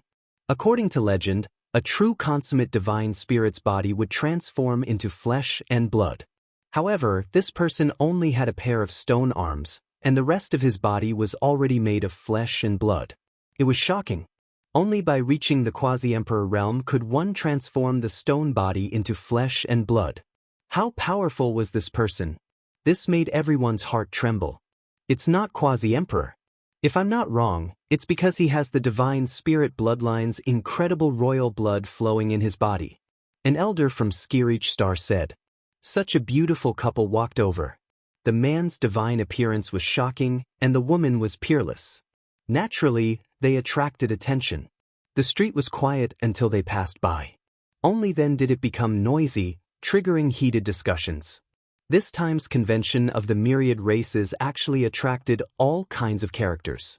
So many extraordinary characters were dispatched, and it was destined to cause a terrifying confrontation during the discussion, or even a bloody battle. The powerful lineup was naturally for the sake of fighting for the interests of their own races and intimidating them. The City of Darkness was in an uproar. Meanwhile, another terrifying place was also experiencing unusual movements today. The Undying Mountain was shrouded in a terrifying fog. One after another, black mountains surrounded the central area, forming a transcendent and terrifying terrain. Since ancient times, even if the supreme beings from the outside world entered the Undying Mountain, they would have to stop here. The fog was hazy, and the black mountains became even more majestic. However, at this moment, an ancient chariot slowly drove out. A voice came from the chariot, saying, "After so many years, the City of Darkness still exists. The convention of the myriad races is about to start. Very well, I'll also go take a look." On the left and right sides of the chariot, there were a few servants following behind without saying a word. Chapter 15:16. The war chariot wasn't all that gorgeous and didn't have the slightest bit of luster. Time was like a blade, hacking down on it again and again, leaving behind too many scars. The shaft was about to break, but if others knew that it came from Undying Mountain, who would dare look down on it? Go pick a few Tao Comprehension Immortal tea leaves. A voice sounded from within the carriage. A servant walked forward, paying his respects to an old tree that was full of brilliant branches, sparkling and swaying back and forth.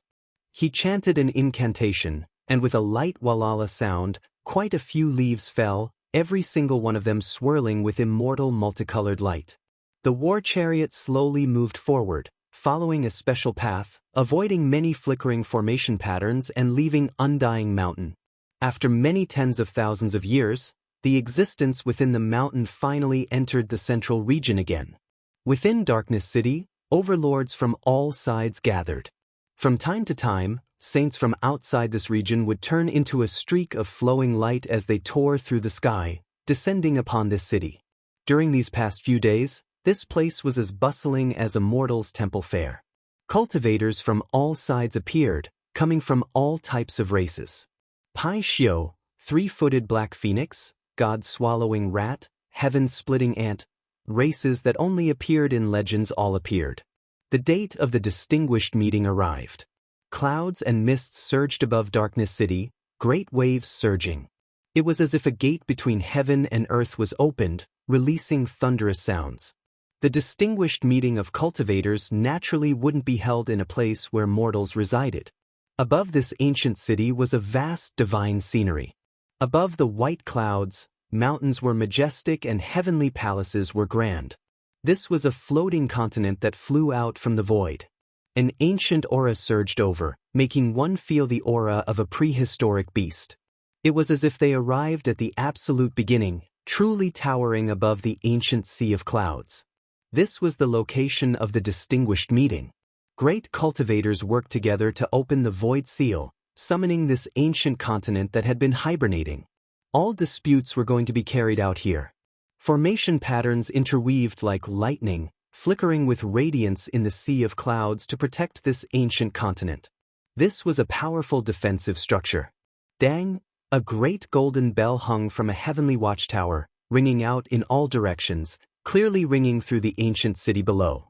The divine bell sounded again. The mortals discussed, all of them looking towards the sky. They saw many streams of light rushing into the sky. All kinds of magical treasures danced in the air, and multicolored light shot out in all directions, illuminating the entire world in a dazzling scene. The people in the city didn't panic, because they had experienced too much. They saw cultivators every day, so they had long grown accustomed to this. This grand meeting had officially begun. Experts from different parts of the universe arrived on this ancient continent as if they had arrived at the territory of the celestial court. Yifan arrived as well. He was like a passerby, calmly watching everything unfold. He had no desire to participate and only wanted to silently bear witness. The path of immortal ascension was about to open, and everything that was happening here was just the beginning. Blazing golden light filled the sky. 3-footed golden crows descended. Several people lined up side by side with a great sage in the lead. That race appeared again, killing intent pressing down. They swept their eyes over the crowd. Yifan was neither happy nor worried. For now, he did not want to fight. Of course, if someone wanted to cause trouble for him, he did not mind killing them. Boom! The heavens fell and the earth split apart.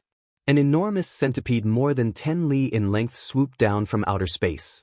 Gray mist surged powerfully, able to wipe out all life. This was a great sage-level poisonous bug. Phoenix cries shook the 9 heavens. Blood Phoenix Mountain's old clan leader appeared. Scarlet multicolored light flickered between his brows, and then a weapon that was bright red like blood, Phoenix wing golden centipede appeared, making even the endless clear skies rumble. The sun, moon, and stars all lost their brilliance under this weapon. Phoenix energy rushed into the 9 heavens, making many falling stars in outer space tremble, as if they were going to fall. This clearly displayed a type of attitude. It arrived powerfully, as if it was going to take action if there was a single disagreement.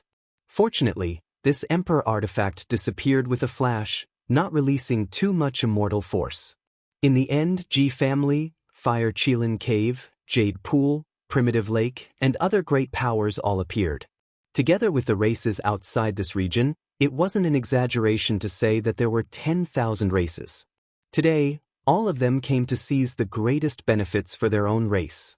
They were going to establish a preliminary rule, a rule that all clans had to abide by. In the blink of an eye, countless figures appeared, entering the heavens. White clouds surged beneath their feet, palaces connected one after another, as if they arrived before the southern heavenly gate. More and more powerful races appeared, so there were naturally many arrogant and untamed individuals who believed themselves to be formidable, sneering continuously. There are too many people. I suggest we clear this place. What qualifications do a few weak races have to come here? They will only add to the chaos. Someone said like this. Well said, then we'll start with you. A large snake with 8 heads nodded.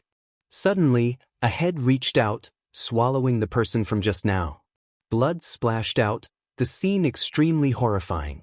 Its entire body was spotlessly white like jade, every single scale several meters in length, coiling into a snake mountain. Its 8 heads were all incomparably large. Everyone's hearts jumped. This distinguished meeting really depended on strength. A saint was devoured as soon as they arrived, moreover asking for it. Dao friend is too domineering. Even if you don't agree, there is no need to act like this. Your methods are too extreme, this place cannot tolerate your presence. A bird-headed human wearing Taoist robes stepped out. In his hands was a peachwood sword. With a light shout, he hacked towards the 8-headed snake. Pooh! One of the 8-headed snake's heads fell. It did everything it could to resist, but in the end, it was completely killed, not even its corpse remaining. It was all collected by the demonic Tao, stored in a bloody gourd. How improper is this distinguished meeting for you all to stir up trouble? Back off! An ancient race great sage shouted. The distinguished meeting was originally a discussion between all clans. Just now, their opinions were different, so it is normal for them to decide a winner and a loser. A great sage from outside this region said coldly. Now, there really were too many people who came. From the endless heavens and tens of thousands of regions, as long as it was a powerful race, there would be people who came, all for the sake of trying their luck, waiting for the immortal path to open. Among these people, there were naturally a few powerful great cultivators who didn't wish for so many people to compete for the immortal path. They wanted to use this as a pretext to make most people back off. The distinguished meeting began. Everyone discussed spiritedly, discussing the various things that would happen when the immortal path was about to open, what rules and standards should be established. Everyone, don't you feel that the Big Dipper is too crowded? All the clans added together can't even make up a fraction of the human race. If there really is a world of flying immortals, then wouldn't the human race be supreme in the future? Someone in the dark said in a low voice, and it was difficult to determine where he came from. That's right, the Big Dipper is full of humans. In this ancient land of ascension, this kind of power arrangement is unreasonable. I suggest that all the clans join forces to invite them out. Leaving a portion of them is enough. Someone agreed. Is that so? Move all the clans of your clans here. Do you dare? The Xia imperial family's old great sage with a rotten aura said with a gloomy expression. Boom. The next moment, a dragon sword appeared in his hand. It was exceptionally sharp, and the imperial draconic chi, which was known to be comparable to the battle saint technique, rushed out. In just a moment, there was a bloody light in front of them. Broken limbs all flew up, and then they all exploded in midair. That place was immediately devoid of life, and only blood splashed everywhere, creating a scarlet scene. This kind of method made people's hair stand on end. With a single word, he directly killed everyone. No one thought that this great sage's ruthlessness was so heavy. He was much more ferocious than those people just now. Before, killing 1 or 2 people was completely a small matter. This was the true ruthlessness. In a single breath, he directly killed over 100 experts, and there was no lack of ferocious people at the Saint King realm. I heard that the Grand Emperor died a violent death in the Immortal Mansion world. This revered great sage most likely came with grief, anger, and killing intent. If we provoke him now, we are purely looking for trouble. Everyone was trembling with fear, and no longer dared to discuss that topic. The human race's great sage was too crazy. He directly used an emperor weapon. Who dared to speak carelessly? In the central heavenly palace, several great sages walked in, and this was only a portion. Only the strongest experts could appear there. When the great Mahamayuri, the Ji clan's great sage, and the others appeared, many people felt reverence. They didn't know if they had the demons subduing Pestle and Void Mirror. Even some of the supreme experts from the outer realms shivered inwardly. Yi Fan didn't approach. He only sat down in a pavilion and quietly watched people come and go, listening to their intense arguments. Clouds roiled, reaching up to one's knees. This ancient continent was very mysterious. Many orchids grew here, and their fragrance assailed the nostrils. There was an argument in the central heavenly palace. A great sage flipped over a table. With a rumble, 2 figures rushed high into the sky, coldly confronting each other. It seemed like a battle between the great sage was about to break out. Many people knew that today would inevitably be a day of turmoil, but they didn't think that there would be such peerless figures confronting each other as soon as they arrived. But in the end, both of them descended again. The meeting continued, and the various giants divided into many camps to carry out negotiations. Yi Fan believed that with 2 or more great sages from the human race, and both of them had emperor weapons, unless the various clans joined hands, there wouldn't be anyone stupid enough to provoke them. In the heavenly palace, there was a sea of people. Many experts expressed their opinions. That place was drowned out. Powerful holy fluctuations spread, making everyone's hearts tremble. Suddenly, the heavenly dome collapsed. 2 figures rushed into the 9 heavens, entering the heavens and entering outer space. The most world-shaking battle erupted. Enormous fluctuations spread outwards. The entire ancient continent flickered with streak after streak of blazing light. The ancestral formation blocked the boundless ripples from outer space. If not for these mysterious natural laws interweaving, the ancient continent would have directly sunk. This is the power of the extreme Tao. There are emperor weapons clashing. No one thought that it would be this intense. There were actually emperor weapons clashing. Flames overflowed into the heavens. A male dressed in snow-white clothes appeared. His complexion was like jade, possessing exceptional style. He was refined and elegant, as if he was carved out of divine jade. He was extraordinary and refined. In his left palm was a bright red and sparkling cauldron that looked like it was dripping blood. There were all kinds of symbols circulating on it, and a powerful emperor might covered the sky and earth. It was the current master of the Jiang family, Xianxia. He held the eternal universe cauldron and stood in the air like a deity. Opposite him, a large black seal floated up and down. Tens of thousands of silk ribbons hung down, protecting a white-haired old man with a third vertical eye below. It was obvious that this was a great sage. The black seal above his head was an emperor weapon. However, this treasure seal was clearly flawed. It was missing a corner, and there was a crack that reached all the way to the center. The emperor's seal. It's actually the emperor's seal left behind by the ancient Yin emperor. How did it fall into the hands of the foreign races? Some of the older generation recalled the records and descriptions in the ancient books and couldn't help but change their expressions. This was definitely the weapon of the emperor. The crowd was in an uproar, causing a huge uproar. Many things of the past were recalled, and many people were overwhelmed with emotions. In the past, there was a divine war that caused the heavens to collapse and the earth to crack. The black gourd that was known to be able to slay immortals was destroyed, and the emperor's seal that reigned over the 9 heavens and 10 earths was lost in the universe. More than 1 or 2 emperor weapons were damaged in that battle. Everyone thought that the emperor's seal had shattered. They never thought that it would appear again, but it was just a different race. Chapter 1517.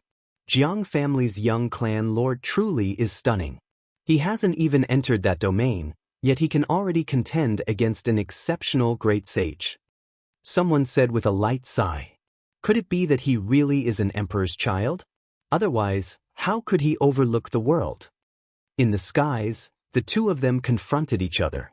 2 weapons were also clashing, faintly discernible. Emperor energy engulfed outer space, making the saints below all tremble. In the end, many great sage rose into the air. There were other emperor weapon fluctuations that extended outwards, advising these two not to make a big fuss. These are all old grudges. Endless years have passed, so let's not talk about these things today. We will only talk about the path of immortality. There was an old great sage who tried to mediate. Great sage Hunchuo also walked up. With a compassionate expression on his face, he said, "Dao friend, please quell your anger. Everything should be peaceful." Everyone cried out in disgust. Without him, there wouldn't be a tragedy, but with him, there would be a problem. Regardless, the name of the god of misfortune was still extremely great, making everyone feel restraining fear. Back then, Hengyu killed my clan's twin quasi-emperor. 1 clan, 2 emperors. They all died, yet he showed no mercy. This blood feud has never been forgotten even to this day. The elder said through clenched teeth, eyes blood red. There are many corpses on the path of emperor ascension. If Hengyu great emperor showed mercy, the one who died would be him. He killed 12 quasi-emperors in total, experiencing a bloody tribulation. He had no choice. Someone said with a sigh. Before Hengyu great emperor confirmed his Tao, he had stood in the starry skies, facing challenges from all directions. A total of 12 quasi-emperors came to fight, but they were all killed one after another. That battle directly made the heavens' 10,000 regions desolate, the universe's great wastelands collapsing. It was engraved in the annals of history, making one tremble when they thought about it even now. No one expected the descendant of the past quasi-emperor to find this place, let alone obtain the human emperor's imprint. This truly was a bit heaven-defying. Which clan did he come from? Many people were alarmed, unable to help but say this quietly. 1 clan with 2 quasi-emperors, this was simply like a legend. Just how powerful of a clan was this? It was simply horrifying, perhaps the only one since ancient times. The Kunlun lost clan. Someone said softly. To some of the younger generation, this was nothing. However, in the ears of some of the older great sage, it was like a clap of thunder. What? The Kunlun lost clan? The descendants of a group of near immortals? At this moment, whether it was the great sage of the human race, the ancient royal family's old master, or the great sage of the outer realm, they were all shocked. This place immediately became noisy. Something that could make so many ancient great sages' expressions change, how could they not be shocked? It was definitely not a small matter. Many of the younger generation spoke up, asking the older generation for guidance, asking what exactly was going on. It can't be said that they represent the Kunlun Lost Clan. They are only a branch of the Lost Clan. You should know that the so-called Lost Clan does not refer to a clan, but a group, Xianxia said in a calm voice. Even in the face of so many great sage, he was still calm and composed. He was elegant and handsome, with divine bones and jade skin. He was elegant and extraordinary, letting people know at a glance that he was the kind of person who surpassed all living things. The Kunlun Lost Clan, as the name implies, used to live on the celestial mountain of Kunlun. They are a group, but it is unknown which clan they are. They hope to approach immortals, and all of them are excessively powerful. They possess boundless magical abilities, and only venerable sovereigns can defeat them. Otherwise, who would dare to fight them? An ancient great sage sighed softly. Everyone was even more shocked. It actually involved venerable sovereigns, the most powerful ruler of the myriad realms since ancient times. It instantly made people think of many things, and waves of shock came over them. At this time, Yi Fan's ears moved slightly. Even though he didn't step forward, he used his heavenly ear to listen carefully. This was something he didn't know about in the past. In this world, there are a few mountains that are extremely famous. They can be said to be world-shaking, and they are not limited to a single region. There are legends in many places in the cosmos, and they are extremely famous. Kunlun, Shumi, and Undying Mountain were famous throughout the ages. There was no need to talk about Undying Mountain. It wasn't that far from here, and it was a life-forbidden area in the Big Dipper. It became famous relatively late, but there were people who had researched it.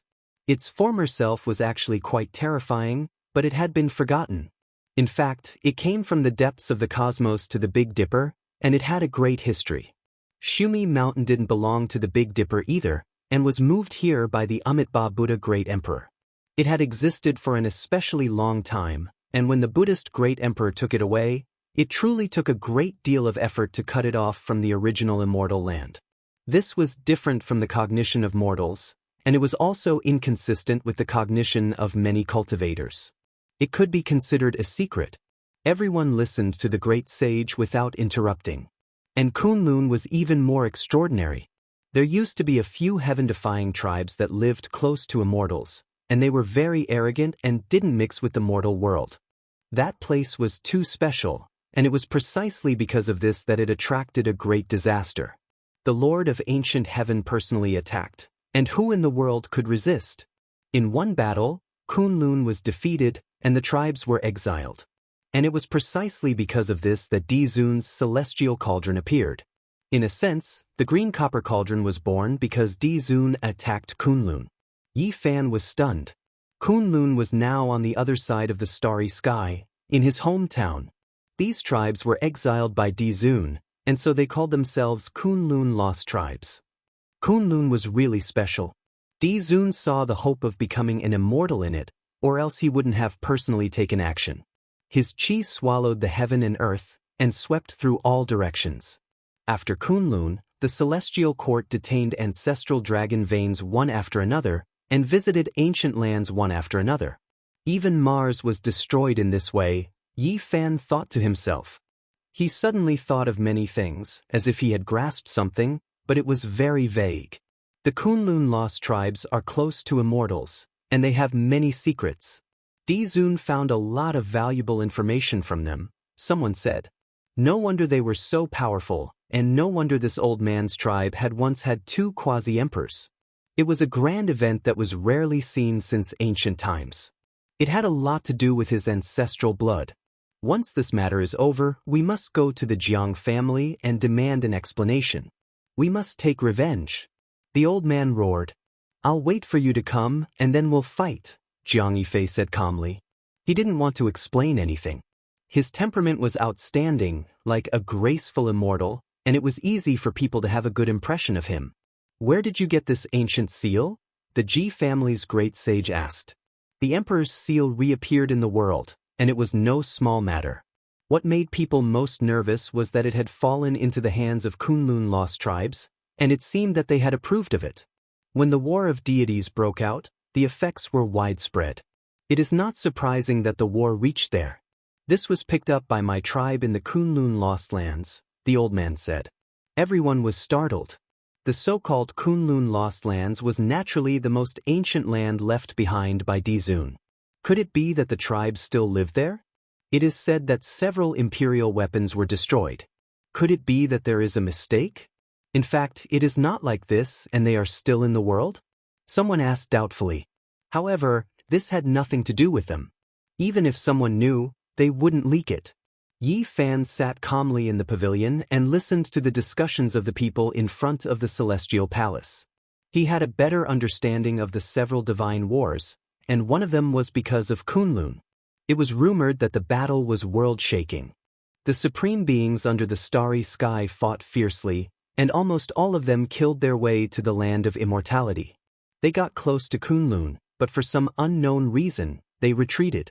It was rumored that those divine wars might have even sent people to participate in them. Otherwise, it wouldn't have been so bitter. They killed their way to the last foundation of ancient heaven, but the celestial bell fell from the sky. Some strange things happened on a strange ancient star, and in the end, all the supreme beings retreated and sealed that place, leaving only a demonic CI. When Yi Fan heard this, he was shocked. He immediately thought of Mars. He had once seen a few images, and it was suspected that the ancient sacred emperors were fighting. He was immediately horrified. Could it be that a great battle between emperors really happened? He definitely didn't remember wrongly. At that time he really saw. Later on, the demonic human and the divine crocodile also mentioned the northern CI. The crocodile stayed there and refused to leave because it wanted to enter the demonic CI and obtain immortal treasures. Yi Fan suddenly felt that many things were connected, but it was too vast. Kunlun, Mars, and Big Dipper were all connected. What is that celestial bell? Someone asked. Naturally, it's an immortal artifact, a great sage replied. Today, the experts of the 10,000 worlds and the great sages from different ancient star fields were gathered together. It was also because of this that many fragmented ancient secrets were pieced together, gradually making things clear. Otherwise, at the very least, the cultivators of the Big Dipper star field would never have heard of an ancient artifact like the Celestial Bell. Ancient Desolate Tower, Celestial Bell, and Venerable Emperor's Cauldron. These three ancient artifacts are known as the closest to immortality. When Yi Fan heard this, he couldn't help but be shocked. He thought of the immortal treasure map he had. The front side had the 10,000 worlds, but he still hadn't figured it out. The back side had 3 pictures. One of them was the place where Kunlun became immortals. 10,000 dragons spat out immortal springs, turning into a placenta-like immortal pond that nurtured the incomplete green copper cauldron. Now that he understood the existence of 3 immortal artifacts, he naturally thought of the true meaning of the other 2 pictures. Could it be pointing to the other 2 immortal artifacts? It had to be said that when the experts of the 10,000 worlds gathered together to discuss some ancient secrets, they could quickly decipher part of the truth. Everyone understood a little bit, and as long as they worked together, it would produce a shocking effect. When and how the ancient Wasteland Tower was created can't be verified. It's too long ago. There are even rumors that it was left behind when the real immortals established the Immortal Court. Rumor had it that this ancient artifact had killed a great success sage body. It was even believed to be able to kill a great emperor. The Immortal Bell was born in Kunlun. It was the first artifact nurtured by the Immortal Mountain. It contained the 10,000 secrets of the heavens and was exceptionally terrifying. When the venerable emperor attacked the mountain, the immortal bell broke through the sky and left. He didn't get it, which was why the green cauldron was born. When these words were spoken, it was subversive and dumbfounding. This was the secret that the great sage of the various star fields pieced together from many fragments. According to legend, the sound of the bell can restore one's youth, and the sound of the bell can make one die of old age in an instant. This was one of the incomparable abilities of the immortal bell. It was unimaginable. Kunlun nurtured the immortal bell and suffered a great loss. Therefore, the venerable emperor had to visit the 10,000 worlds to find ancestral veins to replenish Kunlun's immortal essence. Yi Fan's heart was in turmoil. He understood many secrets. At this point, he could connect many things together. The war between deities broke out, the war between ancient emperors. So, the immortal bell might be sealed in Yinghua. Is it the so-called immortal treasure? What kind of strange things did it do back then that even Emperor Realm Masters worked together to seal it? Yi Fan muttered to himself. The venerable emperor left behind an immortal map. It is said that everything about the Green Cauldron is recorded on its back. It also contains some of the secrets of the ancient Wasteland Tower and the immortal bell, a great sage said. Yi Fan's heart was pounding. This map was once in the hands of the venerable emperor, the undying heavenly emperor, the emperor of fighting and ruthless. In the end, he took it out from the chaotic dragon lair and now it was in his hands. Chapter 1518. The Ancient Wasteland Tower. Just how long had it existed? Tracing back to the endless years, where was its source? This ancient artifact was truly too mysterious. The celestial bell was equally bizarre. It was actually born in Kunlun, containing all the mysteries of the heavens and unpredictable. The venerable emperor's green cauldron was also born in Kunlun, imprinted with immortal fragments. White clouds flowed, reaching up to one's knees. This ancient continent was in a clamor. People were shocked at the various things of the past. The era of legends was too long ago, leaving behind many unsolved mysteries. The hostile atmosphere in the heavenly palace eased. The Kunlun remnant clan put away the black seal of the human emperor, no longer attacking. Many great sages sat down again, discussing how to deal with the various rules and order of the road of immortality. If the entire world becomes immortal, there is nothing to say. But if there is a time limit, only a portion of people can enter the immortal domain, then we can only decide the result with a battle. I suggest that the inheritors with the Emperor weapon can occupy a few more spots, ensuring that their path is smooth. Why? Someone immediately objected. Not every great sage present had an extreme ancient weapon. In reality, even if one looked across the heavens and tens of thousands of realms, only a few people had one, and the number of great emperors could be counted. Of course it is based on strength. Otherwise, you and I can each take an ancient weapon and go to the outer realms. Let's see how people end up, the old chief of the Blood Phoenix Mountain said coldly. The old patriarch of the Blood Phoenix Mountain said coldly. Naturally, he held the ancient sovereign weapon, while that person held the sacred weapon. Would there be any suspense in this kind of confrontation? Without a doubt, it would be one-sided and there would be no miracle. In the central heavenly palace, everything was so bare, involving the hope of becoming immortal. The great sage sat down to discuss, and everyone was against each other, thinking for their own race. In the face of cruel reality, everything had to be calculated. At this time, if one was of noble character and unquestionable integrity, then one would only be regarded as an idiot. Fighting for the greatest benefits for their own race was the key. What's so great about having an emperor weapon? When the time comes, as long as our race has a quasi-emperor, everything will be different. The emperor weapon might even have to change owners. A god-swallowing rat said coldly. This great sage was very special. He didn't transform into a human.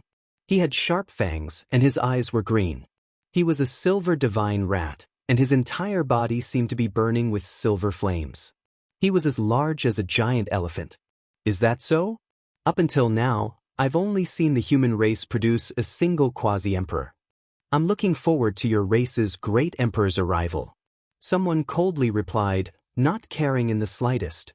This old one also believes that dividing the number of people on the path of immortality based on whether or not they have emperor artifacts isn't appropriate. It should be divided according to the races. A Pai Shio spoke. It took in and sent out clouds and mists, evolving into the ancestral dragon form. It looked extremely terrifying. Everyone, let's not argue about these things for now. We are establishing the rules, not dividing the spoils. Let's first talk about the grim situation before us. Someone else spoke. Correct. Currently, the Big Dipper storm isn't peaceful. I think this land will sink even before the path of immortality opens. We need to come up with a plan. We need to eliminate a few restless elements, for example, the human race's divine body, the Golden Crow race, and the destruction of Mount Meru. These dangerous elements always stir up disputes. Shouldn't we suppress them? What does everyone think?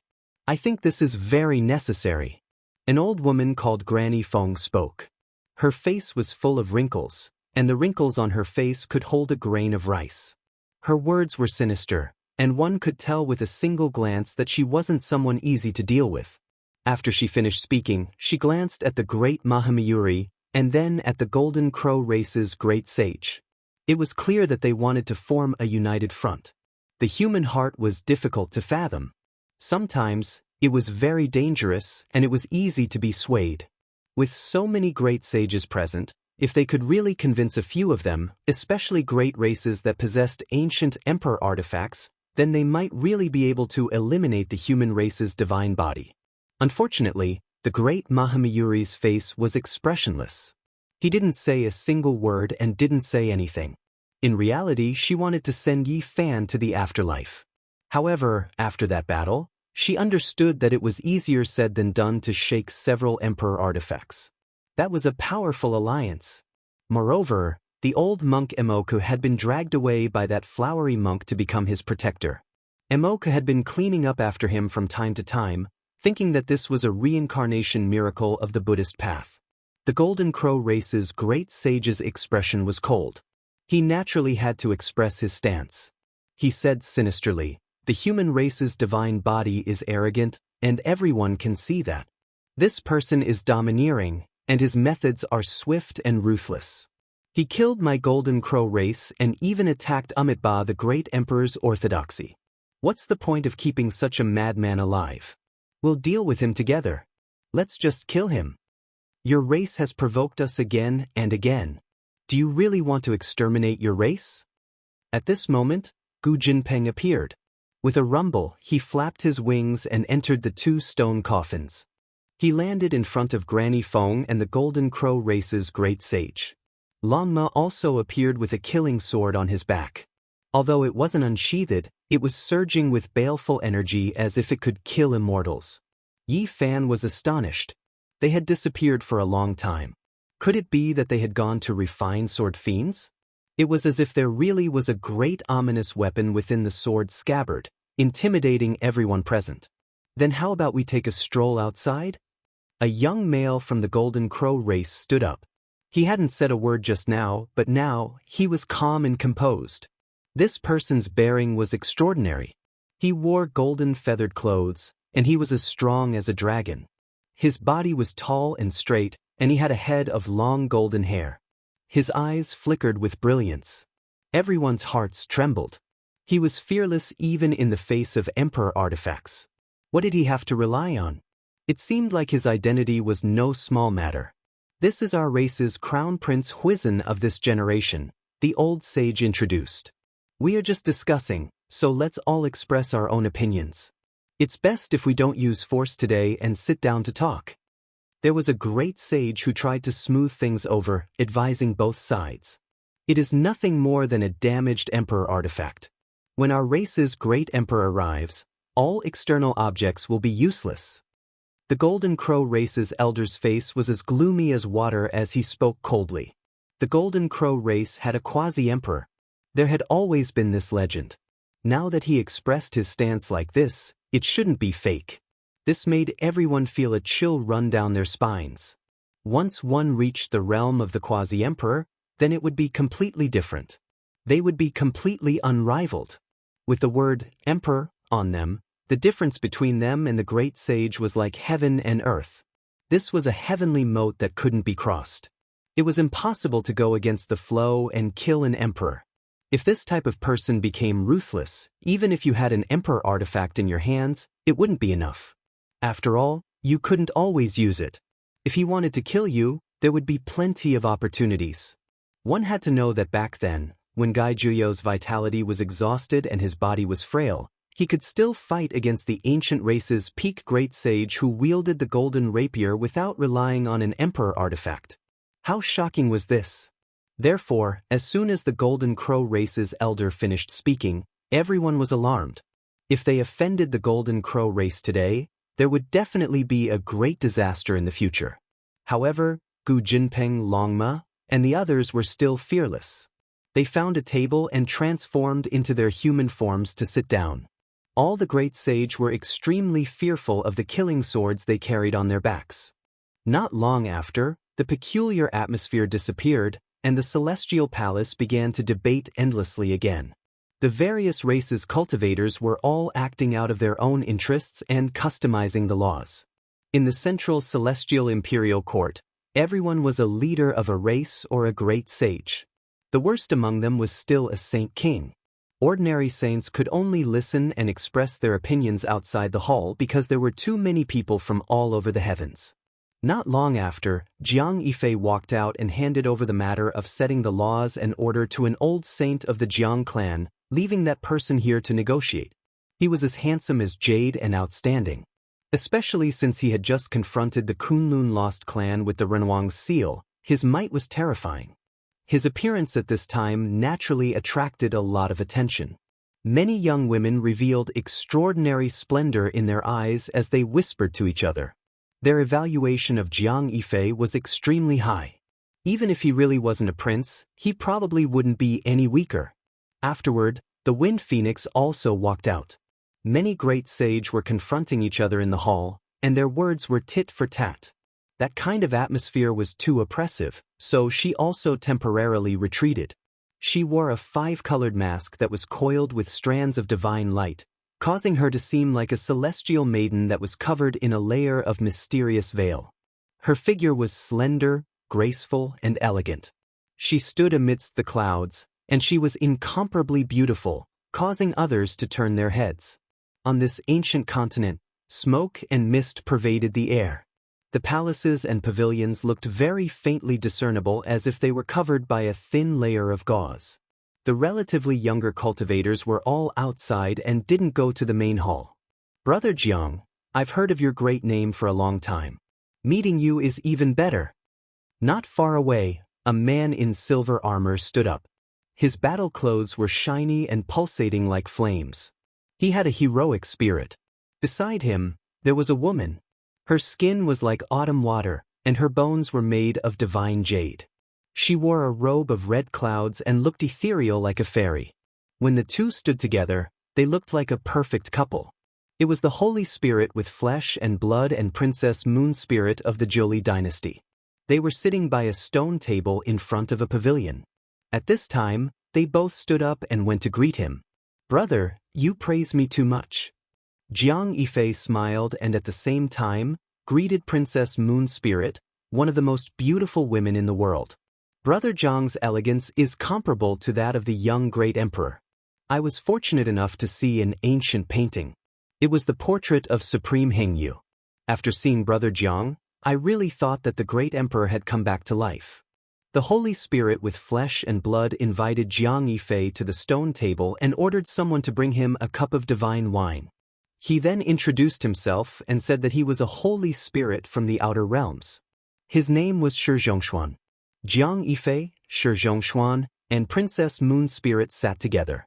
It was impossible not to attract attention. Moreover, there was a sea of people outside the heavenly palace, so they were naturally the center of attention. The princess of the Wind Clan has also come.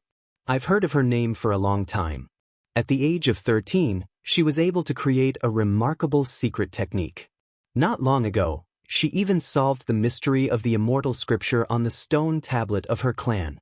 She is truly an extraordinary woman. Not far away, someone said in a low voice. Princess Moon Spirit stood up and invited the Wind Phoenix over. She also sat by the stone table and discussed the past with them.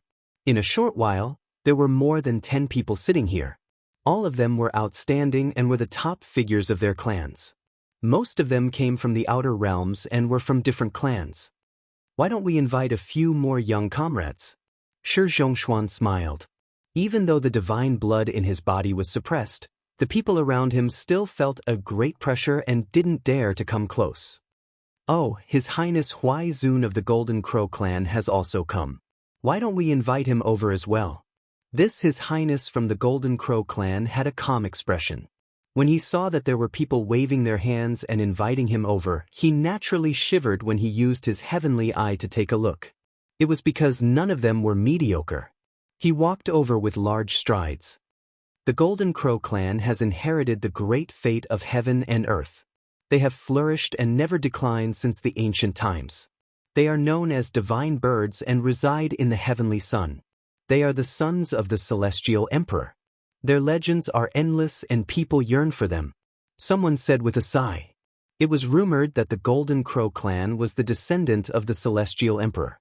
Unmatched precious blood flowed within their bodies. This was the reason why their clan was so powerful. Many people looked over, hoping that Crown Prince Huaizun could explain the truth.